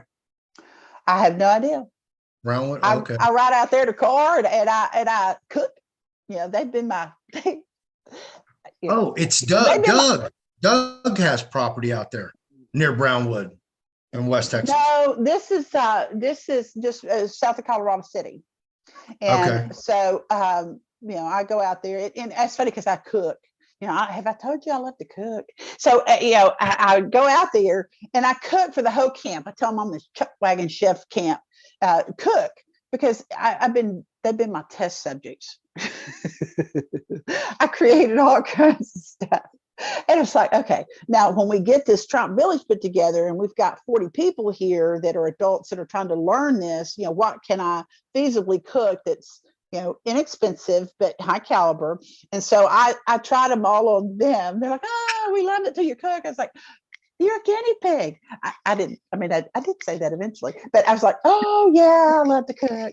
And I'm like, yeah, that's my test recipe to see if you like it. And some of us, like, they loved everything, but yeah, they were their favorites and so on and so forth. So, you know, I took the opportunity to, you know, create some recipes that are pretty interesting, but they loved it. So yeah, I would love to be a part of what's going on there. If that's real. No, it's not. No. You are a part of it. Okay. And the Well, reason you're a part of it is because exactly what she did. She came out, she did her due diligence, and she busted my balls trying to find the loophole. And she wanted to know everything right then and there. That has taken us years to learn, to be able to enunciate it in a clear, concise way so people can grasp it with the elevator pitch. And it's difficult to do when you know you encounter somebody who has no clue what you're talking about. Like, you might as well speak Chinese. I'm like, I know those people thought I was crazy. I'm like, let's burn up the roads. I mean, let's hit the road, Jack. I mean, I bought that van to do this tour with, and I love that van. I mean, it just drives like a bed. I mean, that thing, you can be running 100 and not even know it. And you know, I think I explained to you what happened with that when I was like screaming about what's the matter with all these people? They're going so slow. And my son's like, Mom, you're running 109. And I was like, oh crap, I thought that was kilometers. It was miles per hour. You know, so you know, I need to get my head around that, because I can certainly talk up a storm. And you know, I mean, you know, I want to be a part of what's going on there. I mean, my family was here, ironically. I don't know if you call that ironically, but my dad's family was here when the nation was founded. My mom's dad's family was here when the nation was founded. And so it's been interesting to find out who those characters were. You know, Captain Walton, I'm a Walton. You know, I was born a Walton, and they were here when, you know, they were the biggest shipbuilders of the 16th century or the 17th century. And, you know, they built all the ships. They were the biggest shipbuilder in the world at that time. And I think that's where Walton Shipping. I was Walton before I married. And Captain Walton, there's actually a museum to the Walton Shipping Company in New York somewhere. And there's one that's over in Great Britain as well, because they were the largest shipbuilders in that time frame. And I just imagine, of course, I don't know this, but like maybe they built all the ships that brought the pilgrims here. And, you know, which, you know, pilgrims, I think in a lot of places is like a kind word for slaves. Because I mean, my family member that came here, he was, you know, like I said, he was a French Huguenot and fought against the Catholic Church, and he was about the Martin Luther Reformation. I mean, he was, I guess you would have called him a pilgrim, but he was a slave. He was an indentured slave, and you know, he had to work. You know, I think it was 7 years, and they gave him 50 acres of land. He fell in love with someone, and she wasn't finished with her 7 years, so he stayed another term, and they ended up giving him 100 acres of land, and that ended up being the land that was next door to George Washington that ended up being part of Mount Vernon. He finally sold it to Washington, and he didn't care for him much. But I think they had a falling out somewhere down the line. But he finally did sell the land to Washington. It became part of Mount Vernon. So, but yeah, I mean, it's we have a phenomenal history, and I don't think we really know the history as it actually happened. We know it as it was written later by people who had nefarious intentions to derail the freedom of this country, and they did. They literally did. But I think they fought for freedom, and having been brought here as a slave, I'm sure they wanted freedom, and I'm sure I just think they fought against the British, and I like to think that. But Hezekiah was shot as a member of the militia, and he was the only one from his regiment, I think, that survived. I think one of the family members has a history on that, and he was shot in the left shoulder. And he fled, and he ended up in a barn, and this man came along. He was a British man, I think, may have known him because they all lived together. And he said, look, Hezekiah, I'm not even going to shoot you because I don't want to waste a bullet. You're going to die anyway. And he didn't die. He lived 3 years. And that man, from what I've been told, and I don't have the specific history on this, his name was William Holden. And he was a British man that saved left his life there. And several members of the family were named William Holden. So, you've got Napoleon Colorado Posey. You've got Napoleon Bonaparte Posey. I mean, they worked for people, that had recognizable names. And that was part of how they named people. And that's why my grandfather ended up as Dr. George Washington Posey II. So he was named after a general that one of his ancestors did work for, which was George Washington. Wow. So on both sides of my family, I could be a daughter of the Revolution. And I've looked into that, and I'm not participating in that at this point, but it's something I may do in the future because it's already been established with other family members, and that may end up being something I do later on. But at this point, I'm chasing after the 5-star American dream for everybody that wants it. I have my 5-star American dream blueprint, and my 5-star American dream blueprint means I want to be out there helping you build yours. I don't want to build it. I want you to build yours. And I've got a cross section of all kinds of crazy stories and events, and I've been through some crazy stuff. And it's like, okay, all right. I think God says, hey, y'all want to see something funny? Hold on a minute. Let me go get Melanie. And then he just totally wrecks my life. And I'm like, okay, really? I mean, come on. A toothpick was all you left? But it was valuable to have had all that pruned out of my life. And it's been a hard road. I won't lie. It's been a hard road. But I never gave up my faith, and I drew closer to God, and I hear from him. And it's just like the other day, I've heard this, be still and know that I'm God. And I'm like, really? But then that's what he told Elijah, announce that there won't be any rain, and then go hide from Jezebel. And when my time is right for you, I will let you know that. And it's like talking to you the other day before we went on to that conference call. You sent me that little thing, and I'm like, okay. The morning of that, I woke up 5:50, straight out of a dead sleep, and I'm like, okay, what is going on? Okay. And I just hear this voice and said, it's time. And I'm like, woo, all right. I set my office back up, and I took it down. I'm like, okay, Lord, I'm going to be tempted to go in there and work. And you've told me to be still and know that you're God. And my head has been in a book or a website or something, learning and growing and listening. And I set my office back up, and I'm like, okay, it's time to go. And then I get this thing from you about, and it was like, okay, well, it's time to go came that morning, and midday, a text came from you about this event Wednesday night. And I'm like, oh my God, is this it? is this it, Lord? I mean, is this what you have for me? Am I going to be out there talking about this or being a part of this or doing the 5-star American dream? What are we going to do? And I'm anxious to see what it is. I really am. And I don't know. I don't know. We're close. I talked to the, like I said, I talked to the founder last night, and she said she's going to open it up this week. She didn't give me a date or a time. So today's Wednesday, so I would think probably before Sunday. So, I'll be back on here tomorrow at noon. If we have any release on plans on that, there's some things I have to take care of as soon as I get done with the show, to assist her with her current,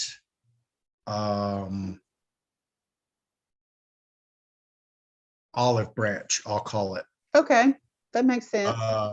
Yeah. Well, I'm at the ready, willing, and able. Now I have a lot of things on my plate, and I keep a lot of things on my plate, and it's a blessing and it's a curse. And I'm clearing my plate. I don't just shirk my responsibilities. Say, oh, there's something new. Let's go do that. Well, what about all the things that I had on my plate before? And I'm trying to clear the deck for that and make sure that I have the ability to work with America Prosper. I really do like that group of people. We've had a couple of conversations, and man, they are something else. Sorry, that's my son. So, I want to work with them. I want to work with Melanie. I want to do a part of this and see what this is and start rebuilding the nation. So my deck is going to be fully cleared in the next couple of weeks. And that timing is pretty interesting. It's like, how did you know? Oh, excuse me. Okay. I'm sorry. Oops, Right. Sorry. Yeah. Because I'm like, he directs my life. And sometimes I'm just, I don't know where he's taking me because it's crazy stuff. But I'm the word obedience, Right. but I have learned to love that word because it is the foundation of trusting beyond what I see. It's a depth of faith that go do this. Okay, well, what I don't ask why anymore. I just say, okay, Lord, you're my king and you've told me to do this and you see the future. And so I'm going to go do that. So I hope that it inspires people. I mean, it's amazing. It's scary at times. I mean, it really is. Yeah, absolutely. Just with the current administration, don't worry about, thinking you're, going to be standing on the sidelines or sitting on the bench when all this happens, because you're not. You're here for a reason. There's a reason that you and I were there at 3:45 in the morning until, God, what was it? 4:30. We walked out of the mall. Yeah. We're walking out of a mall at 4:30 in the morning. I've never closed down an art gallery or a mall before, but I know it just ruins our reputation. I mean, I used to close down bars. I mean, I had done that 30 years. I'm like, golly, I mean, how boring is that? Oh no, it's good. It's phenomenally better. But it's like, I had a reputation of doing all kinds of crazy stuff. I don't know where it came from, but I mean, I'm sure most of it's just made up. But that closing down places was among those rumors. Yeah, that was really unique because it was me, Mel, Christopher Erics, Juan O'Savin, Michael Prosper, -48, Doug and Kiki, the two gallery owners, pouring out of this, and bless Doug and Kiki's heart because they stayed a little later. I love them. I know, aren't they awesome? I fell in love with both of them. What genuine souls and what talented people they are. Now, I grew up in a household. My mother was a gifted artist, and I have that gift. I never really pursued it, but I have it. And for the few things that I've done, people are like, man, that's amazing. I'm like, well, if I had some training, I'd have probably been better. But they are phenomenal. The artwork and the artist that they have in that site is unbelievable. Talk about unique works of art. They have it. They absolutely have it. Beautiful people. And I can tell everybody right now, March 3rd, which would be my Friday show, I will do my entire show at their gallery. Oh, wow. I will profile their gallery, and I will profile at least Doug and Kiki and possibly Chris Henderson if they're going to have him available. And maybe Kiki said possibly some other craftspeople that do. Oh, you're going to love it. Yeah, so it'll be an all-day thing. That, oh my God, you need to put that on your calendar, people. You really need to put that on your calendar. You're going to see things there that are it's like, oh my God, how did they do that? It's incredible. Like the jewel encrusted full-size horse they have. Yes, it's unbelievable. It's like, how many hours does somebody diligently work on that to make that beautiful sculpture? And oh my gosh, I have to put that on my calendar. That will be phenomenal. I'm gonna be swing by there and watch that there because the next day on the 4th is our private closed door meeting. Okay. I'll have to make sure I'm not burning up the roads. That's when we're going to pull everybody together. So we will probably more likely than not have a Zoom this weekend to cement everything. I'm waiting on Chris to call me back so we can get this. He's been sick. I hadn't heard from him. He's been at Super Bowl. What? Yeah, Kiki texted me earlier. She's like, because I've been trying to get a hold of Chris and he hadn't been answering my text. I thought he was sick. Golly, I wasted all that energy on feeling bad for him. I just love him. Chris said he'd contact you after his podcast today. He's been traveling. I said, thanks. I've been calling him, texting for days. He was lost in Super Bowl heaven. So I guess he went to the Super Bowl. Oh my goodness. Well, that's okay. I call it the Satanic Bowl. I didn't watch it. I don't, it's not my thing. My son played football for 11 years. And after his last bowl game, we were out in San Diego and my daughter looked at me. She says, "Is it finally over?" Because, we've been dragging her to his football games for 11 years. And that last bowl game, I think they were playing the Bruins or something right there in their hometown. It was like 40 degrees. Everybody thought it was freezing. I was out there in a sleeveless shirt. Woo! And they're like, "What is the matter with you?" It's like, "Man, this is not cold. Really? Come on, it's just 40 degrees." They're like, "You don't even have on a coat." I'm like, "It's this is, we're from Texas. I mean, we brought the heat with us. We're still, but it was nice. Still I watched football. Yeah, it's like, woo, we're still, cooling off from all the heat and hell out there in Texas.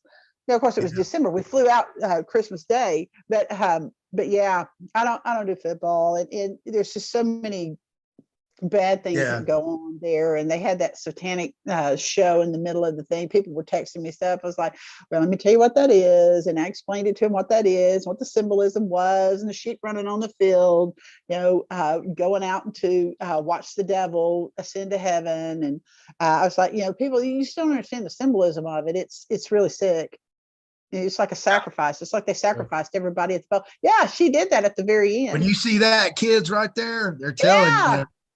Yeah, and that right there, that's not what you think it is. I mean, it's a symbolism for satanic behavior, Satanism. Yeah. So, but let's kind of merge off that because we're getting on a little dainty subject that I want to get pulled for a week for talking about. Well, I mean, everybody can have their opinion about it. Yeah. Oh, well, whatever. I had 11 years of football, hauling my son all over the place. So let's anyway. Right. Yeah. So, so that's what's scheduled on the 4th. Okay. So that'll be an evening. Okay. It is invitation only. It is RSVP. So if you don't RSVP, not getting in the door, I'm sorry. We'd love to have you, but if you're not responsible enough to take care of just the simplicity of responding, and applying, so we know who's going to be there, because I'm sure we're going to have beverages, as as we met at the bar, and it's hey, should I cook? Should I cook? Bring some food. There you go. See, exactly what I'm talking about. All right. And this is why I need to get with Chris. Yeah. Kiki has already spoken to Doug about it, and they're Okay. cool. Said it, Okay. and I told him I wanted to come do a thing on the gallery, and I think Kiki wants to run off and marry me now, but no, I'm kidding, Doug. Oh, that's funny. She's such a beautiful soul. I just love Man, her. I'm telling you, What a sweet, sweet, sweet soul. yeah, I mean, you can't meet two better people who are You just so can't. kind, Just the generous. salt of the earth. Yeah, and their gallery is just so serene. Yeah, it is. Yeah, There's a tranquil. peacefulness there that when you walk in Absolutely. there, the peacefulness just kind of envelops you in it. And You feel it. you Absolutely. do feel it. The aura of that, you feel it. And yeah. I'll be out in in the middle of nowhere. I don't have cell coverage out there, so and it's nice. I go out there, it's big blue, big sky, and so I may miss something this weekend, but I'll be back once we get the camper all packed up, and we have to move it off of the space. So I may not catch it this weekend, but I'll put that on my calendar. Sky Pony Gallery, unbelievable people. Is there email? Yes, they are unbelievable people. And that rang a bell for me because my mother had an art show at the one that they had over in the Prestonwood Mall, or Valley View. It was a Valley View Mall. It's Valley View Mall, and it just I couldn't believe it. I was walking around. I was like, oh, I know who these people are. This guy took a class from my mother, and he painted the Three Amigos. If you're there, look for that painting because he painted one of those in my mother's art class, and it's just incredible. Yeah, and then the other Doug one. about that.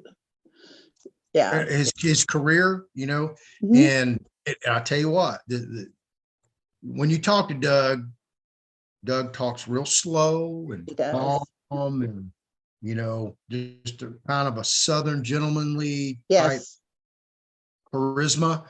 Mm-hmm. He snapped when he was in his teens that I need to do something that's always going to pay me for the rest of my life, so I don't have to work. And he, of course, we know professionally he was an architect, but that's when he decided he wanted to paint. Mm-hmm. And so all his paintings, that's his retirement, because what you're buying are reproductions of his paintings, and we'll get into that when I see him. Mm-hmm. But they do all those in-house at that gallery. They don't send I noticed it and brought back or sent to your house, whatever. So that's you're gonna love this place. It's like, everything happens for a reason. I could have easily went up to the Frisco show in December, met everybody, and not gone to this one and missed that. That. Hey, but you know what? I got to tell you, that show that they had, that Reckoning Fest that Chris had, in oh my goodness, there was the one that they had. No, that was the one that was at the thing. It was one in December. And in Frisco, the family sense of feeling that was at that event. And I had been at some of the ones with Mr. Clark, and they were disasters for me as a sponsor. And but this was different. And I didn't sponsor any of Chris's. I think I told the story when I was on his show about, I was out of state, and I was mired down in my dad's, working on my dad's stuff, trying to get, his house ready to sell and so on and so forth. And I thought I'd be there 2 weeks. I'd been there like 5 weeks, and I was just like getting my ass kicked. And I was like, I need something to lift me up. So I turned on Melissa Redpill. She's just always so chipper. And I think we probably are twin souls of some kind, but, and she talked about that, Chris's Reckoning Fest, and she was going to be there. And that's how I met him. It was just bizarre. And then he invited me to have on his show, and I was in that house and opened my dad's legal pad. And there was the notes from the conversation that I'd had with Chris 6 months earlier. So, attend these events and be a part of this, because it's amazing to connect with people. I mean, I met a girl from Kentucky, and I hope she's watching. I mean, she's funny. We just matched like sisters. And I didn't have a sister. I grew up with 2 brothers and in a whole neighborhood full of boys. I was a tomboy, and I never had a sister. But was nice to meet someone that understands this process that we're in, because I've been just totally, disconnected from my family. They're in the medical industry. They think the medical industry is a lot more than it's not. And, I think my oldest brother is the only one that didn't work in the medical industry or around it or the lending industry. And they don't understand, and they just believe wholeheartedly in that system. And so I have been ostracized by my family. And it was hard at first. And then I was like, oh, well, whatever, they'll come around. But then in the meantime, it was nice to find people that have very similar thought processes and are chasing the same information, and I can banter things with. And she and I talk, and she'll say something that will trigger something, and it makes another two pieces of the puzzle connect together. Because it's like I said in the very beginning when I started this, there's 5,000 pieces to this puzzle, and they dumped it out on me, and they said, okay, you have everything. Well, excuse me, the box you didn't give me the box. They had the picture of what the puzzle is, and none of the pieces have anything on them. I mean, I'm good. I'm really good. And really, you expect me to figure this out? And they're like, you have everything. And I'm like, well, okay then. And I started doing my due diligence and researching and digging and corporate records and this and that and all this stuff. I just started digging everywhere, and I found this piece over here and I set it aside. And I found this piece over here and I set it aside. I found all these pieces, and I got the corners all the outside edge done. And then I started building in, because you just have to, I've got 5 pieces of information here, and then something else will come along, and you connect that and you connect that and you connect that, because it comes in randomly. And she's helped me put a lot of those pieces together, because she sees things that I don't see, or she'll talk about something that I haven't seen. And, it's all of us coming together to be able to put the pieces together, because I'm at the 5,000 altitude view of this, and then drilling down into certain pieces here and certain pieces there. I mean, I think I have a grasp of the whole thing to some degree, but, it's nice to have people come alongside you that are they're pedaling the same direction. Yeah, absolutely. I'm trying to dance around it as much as I can without actually coming out and relaying it. We actually, myself, Eric, and James and Chris, there's a website, but it's private, it's not public. And on that website, they have images. She has architectural drawings of The infrastructure is what you're trying to talk about. Not all of it, but just one small portion of it. Right. The plans and specs. We always work with plans and specs. These are just architectural drawings. She doesn't have the actual blueprints and any of that I know of. But those are plans. Yeah. I mean, she's got a bigger plan, but this is just what you can see. Right. Okay? Well, I mean, I've developed real estate for a long time, and I understand the process. It's very tenuous. I understand it, and I've closed some really big real estate transactions, and they would bring me in at the very end, because I'm a chaos coordinator, and I can put things in line and make those happen. I understand what you're trying to tell me, and it's going to be exciting to see this. I'm anxious to see what she's done and contribute whatever gifts and talents I have to that, because I have a vast array of gifts and talents, and very few people see those gifts and talents, because that's the very pragmatic side of me, and only people that I work for that do that type of development understand the breadth of knowledge that I have in it, because very few people know. I mean, I had an attorney talking to the other day, he's like, I'd hire you over at an attorney, because paralegals that understand what you do are very rare, and we're where the rubber hits the road. I mean, we do those transactions. We make those transactions happen.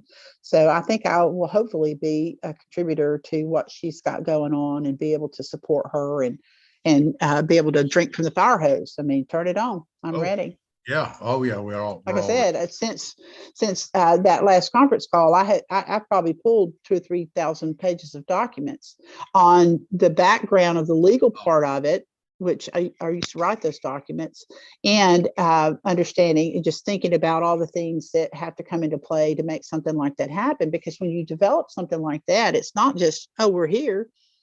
You know, you have surrounding properties, you have surrounding things, you have to have utilities, you have to have, you know, Well, your phase one this- electric, phase two electric, all that. Yeah. This isn't something that happened yesterday, last week, or even last Okay. year. This has been Okay. an evolution since the early 2000s when the property was Oh, purchased. okay. Now, see, I didn't know that. So Yeah, that yeah, the infrastructure is there, the interlocal agreements have been done, and there's probably a lot of that work that's been done. I don't know. Yeah. That's my answer, and I'm gonna stick with that. All I Yeah. know is And I'm what gonna I've keep been asking. told and what I've seen to exist. And as I told you, Christopher Eric's, one of his shows, Flex the Truth, right, is nothing but conspiracy theories, right? Right. When he saw this, I bet he said wow over 20 times.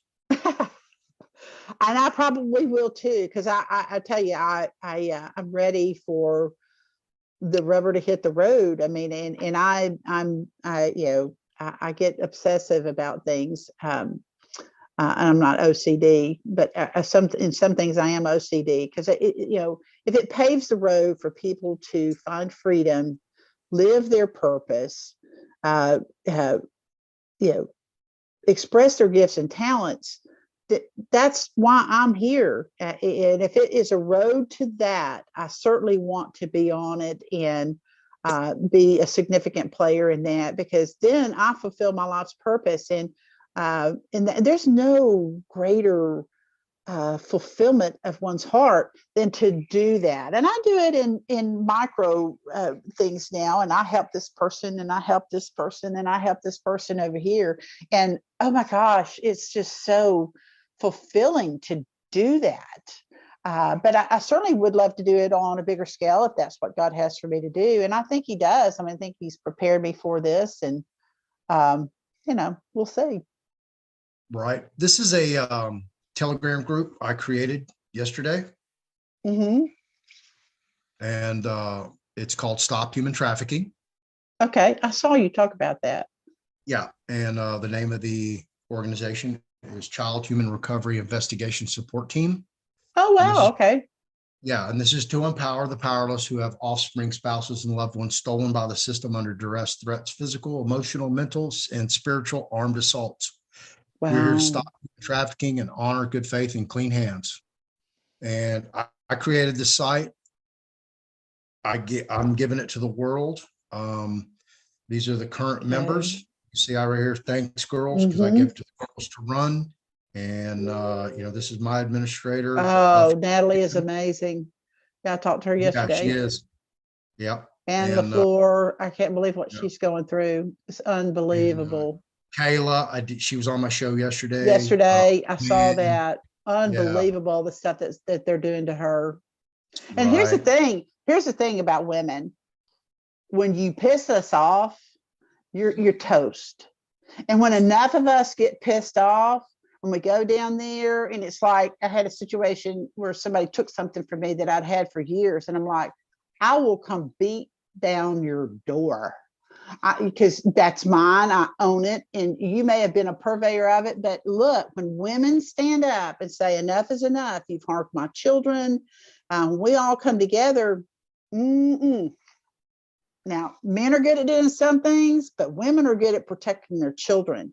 And when you piss us off, or you threaten our kids, or you do something to our kids, the hair on the back of my head just stood up. There ain't much of it there because I shaved the back of my head, but man, I mean, I cut all that off. People I have real curly hair, so when I lay down on the razor bump stood up, huh? I just cut it off. I'm like, because when I lay down, it flattens all my curls, and it took me forever to get this straightened out. But look, we have the power, women.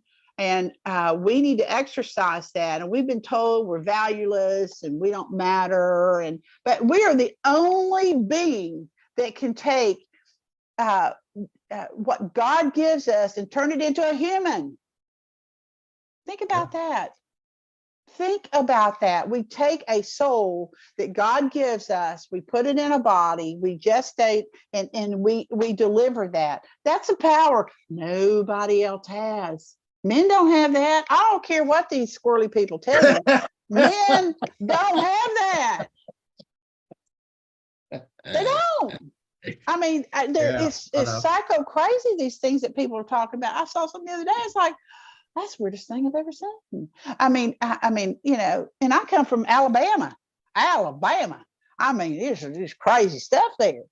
But you know, anyway, I digress. But you know, look, when women stand up and say enough is enough, it's over. Because when we empower ourselves to stand up and, you know, slap somebody and say enough is enough, it's going to be over. And we have not done that. And I think it's time. I mean, I've stood up against some people that, you know, they were shaking in their boots. And I'm like, look, you mess with my kid. Really? Oh my God, you messed with my child. Oh, look, you know, I busted in the principal's office. I was like, where's my son? And they're like, oh, well, yeah, we kept him for detention. I was like, he has a doctor's appointment. I told you to put him on the bus. Well, he has to serve his detention. I'm like, you better produce my son or I'm going to call the police and tell them that you kidnapped my son. He was supposed to be on the bus to daycare, went to daycare to get him taken to his doctor's appointment, and he kept him at the school. Oh my God, that man was shaking in his boots. I'm like, I don't want to be like that. But my son was supposed to be at the daycare. And immediately they, you know, he's not here, he's not here, he's not here. I was like, you better produce him. Because the daycare bus driver told me that you went on that bus and took my child off that bus to serve a detention that is illegal for you to do. And it's like, just don't mess with my kids. Just don't. Wow. Yeah. But I tell you what, Rebecca Prestwich and Kayla Fitz and any of you other mothers out there who are going through similar things where your child has been taken from you unlawfully, illegally, unethically, immorally, all that. There's a group for you. Join it. Let's stop the shenanigans, the disintegration of families. Because, you know, I talked to her this morning, Kayla, on the phone before we got on, because somebody's reached out to me and they're going to help get her husband out of jail. They're working on that today. And God bless them. Godspeed to them. She was telling me about the idyllic life that they had. It sounded wonderful. She was teaching her kids Arabic, Hebrew. They could actually go out into the pasture, listen to the birds, and define what bird that sound was emanating from. Yeah, they could won't get that in school. Right. Yeah. What this weed was, or what this foliage was, what this tree was. What education is supposed to be about. Exactly. And they were free. They were truly, last two children, no birth certificate, no registration with any government corporation, total freedom. And, you know, they stabbed them. You know what I'm talking about? Yeah. Registered them, put them back in the system, and totally against the mother and the parents, you know, wishes, desires. You know, but to me, that's aggravated assault with a deadly weapon. You're basically a serial killer because you're trying to kill people forcefully without any authorization. And I've looked over her paperwork. I've looked over her website. I've listened to her speak. She did everything you're supposed to do. Everything. I mean, she is an amazing young woman. Yeah. Yeah. Very well informed, very well researched, very read. You know, I can't say enough about her personally.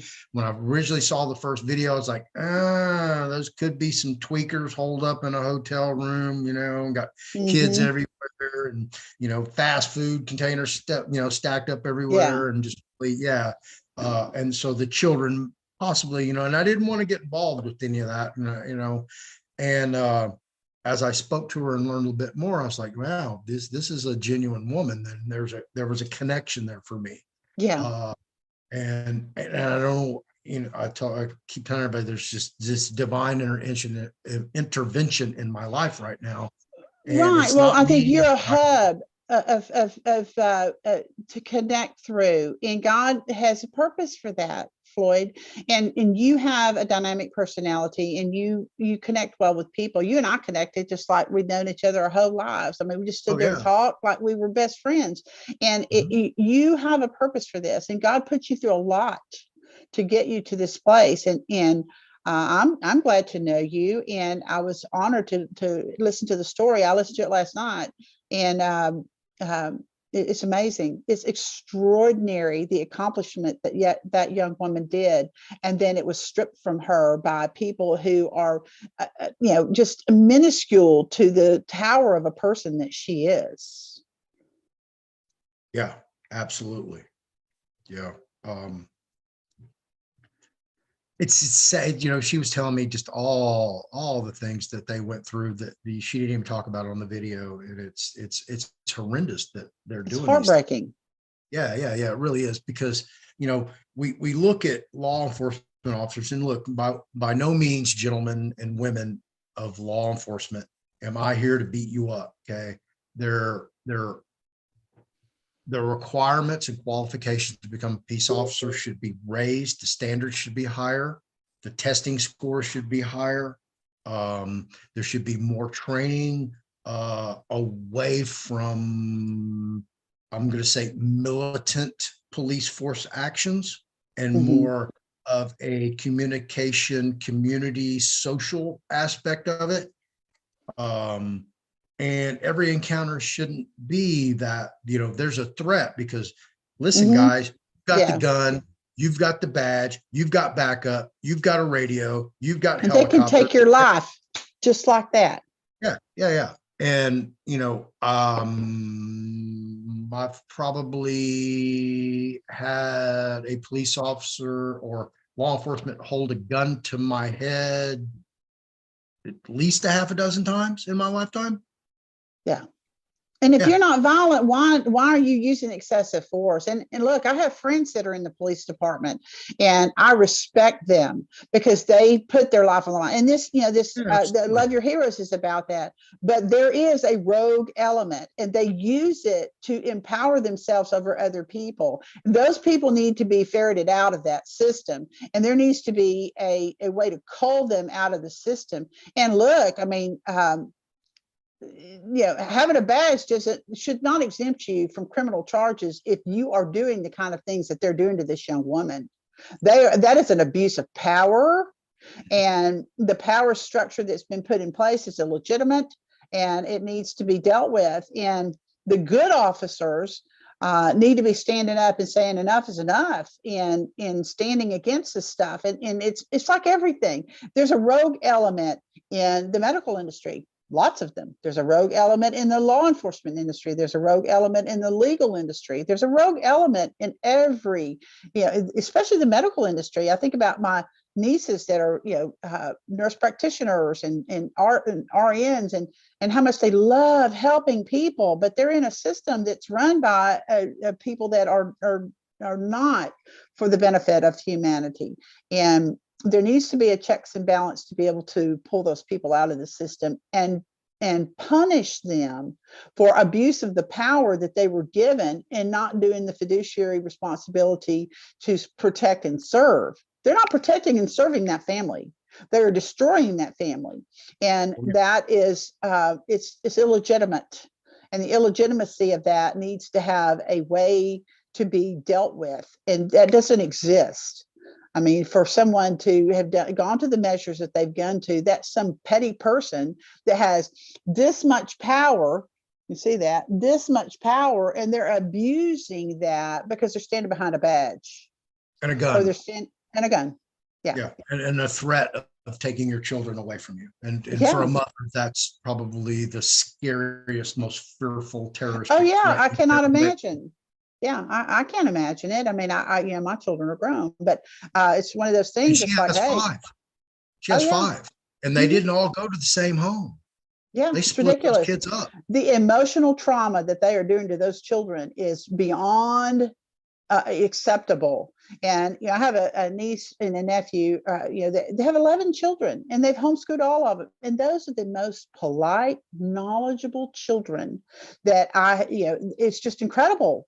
The knowledge that they have, because it's a cross section. It's not propaganda that they've learned about blah, blah, blah, blah, blah, your latest political agenda.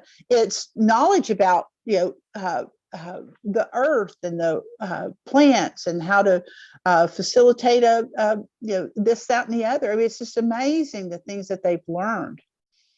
Fading on the outside. Yeah, right. Sorry, I'm paying attention.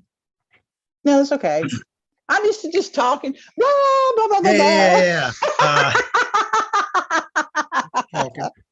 No, but this is a big thing, and it is. Especially that it happened in Tulsa, Oklahoma, of all places, which, my tribe, the Muskogee Creek Nation, owns half of Tulsa. And I just don't understand why Tulsa police or the Tulsa County Sheriff is in Indian jurisdiction. Why aren't what it's called the Light Horse Brigade, which is the police force for the Muskogee Creek Nation, why aren't they should be patrolling all that area? Huh.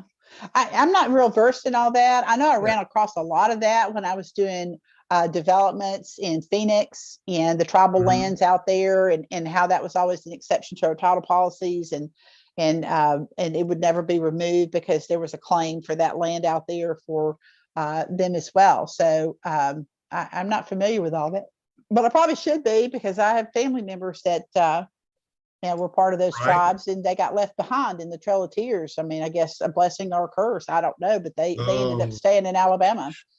Right. I'm going to get Kayla to put all these individuals' contact information on here.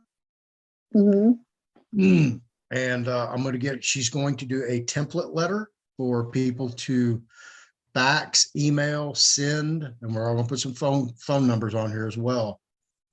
You can send these people a letter.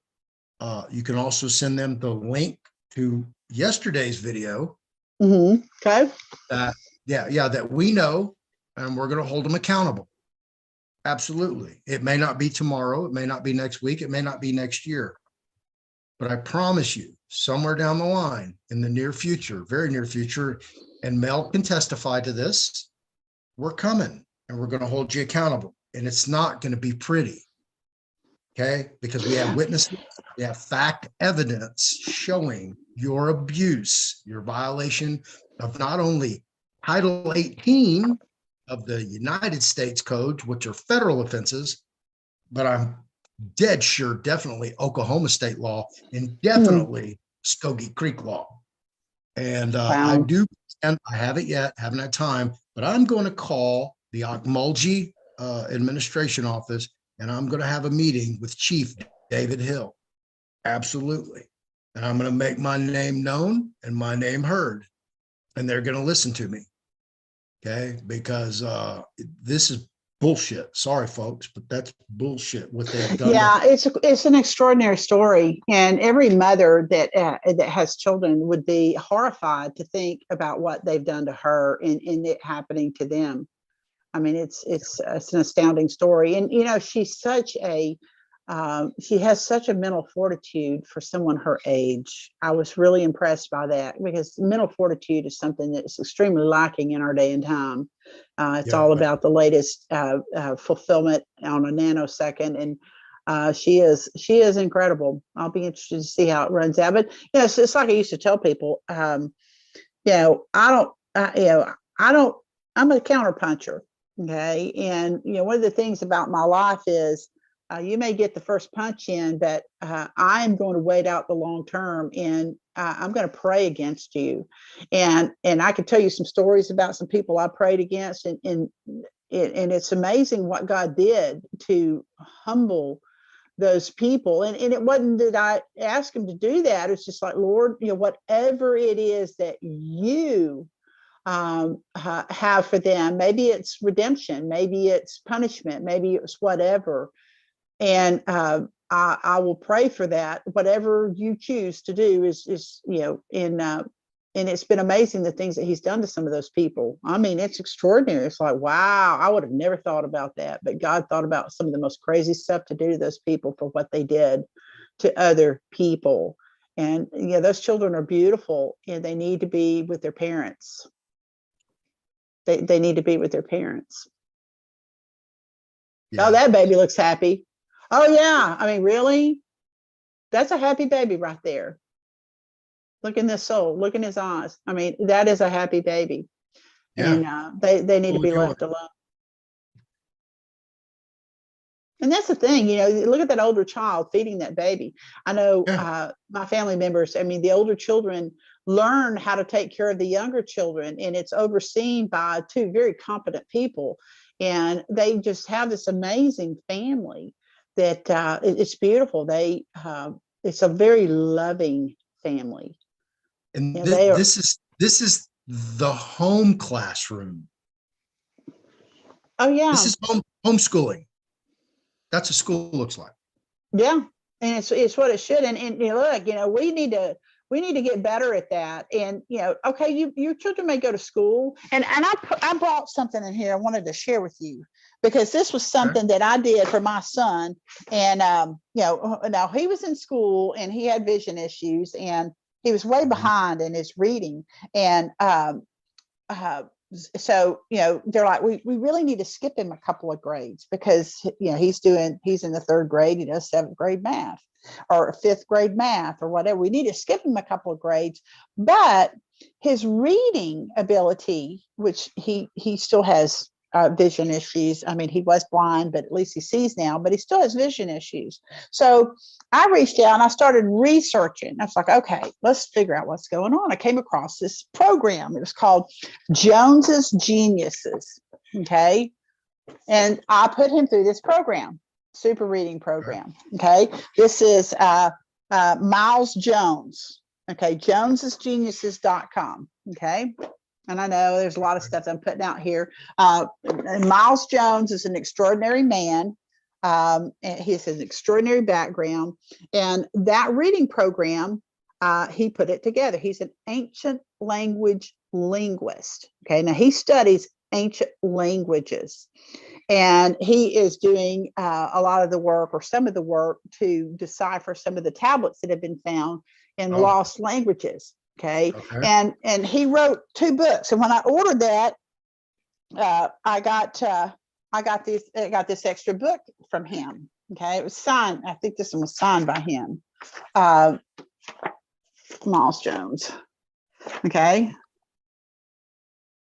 And his study of this goes back to how the actual letters came to being, and how those letters and his premises on that and so on and so forth. But he took, he was based here in Dallas. He's not now, but he was based here in Dallas. And he took these kindergartners from a very low income area, and he taught them an ability to do math. Okay. And I bought that program as well. My son did well in math, but I was never really good at math. So he taught these children this math program. And then he went to an event here in Dallas for a group called Mensa. And it's supposedly the top 1% of people, blah, blah, blah, blah, blah. Several members of my family are members of it. And I my IQ tested in it. I could be in it as well, but I don't associate with that kind of thing. So he takes these kindergartners to this Mensa event and says, hey, are there any doctors of mathematics here, or people that are educated in mathematics? And they raise their hand, and it's like, okay, well, I'd like to take my kindergartners and pit them against you in these complicated math equations. And they're like, oh, yeah, we'll do that. So he takes these kindergartners from a low income area, and he teaches these kindergartners how to do these complicated math, pits them against the educated doctorate mathematicians. And the largest percentage of the time, the children were able to calculate the math in their head before the doctors of mathematics could do it.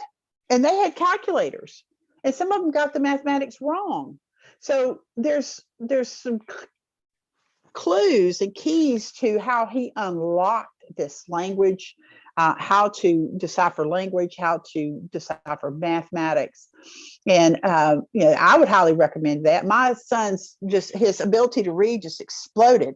And they started with the book, The Lord of the Rings. I'm like, my God, he's way behind. I mean, he's like 2 years behind in his reading ability, but he had a set of earphones and he had the book, and they read the book word for word while it played at 200 words a minute. And then once he finished The Lord of the Rings, he put on the next set of cassettes that played it at 400 words a minute. And he read it while he listened to the words being said, he read the words. And then the third round of reading The Lord of the Rings, he put the headset on, they read it at 600 words a minute, and he read the words as they read it. Boom. His reading ability was soared right through the roof. And so there are programs out there that okay, so your school doesn't teach that.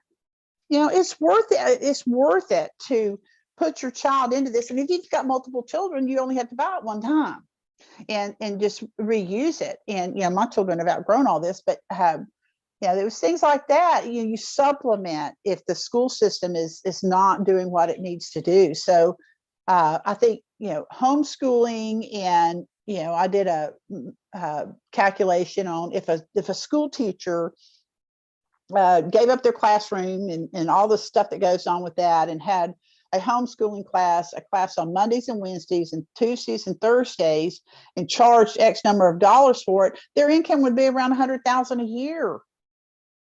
$100,000 a year. And you only had, I think my model did it with 12 students. So 12 students, alternating days, or maybe it was 12 each day, and they paid so much and they learned reading like that. I bought the math program for Jones's Geniuses, and we used that and taught that. And so there's ways to do this where you're not just the only person that teaches it. I mean, I can imagine trying to be a homeschooling teacher. I tried it once. It was not my cup of tea, but there are programs I buy from the great courses. My son loves quantum. He loves physics. I buy, when they're on sale, I go in and I buy quantum physics from MIT. It's a college course. He doesn't get credit for it, but he gains the knowledge. So there are so many ways and to supplement our children's knowledge and escape them from the system of propaganda and the things that are going on in the school systems. I feel for the people whose children are still caught in them. And I think there's a lot of things, when you have the RV and the things that are going to go on there, and people are going to reassess their lives, and there'll be this vacuum of power in your life. And you studied that in history where one group of people falls, and then there's a vacuum of power to fill that space, and then somebody is trying to fill that space. So there's going to be a vacuum of power in our families and our lives and in our assessments of our purpose and what's important in our family. I think those things, and we need to be ready to help people fill that vacuum, not with more garbage, but hope.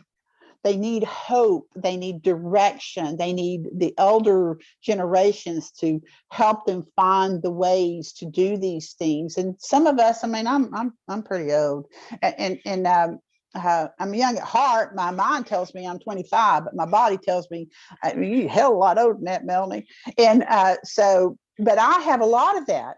I've researched it. I've looked at it. I'm always looking for a way to do better and teach my children better. And like I said, they're grown now, but but I have grandkids. So, I may be teaching them at a young age. My daughter, by the time she graduated from kindergarten, she could read at a third grade level.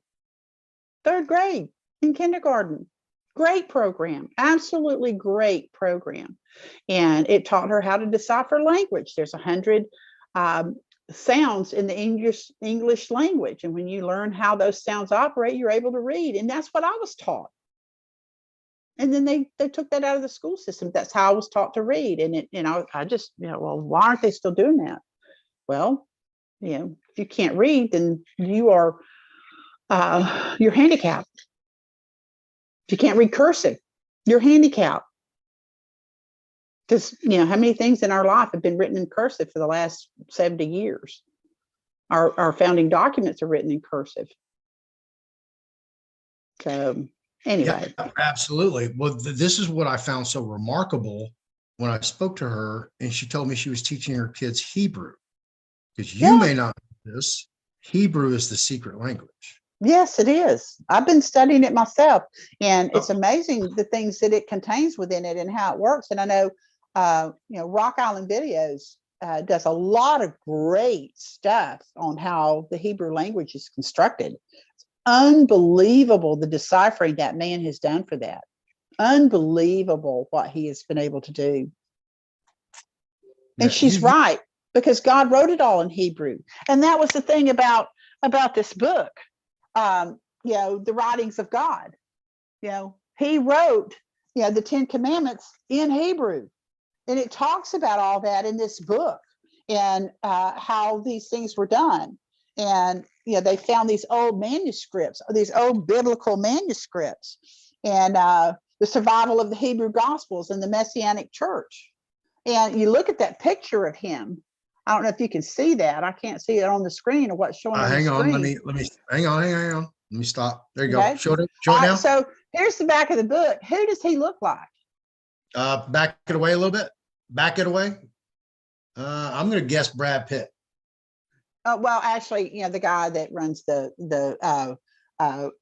art studio, when he doesn't have all that on his face, looks just like Doug. He looks like Brad Pitt. But what movie character? Oh, he does. Oh, Indiana Jones, of course. And his name is Miles Jones. Miles Jones.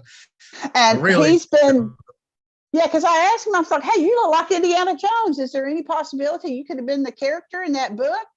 And he said, yeah, but they changed my first name.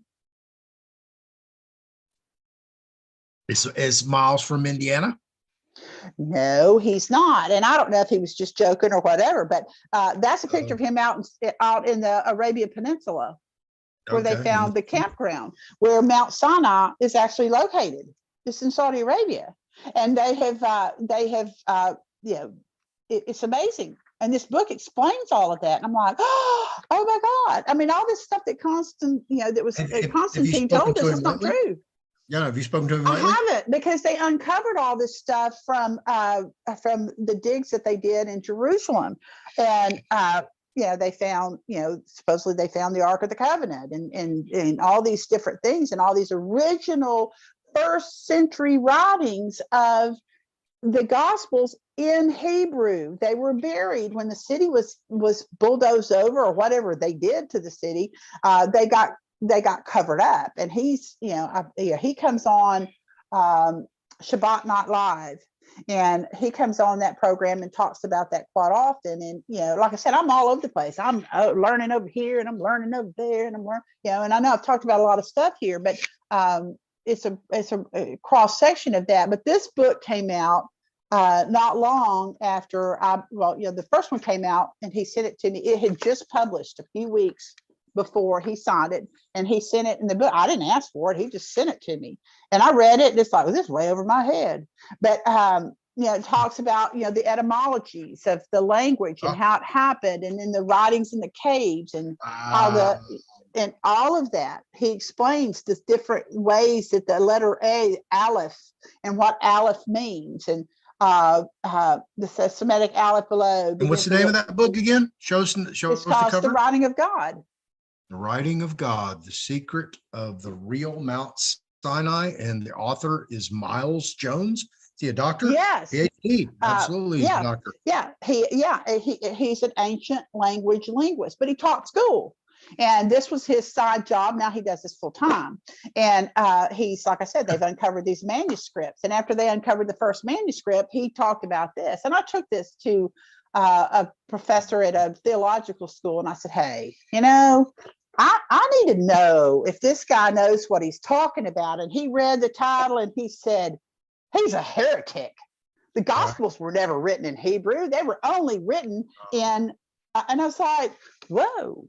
Whoa. I mean, you didn't even look, all you read was the title and you're just like bashing the hell out of me. I mean, really? Come on, I'm looking for answers. Right. And I don't need your whatever that was that just came out of your mouth. I want to know the truth. And you'll see that on some of my things. I'm a truth seeker. I want to know the truth. And sometimes the truth is hard to swallow and it's really difficult. And but that's the base. That is the base. And if I build things on something that's a lie, it's a shifting sand. And I need the truth. And I'm diligently seeking it and trying to decipher. And I don't know that I'm good at it or not, but I'm seeking it. I'm good at seeking it. At least I'm seeking it. And I know I put a lot of things out here in this conversation, but it speaks to the knowledge that I seek. I'm looking for the truth. I pray that the truth comes across my path. And it's just like receiving that book.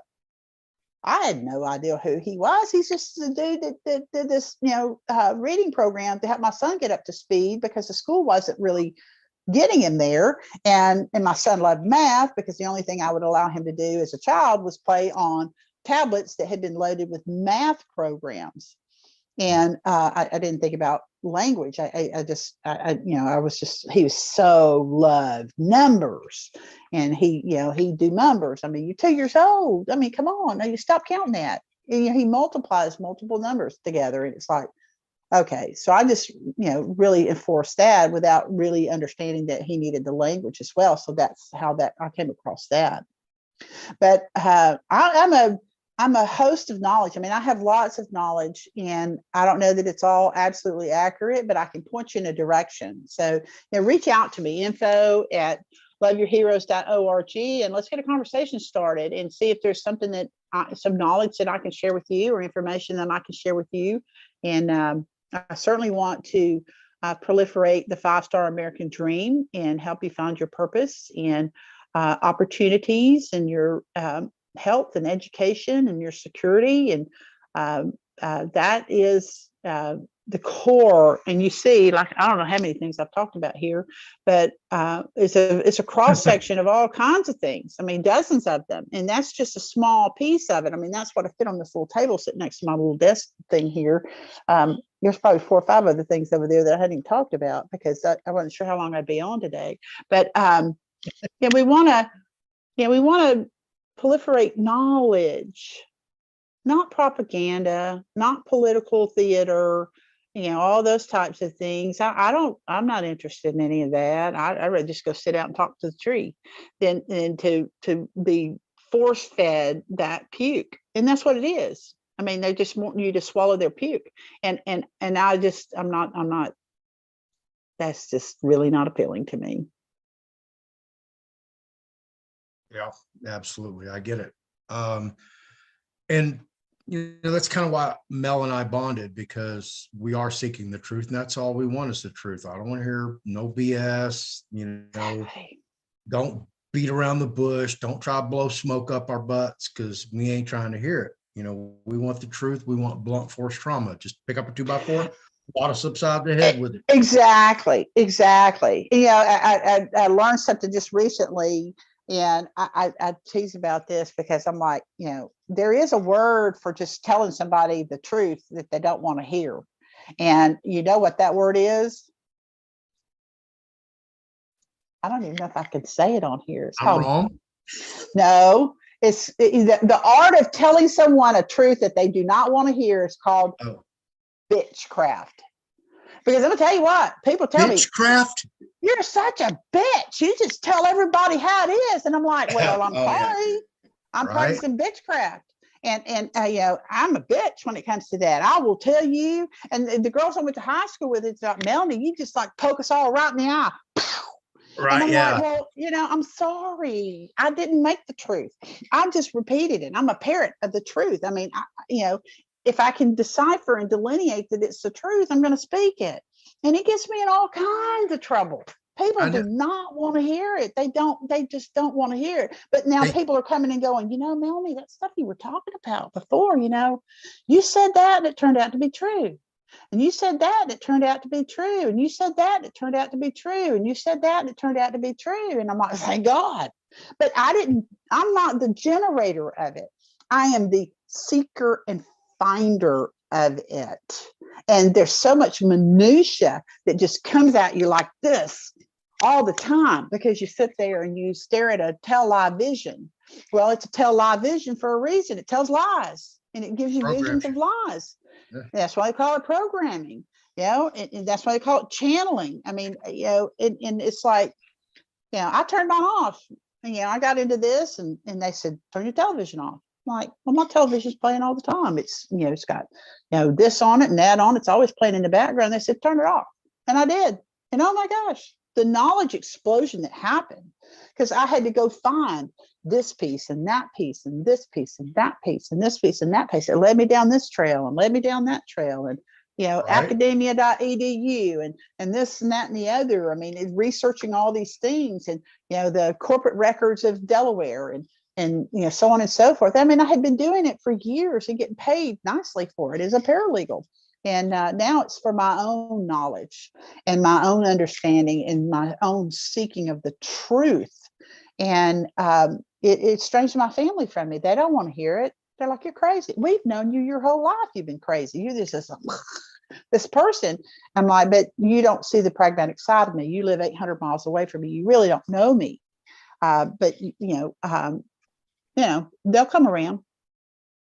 And if they don't, I have created another family of people like you and other people that are seeking the same thing. And it's refreshing to be around a group of people that are seeking the truth. And we don't always get it right. Our understanding of it is immature and we speak about it and we don't fully know. And I've done that a lot.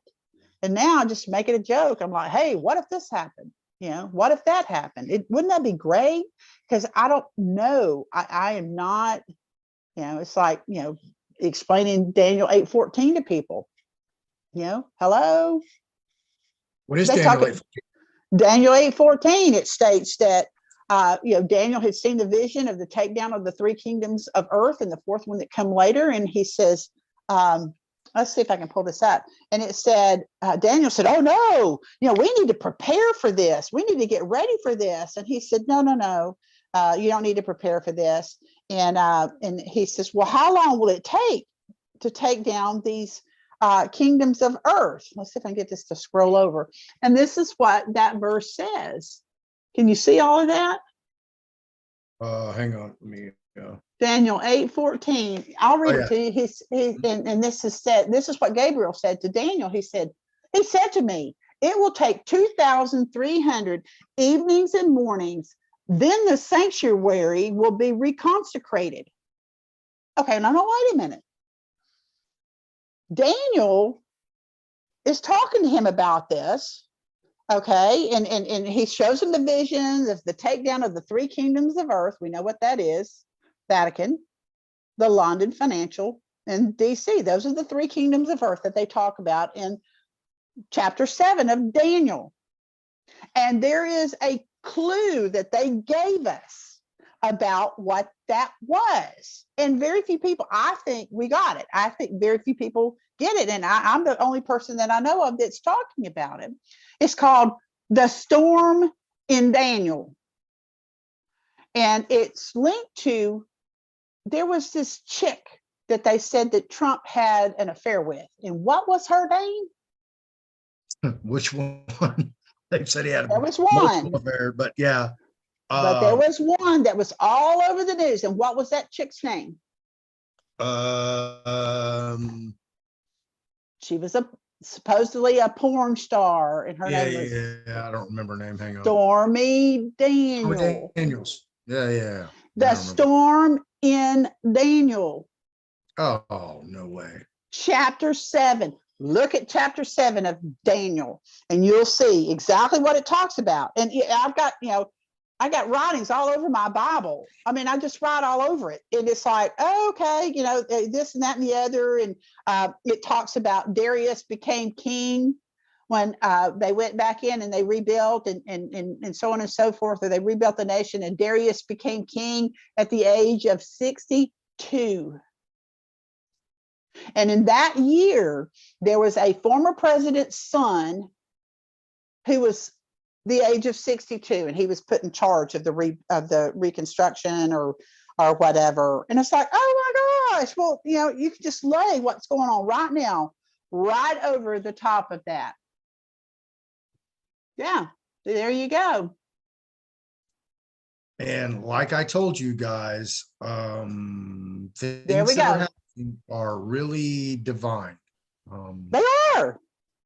They Yeah, absolutely are. And when they sent me this first video of this years ago, I got this tweet and it had a 6-hour video in it. I was like, I looked at that and I sat down and watched all 6 hours of it at one time. I was like, oh my God. Okay, now wait a minute. This is hard to believe. There's a bunch of stuff in this. And I started digging, you know, U.S.A. Inc. Oh my God, there it is. It's in the Delaware records. There it is, right there. Why is there a U.S.A. Inc.? Why is there United States of America Inc. in the Delaware records? You know, so that was really where I got started. I'm like, okay, unless this is biblical, I'm done. I'm interested in this if it's biblical. And it talks about all that, that these kingdoms would be brought to their end, and they were marked by the horns, which were the obelisk, and so on and so forth. And it ties into the Revelations. Those are, I don't know how those books got separated, but it's almost like, wow, they should have possibly been together. But it's interesting because it's very clearly in the Bible records, in the basic instructions before leaving Earth records. And it says, okay, so here we are in chapter, I guess it's chapter 8, verse 17. It says, as he came near the place where I was standing, I was terrified and fell prostrate. And it says, Son of Man, which is also identified as human. Human, he said to me, understand that the vision concerns the time of the end. Okay, so, excuse me, you said it would take 2,300 days for the kingdoms of earth to be taken down. And don't worry about preparing for it, because in verse 17, it says, as he came near the place where I was standing, I was terrified and fell prostrate. Human, son of man, he said to me, understand that the vision concerns the time of the end. Well, you can take what's going on right now and lay it right on the top of the storm in Daniel, and it just makes perfect sense. Perfect sense. It Wow. absolutely does. And so in finding that, I'm like, okay, well, God set the timeline.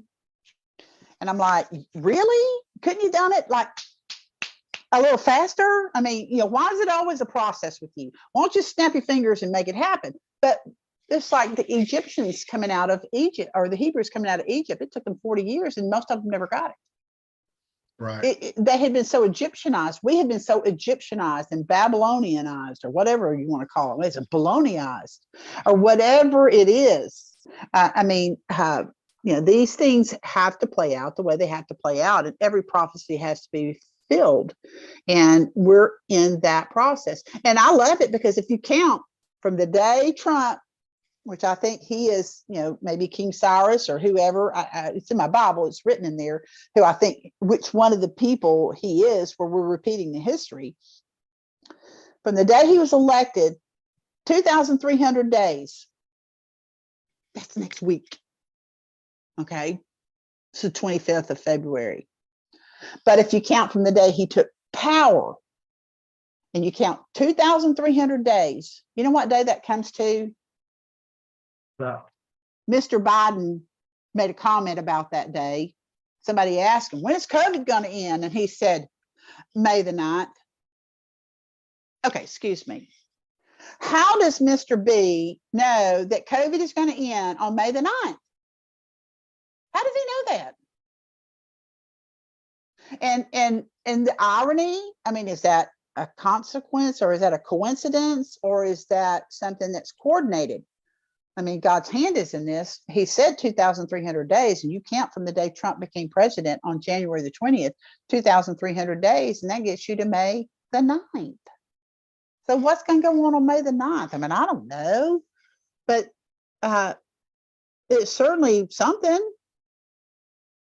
Well, all I can tell you is what this is right here, and this is a Department of Defense Directive 5105.76, and it was issued on February 3rd, 2023, and this is for planning for presidential transitions and the transition of political appointees and other officials.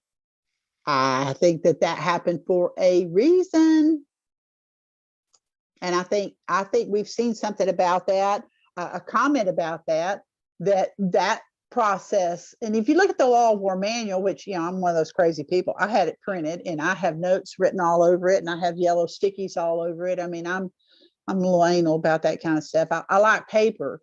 And so I sat down and I had it printed and I started reading it, just like I read that other book, you know, 776 pages. I read that book 3 or 4 times just to try to wash myself in the knowledge and become more familiar with it and be able to understand it. Because the more I read it, the more I get out of it. First time I'll get this and I get a baseline, I get a general idea. And the second time I get more details, and each time I get more details. So, and it's about getting the big picture. Is that what that is? The big picture? Are we trying to get the big picture and draw that out? But you know, that I saw that. I don't know if I saw that from your side or if I saw that from somebody else's side. It may have been the documents came in from Eric.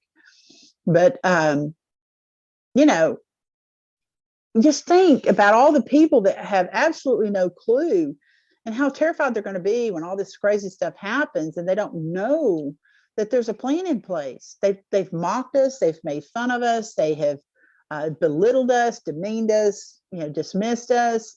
I feel for them. I pray for those people because I don't want them to be harmed or hurt or afraid, but maybe that's what they need. I don't know. Yeah, it's going to suck all of their reality out of their life. Well, I think that 2x4 of truth is about to hit them in the head. And I hope that they survive it because I want them to, because I love them and I want them to be a part of my life in the new kingdom that's coming. I want them to be there. And, you know, right now I stay on the sidelines. I stay out of their, you know, I don't have conflict with them because I understand the state of their understanding and it's a lack of it. And, yeah. And I was there. There was a time when I knew nothing about all of this other than I just dug into the word and I read Daniel 100 times. It didn't make sense to me until it started to unfold. And as this stuff unfolds, you say, oh, I found that piece of the puzzle. And it kind of looks like that piece over there. And you kind of get them all connected together. And as you start building that puzzle, the picture comes into view. Because until you get enough pieces put into the puzzle is blank. And it's just this large jumble of knowledge and information that's just put out there. And you've got to find the pieces and put them together. And unfortunately, so many people are slaves. They don't have time to do it. But God helped me do it. And I hope he puts me in a position to lead people through that time in the wilderness of the stuff that's going to happen, because it's going to be scary for them. I think it may be scary for all of us, but I'm just going to be sitting there. I bought a 50-pound bag of popcorn. Right. 50-pound bag. I'm like, okay. And I've got these screens. I'm like, hey, I'm going to be sitting out in the backyard eating popcorn, you know, or giving it to people. I even have the packages to be able to give it to people that, you know, may be hungry or whatever, you know, I don't know, just rambling on, but yeah. Well, no, you know, everything you have to say is important. Simply because you are so well read and researched, and you do have that tenacity to dig into your topics and want to know more and want the answers. You know, everybody should be like that, and it's sad that it's not.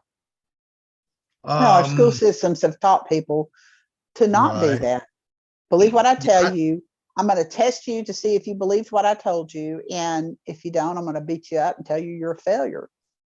I went through all that in school and I'm like, I'm smart. I can't believe you tell me I'm dumb. I'm Yeah. smart. I've always been smart. And people tell you, oh, you're a smart ass, but I mean, I'm that too. I can't be that. Right. I sent you a text. Did you get it? Let me see. Yeah, it's vibrating here. Okay. Well, let's see. I don't believe I do. Okay. I can't believe I didn't get their numbers. I mean, I spent hours with them. Oh, wait a minute. Wait a minute. I do. It was on that conference call. Hold on just a second, because Just send it to me after we get off. yeah. Well, it's one of those things. I took, copious notes after I went through and looked at that, and I wrote their contact information down on the back of one of these pages. I'm pretty sure it might be on the one that's on my desk. My desk is a Okay. wreck because Yeah, I had whenever you get just, it to me. yeah, I believe I do. If not, I'll let you know one way or the other. Okay. But yeah, because on that conference call, I couldn't always tell who was talking because on the replay, it didn't identify who was speaking. Okay. So let's see. Obsessive elimination. Yeah, it was. Yeah, I have emails. All right. Does anybody have any questions for Mel? If you do, put them in the chat. And we are going to close this out here in a second with Mel, who has been my sole guest today. And I want to thank her for on and knowledge.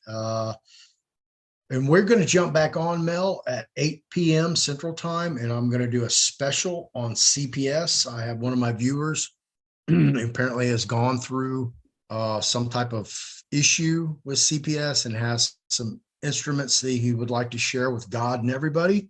So we're going to do the Fearless Floyd show so God and everybody can see what he went through. And apparently he has a process that is effective to recover your children. So we're going to put him on. We're going to go for that. Well, that is a scary process. I have some of my son's friends have been put through that process, and they were abused. Yeah. Badly abused while they were in the care of CPS. And it was really sad. And the parents really, had, they were taken out of their control, and some of it was warranted. The parents were abusive, but then they took them into this and they abused them even more. So it can be scary. I don't know that everybody in that program or in that situation is, but I know those children have expressed to me that it was horrible, and without, sharing the details. But I am leaving early in the morning to head out to pack up that campus. I probably won't be in that because I've got hours worth of work to do to get ready to head out there and unpack the camper. And that wraps up my plate and clears my plate for a lot of what's going on here that I would hopefully be out on the road doing. Or if it's not out on the road doing, maybe it's this event that's going on that you introduced me to the other night. Maybe God cleared my path for that. I have no say in it. I know what I want to do, and maybe that's the location to do it and bring people into that there and make it something exclusive there. But my deck is about to be cleared. So once I get back from this, and I've got one run out to Alabama that I've got to do, and I may drop into Tennessee and blow up Eric's world and pick his brain if I can. He's headed to Texas. No. Yeah. Really? Yeah. He just picked up his girl in Florida and they're heading somewhere. I talked to him late last night. Oh my gosh. 11 o'clock. And he said he'd call me this morning. I haven't heard from him. And yeah, I sent him a text to come on the show and got, well, I'm I'll have to call you back. Maybe by the time he gets back, he'll be back in Tennessee. Cause I'm, I started digging into his website yesterday, and like I said, I've printed, hundreds, 1,000 pages of stuff. And so I need to get it assembled into the binders and in the things that I do. It's just like doing a due diligence wrap on a multi-billion-dollar closing transaction. I have to have it all there to mark it and go back to it and review it and analyze it and stuff. So I'm just in that stage right now of collecting the information to sit down and study it. And I'll sit down for a day or two nonstop and study every piece of paper that I pull. So hopefully I will, by the time I meet him and talk to him, I will be up to speed enough to be able to ask some intelligent questions. Because right now I'm such a novice at what he's talking about. I certainly want to be able to ask good questions. Okay. Yeah, absolutely. I mean, he's done all the work. It's unfair for him to have to, try to, teach me, and I'm a kindergartner and he's a, PhD in it. I need to bring myself up to speed. And that's something that I wish people would do. Do your own research. I mean, and I know you're up to speed, you're up to, up to your eyeballs in work and chasing after this and that and the other. But your freedom is worth it. No doubt your freedom is worth it. Take it from somebody who doesn't have 100% full freedom. It sucks. That's my whole entire goal. I don't care about the money, the trust, nothing like that. Exactly. I want my freedom. Yeah, and there's a gentleman that is we've talked to about putting this Triumph program in the Georgia prison systems, and he and I just talked. We sat like we've known each other our whole lives while we were on the phone, and he served 22 years for a murder he didn't commit, and the prosecutor knew he didn't do it. He knew he did not do that. He had evidence that he did not do it, and he prosecuted him anyway. And that is the happiest soul. I mean, he got his freedom after 22 years of being in prison for a murder he didn't commit. I mean, what is that? That's the night the lights went out in Georgia kind of thing. Don't trust it. How old was he when he went in? He was a teenager. Oh God. Wow. Yeah. Stole his life from him. Stole 22 years of his life from him. And, the prosecutor, he got his conviction and left the true criminal out there on the streets and convicted this young soul. And that happens more often than you know. And it happens. It does. And it's really sad. I mean, I sat on some grand juries and it's like, wow, this is railroad. I mean, it's interesting how that process works. But personally, I think any prosecutor who knowingly, wrongfully convicts an actually innocent person should be put to death. Well, I don't think they put him to death. I think they did prosecute him because of what he did, because it was so egregious. No. I'm talking about the prosecutor when they knowingly. I know. They prosecuted him. From what I understand, they prosecuted exculpatory him. Evidence. Yeah, they absolutely. He didn't. Yeah. He didn't get the death penalty. I think he did go to prison because it was so egregious. No, not the guy you're talking about. No, I'm talking about the prosecutor that prosecuted him. Oh, he went to jail? Yeah, he went to jail. From what I understand, they prosecuted him because it was so egregious what he did, and it seems like that's how I remember it. But that's been 8 years ago we had that conversation, and we've been trying to get this program in the systems there in Alabama and other places, because it's the prison systems don't do rehabilitation. It's people like us that spend our money. I have spent tens of thousands of dollars supporting what goes on to make this happen, because I think our veterans are worth it. And I need patriots to come alongside us and help us do this. And I think that's part of what we'll do with the America Prosper and the things like that. I want to, plow what comes into this back into those people that signed on that dotted line and said, I will die for this Constitution and the things that it stands for. I mean, in the police officers or in the law enforcement agents that would actually stand on the front line and give their lives. Those are the people that I want to serve. And it's not the Yahoo that's out there, doing nefarious things that they shouldn't be doing and abusing their power and overreaching the fiduciary responsibilities and not even doing the fiduciary responsibilities. Those aren't the people I want to support. I've said a mouthful here and a whole bunch of mouthfuls here, but there's a lot of ways for us to do this. If you go out and you improve your health. There's a way that you can support that. And we have programs where if you buy this product and it supports the Love Your Heroes organization. I know you see that along a lot of shows where they say, go through my website. We have that as well. And we want to have individual conversations with people and let them know how those things work. I don't broadcast it on this. I want to know you. I want to talk to you. I want to know your heart. I want to know how we fit together, how God led us together, and how God put us together to become a force for this or a force for that, and those kinds of things. I like the one-on-one, but and I like it in groups. But then let's find out why God crossed our paths. Absolutely. I think I know. And in the irony, he crossed our paths at a bar. Yeah, of all places, because I don't hang out in bars. I don't drink. Neither one of us drank. I know. It's hilarious. but that it was comfortable. You lean on it. It was just the perfect height. And I was over there. I was getting a glass of water, and you walked over there, and I was like, oh my goodness. And then we just started a conversation, and it was and that's when we found out that my mother had just found out that my mother was his art teacher. It was his art teacher. He was well accomplished before he went to my mother's class. But my mother is quite talented, and she teaches art. And people have won first prize at the state fair, and were novices, had no idea how to paint, and my mother taught them how to paint. And so she's very good at that. She's a teacher. She was a school teacher, and then she decided she wanted to do something else. So she went and got a law degree, and she practiced law, and now she writes books. Yeah. So she's got quite an imagination. Family you come from. I do. And I have received a lot of those gifts and talents, and it's a cross section of things. I mean, I have lots of talents, lots of them. Okay, well, good.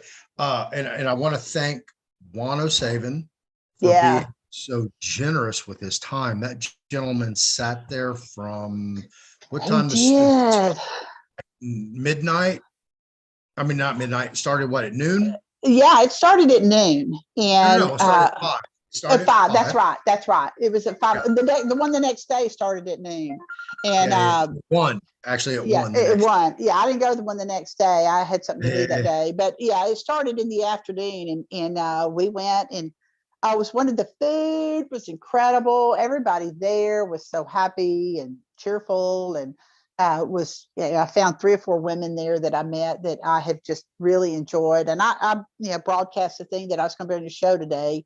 And hopefully they've joined in and chimed in or watched or whatever. But I don't know what the audience is, but it certainly, I'll be glad to send them the link and whatever. But when it's all said and done. But I met some people there that I will probably have in my life for the rest of my life. Yeah, absolutely. I know Doug and Kiki, definitely. Oh, absolutely.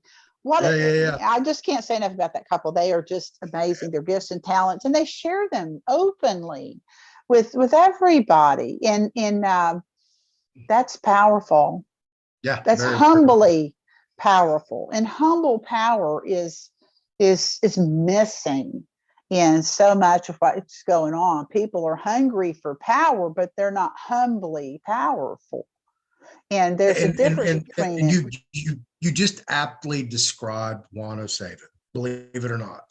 And I know a lot of people can have their issues with Juan and his views and everything like that. But I watched this man for 12 hours straight, right? Because I got there about. He interacted with everybody. Everybody took his time. If you needed 2 hours to have your little discussion with him one-on-one, the man was gracious enough, sat back and talked to you, interacted. I watched this. Mel and I were the last people in the room to sit down with Juan and talk to him. What a kind, generous man. I didn't see any ego. I didn't see any, I want to be the most powerful man in the room. None of that. No, he was at the Reckoning Fest, the original Reckoning Fest in Mesquite. And I'll be honest, I didn't know who any of these people were. I've been doing my own research and I was comfortable. I knew it was going to take 2,300 days.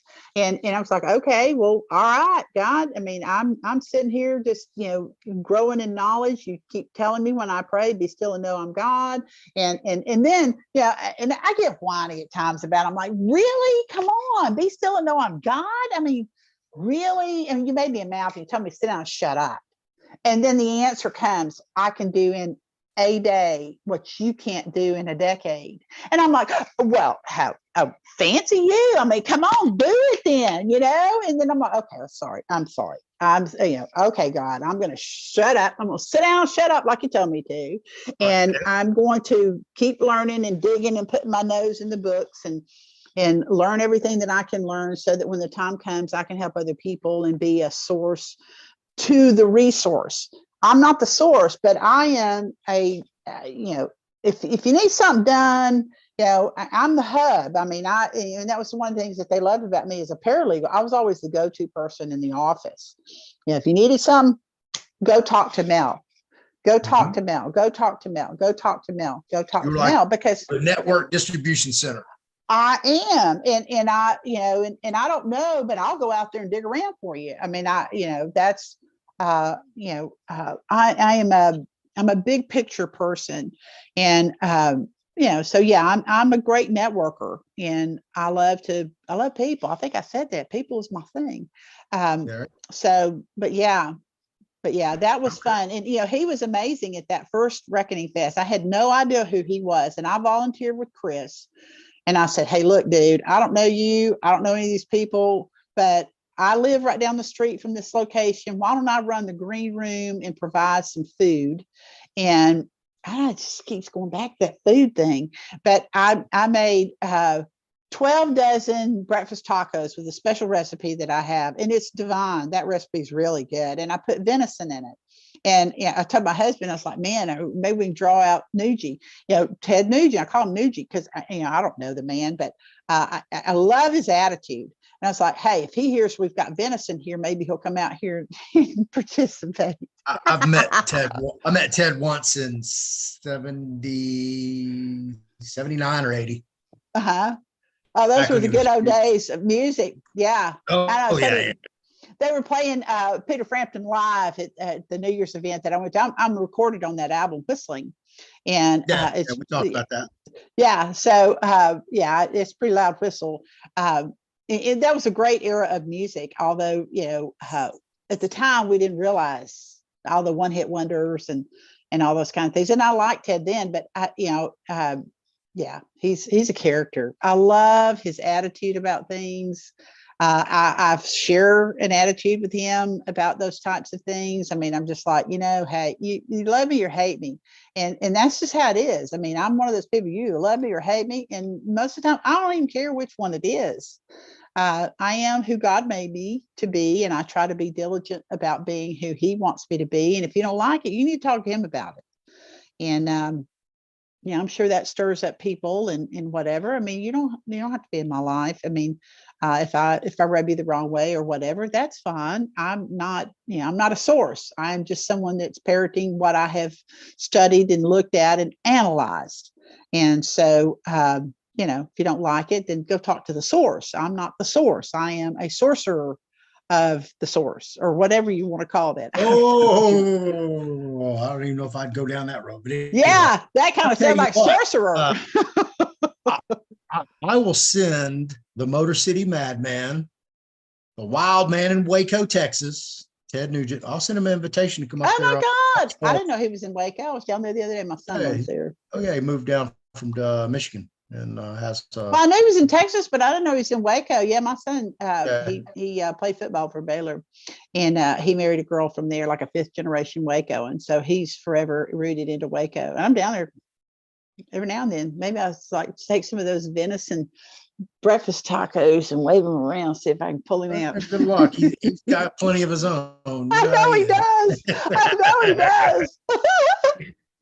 Yeah, he's one of my favorite musicians. I really love his work, especially when he's with his former lead singer, Derek St. Holmes, who he has actually shot twice. Oh no. Oh, I hadn't heard those stories, but I can only imagine. Yeah, I can only imagine. Yeah, hey, I like Derek St. Holmes. He's a good guy. Yeah, we'll see what we can do about getting him up there.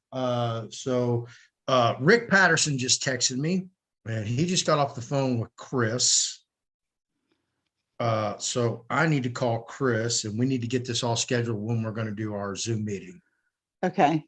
Well, Yeah, I'm ready. exactly. I mean, I've got a few things Contact. on my schedule. I do need to go out of state, and I've got to go out to West Texas this weekend, get that trailer packed up because we had to move it off the ranch.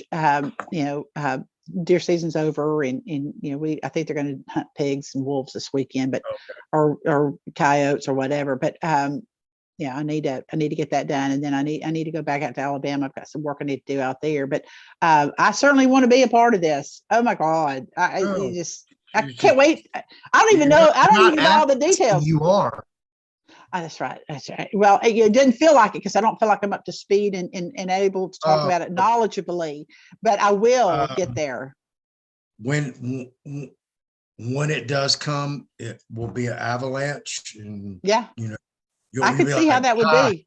I asked for it, and I got it. I know. That's why I'm just trying to cram it all in right now. It's like, Well, it's like, the fantastic part is your connections west or eastward to Alabama, from Texas to Alabama, and those different jurisdictions where you know people. Because this is what's going to be key, is your network of people who are like-minded and have your tenacity and your courage to move this thing forward. I'll be interested. I know a lot of people, so of course they think I'm crazy, but that's okay. Join the club. Yeah, I'm fun.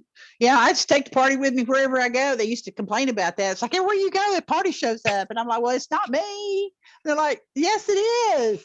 And I was like, no, it's not. I'm just being me. I'm sorry. I don't mean to be a party everywhere I go. I'm glad you were in Alabama and I was in Texas, because boy, we would have been a hell of a tornado. Oh my God. I'm telling you, they used to give tornado warnings when I get mad at the law firm. They're like, she's an F4 today. I'm like, yeah, because somebody stepped over a line and somebody didn't give me a document I needed or whatever, or they gave me some blowback because I have this wind personality, because I have a fire personality as well. I mean, my so when they measured my personality, then the wind personality was like a double wind because I had so much of it. And then right behind that was my fire personality, and right behind that was my water personality, and my earth personality didn't exist. It was just like this minuscule, but I'm married to one that has an earth personality this big. So, we together, we make this counterbalance. We do. And we don't, and people say, I don't know how y'all got together. I mean, we met on a blind date in Texas, and he's from the small town I'm from in Alabama. Ooh, people like, you moved 800 miles away, you married some SOB from Alabama. I was like, yeah, I did. I'm sorry. But we've been together 36 years, and we love you, Alabama. Yeah, we do. I still go back there a lot. I tell people I'm an Alabamian. I'm transplanted to Texas. I speak Alabamanese. I mean, but yeah, I mean, our core values were the only thing we had in common. I mean, we just had these core values in common. That was it. Wow. Oh yeah. When I start talking about some Alabamanese, I'm telling you what, I can put it on really thick. And in Texas, people say, you're not from Texas, are you? And I was working in a bank, and I was in the credit department, and they call in for all these Dun and Bradstreet numbers and stuff. And I'd say, they say, you're not from Texas, are you? And I say, well, what makes you think that? And it's like that right there. And, so I had that very thick accent. Then I started going back there and listening to people. I was like, oh my God, I sounded just like that. Oh my gosh. And that thick Southern drawl. And you spoke really, you drew everything out. And see, I don't do that anymore. I'm blah, blah, blah, blah, blah, blah, blah. And, but yeah, I do speak Alabamanese, and it's really funny. I got some stories I can tell you that's a comedy routine. It is. It's hilarious. It goes down the road. Yeah, exactly. Yeah. And that's part of the book. The whole book is presented in humor, and because it comes across, you'll remember it because you're going to laugh about it. And when you laugh about something, you remember it, the jokes you remember and the things you remember and so on and so on. And there's some serious topics in there, but yeah, it's like the memes. It's a very serious topic, but it's presented in a hilarious light. So that's my forte. I like to make people laugh and walk away from it feeling like, hey, yeah, that was fun and it was festive and people call it a party, but it's not a party. It's a workshop. But it has a feel of a party because I mean, we are going to do this, and evil may take my life or whatever they want to do or whatever, but I am going to go down fighting them to give hope and explode hope all over everybody. And I think I've got some people on the team, like I say, the America Prosper team. I think they're going to come on the scene with the alternate marketplace. We're going to do some healing, and Melanie's going to help people get healed. And there's some things that you're working on that are going to be phenomenal. And people are going to want to come and participate in that and be a part of that. And, those things might be exclusively there. And so if you want to be a part of that, maybe that's an exclusivity that you need to be a part of that to receive those things. I mean, I don't know. I don't know what God has in store, but whatever it is, I think it's big. And it's bigger than me. Good things are coming. Yeah, they are. And I see it. I mean, it's like the handwriting on the wall. It's there. And I'm not crazy. I mean, I have done my due diligence. And if somebody has gone to the length to fabricate everything I see, wow, holy moly. I mean, they have spent years fabricating things, and they went way out of their way to do a psyop on us and we were already duped by the idiots that run the world. I mean, it would have been hard to just dupe us into something else, but they didn't. They changed the course of our lives and put us on a path to truth, and it's been hard slugging it out. I mean, some of this truth is just heart-wrenching, and it's been hard to see. I mean, some of this I've looked at and I just sat down and wept for days. Then I got pissed off. It's like, how the hell could you do that to a child? What the mom in me just went ballistic. And I'm like, you did that to my child. I don't know what I'd do to you. I mean, and they do it in such secret, and they cover it up, and it's heart-wrenching. Heart-wrenching. Yeah, I know. So let's dive off that. I need to close out the show. I need to eat and call Chris, and I'm jumping back on a couple more Zooms. Yeah. So it's been fun. I want to thank you, Mama Mel Roberts, for coming on the show, talking about your books. Tell everybody where they can contact you and where they can purchase your book and the name of your book. The name of the book is The 5-Star American Dream of Hopes and Homes. And you can reach out to me at info@loveyourheroes.org.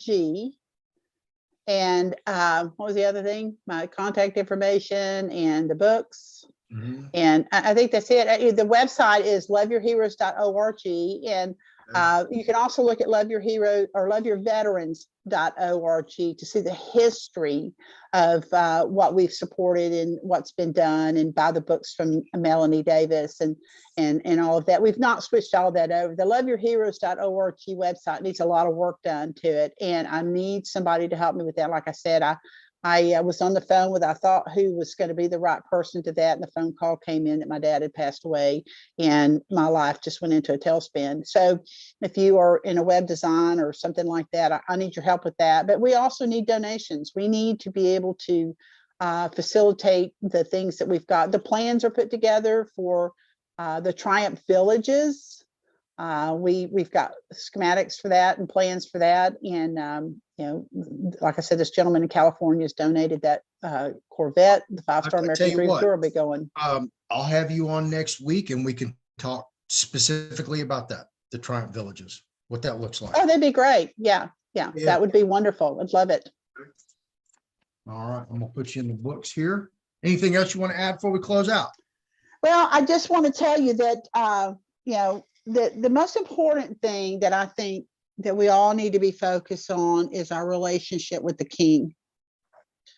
Because the thing I think that made the difference for me is to understand that I am a child of the King, And that's a spiritual journey. And that spiritual journey has been going on since before I was a teenager. And it got scribed on my heart. I said, Lord, I want you to be the King and Lord of my life. And I heard a comment and I looked around. I was like, who is that talking? What in the world is that? And he gave me a directive, and that directive now is manifesting in my life all these years later. And I've never shared what that was. It's just it's manifesting now, and it's like, okay, I had to go through the wilderness and all the things that I had to go through to gain the knowledge to be able to do what it is that he told me that second that I prayed that prayer.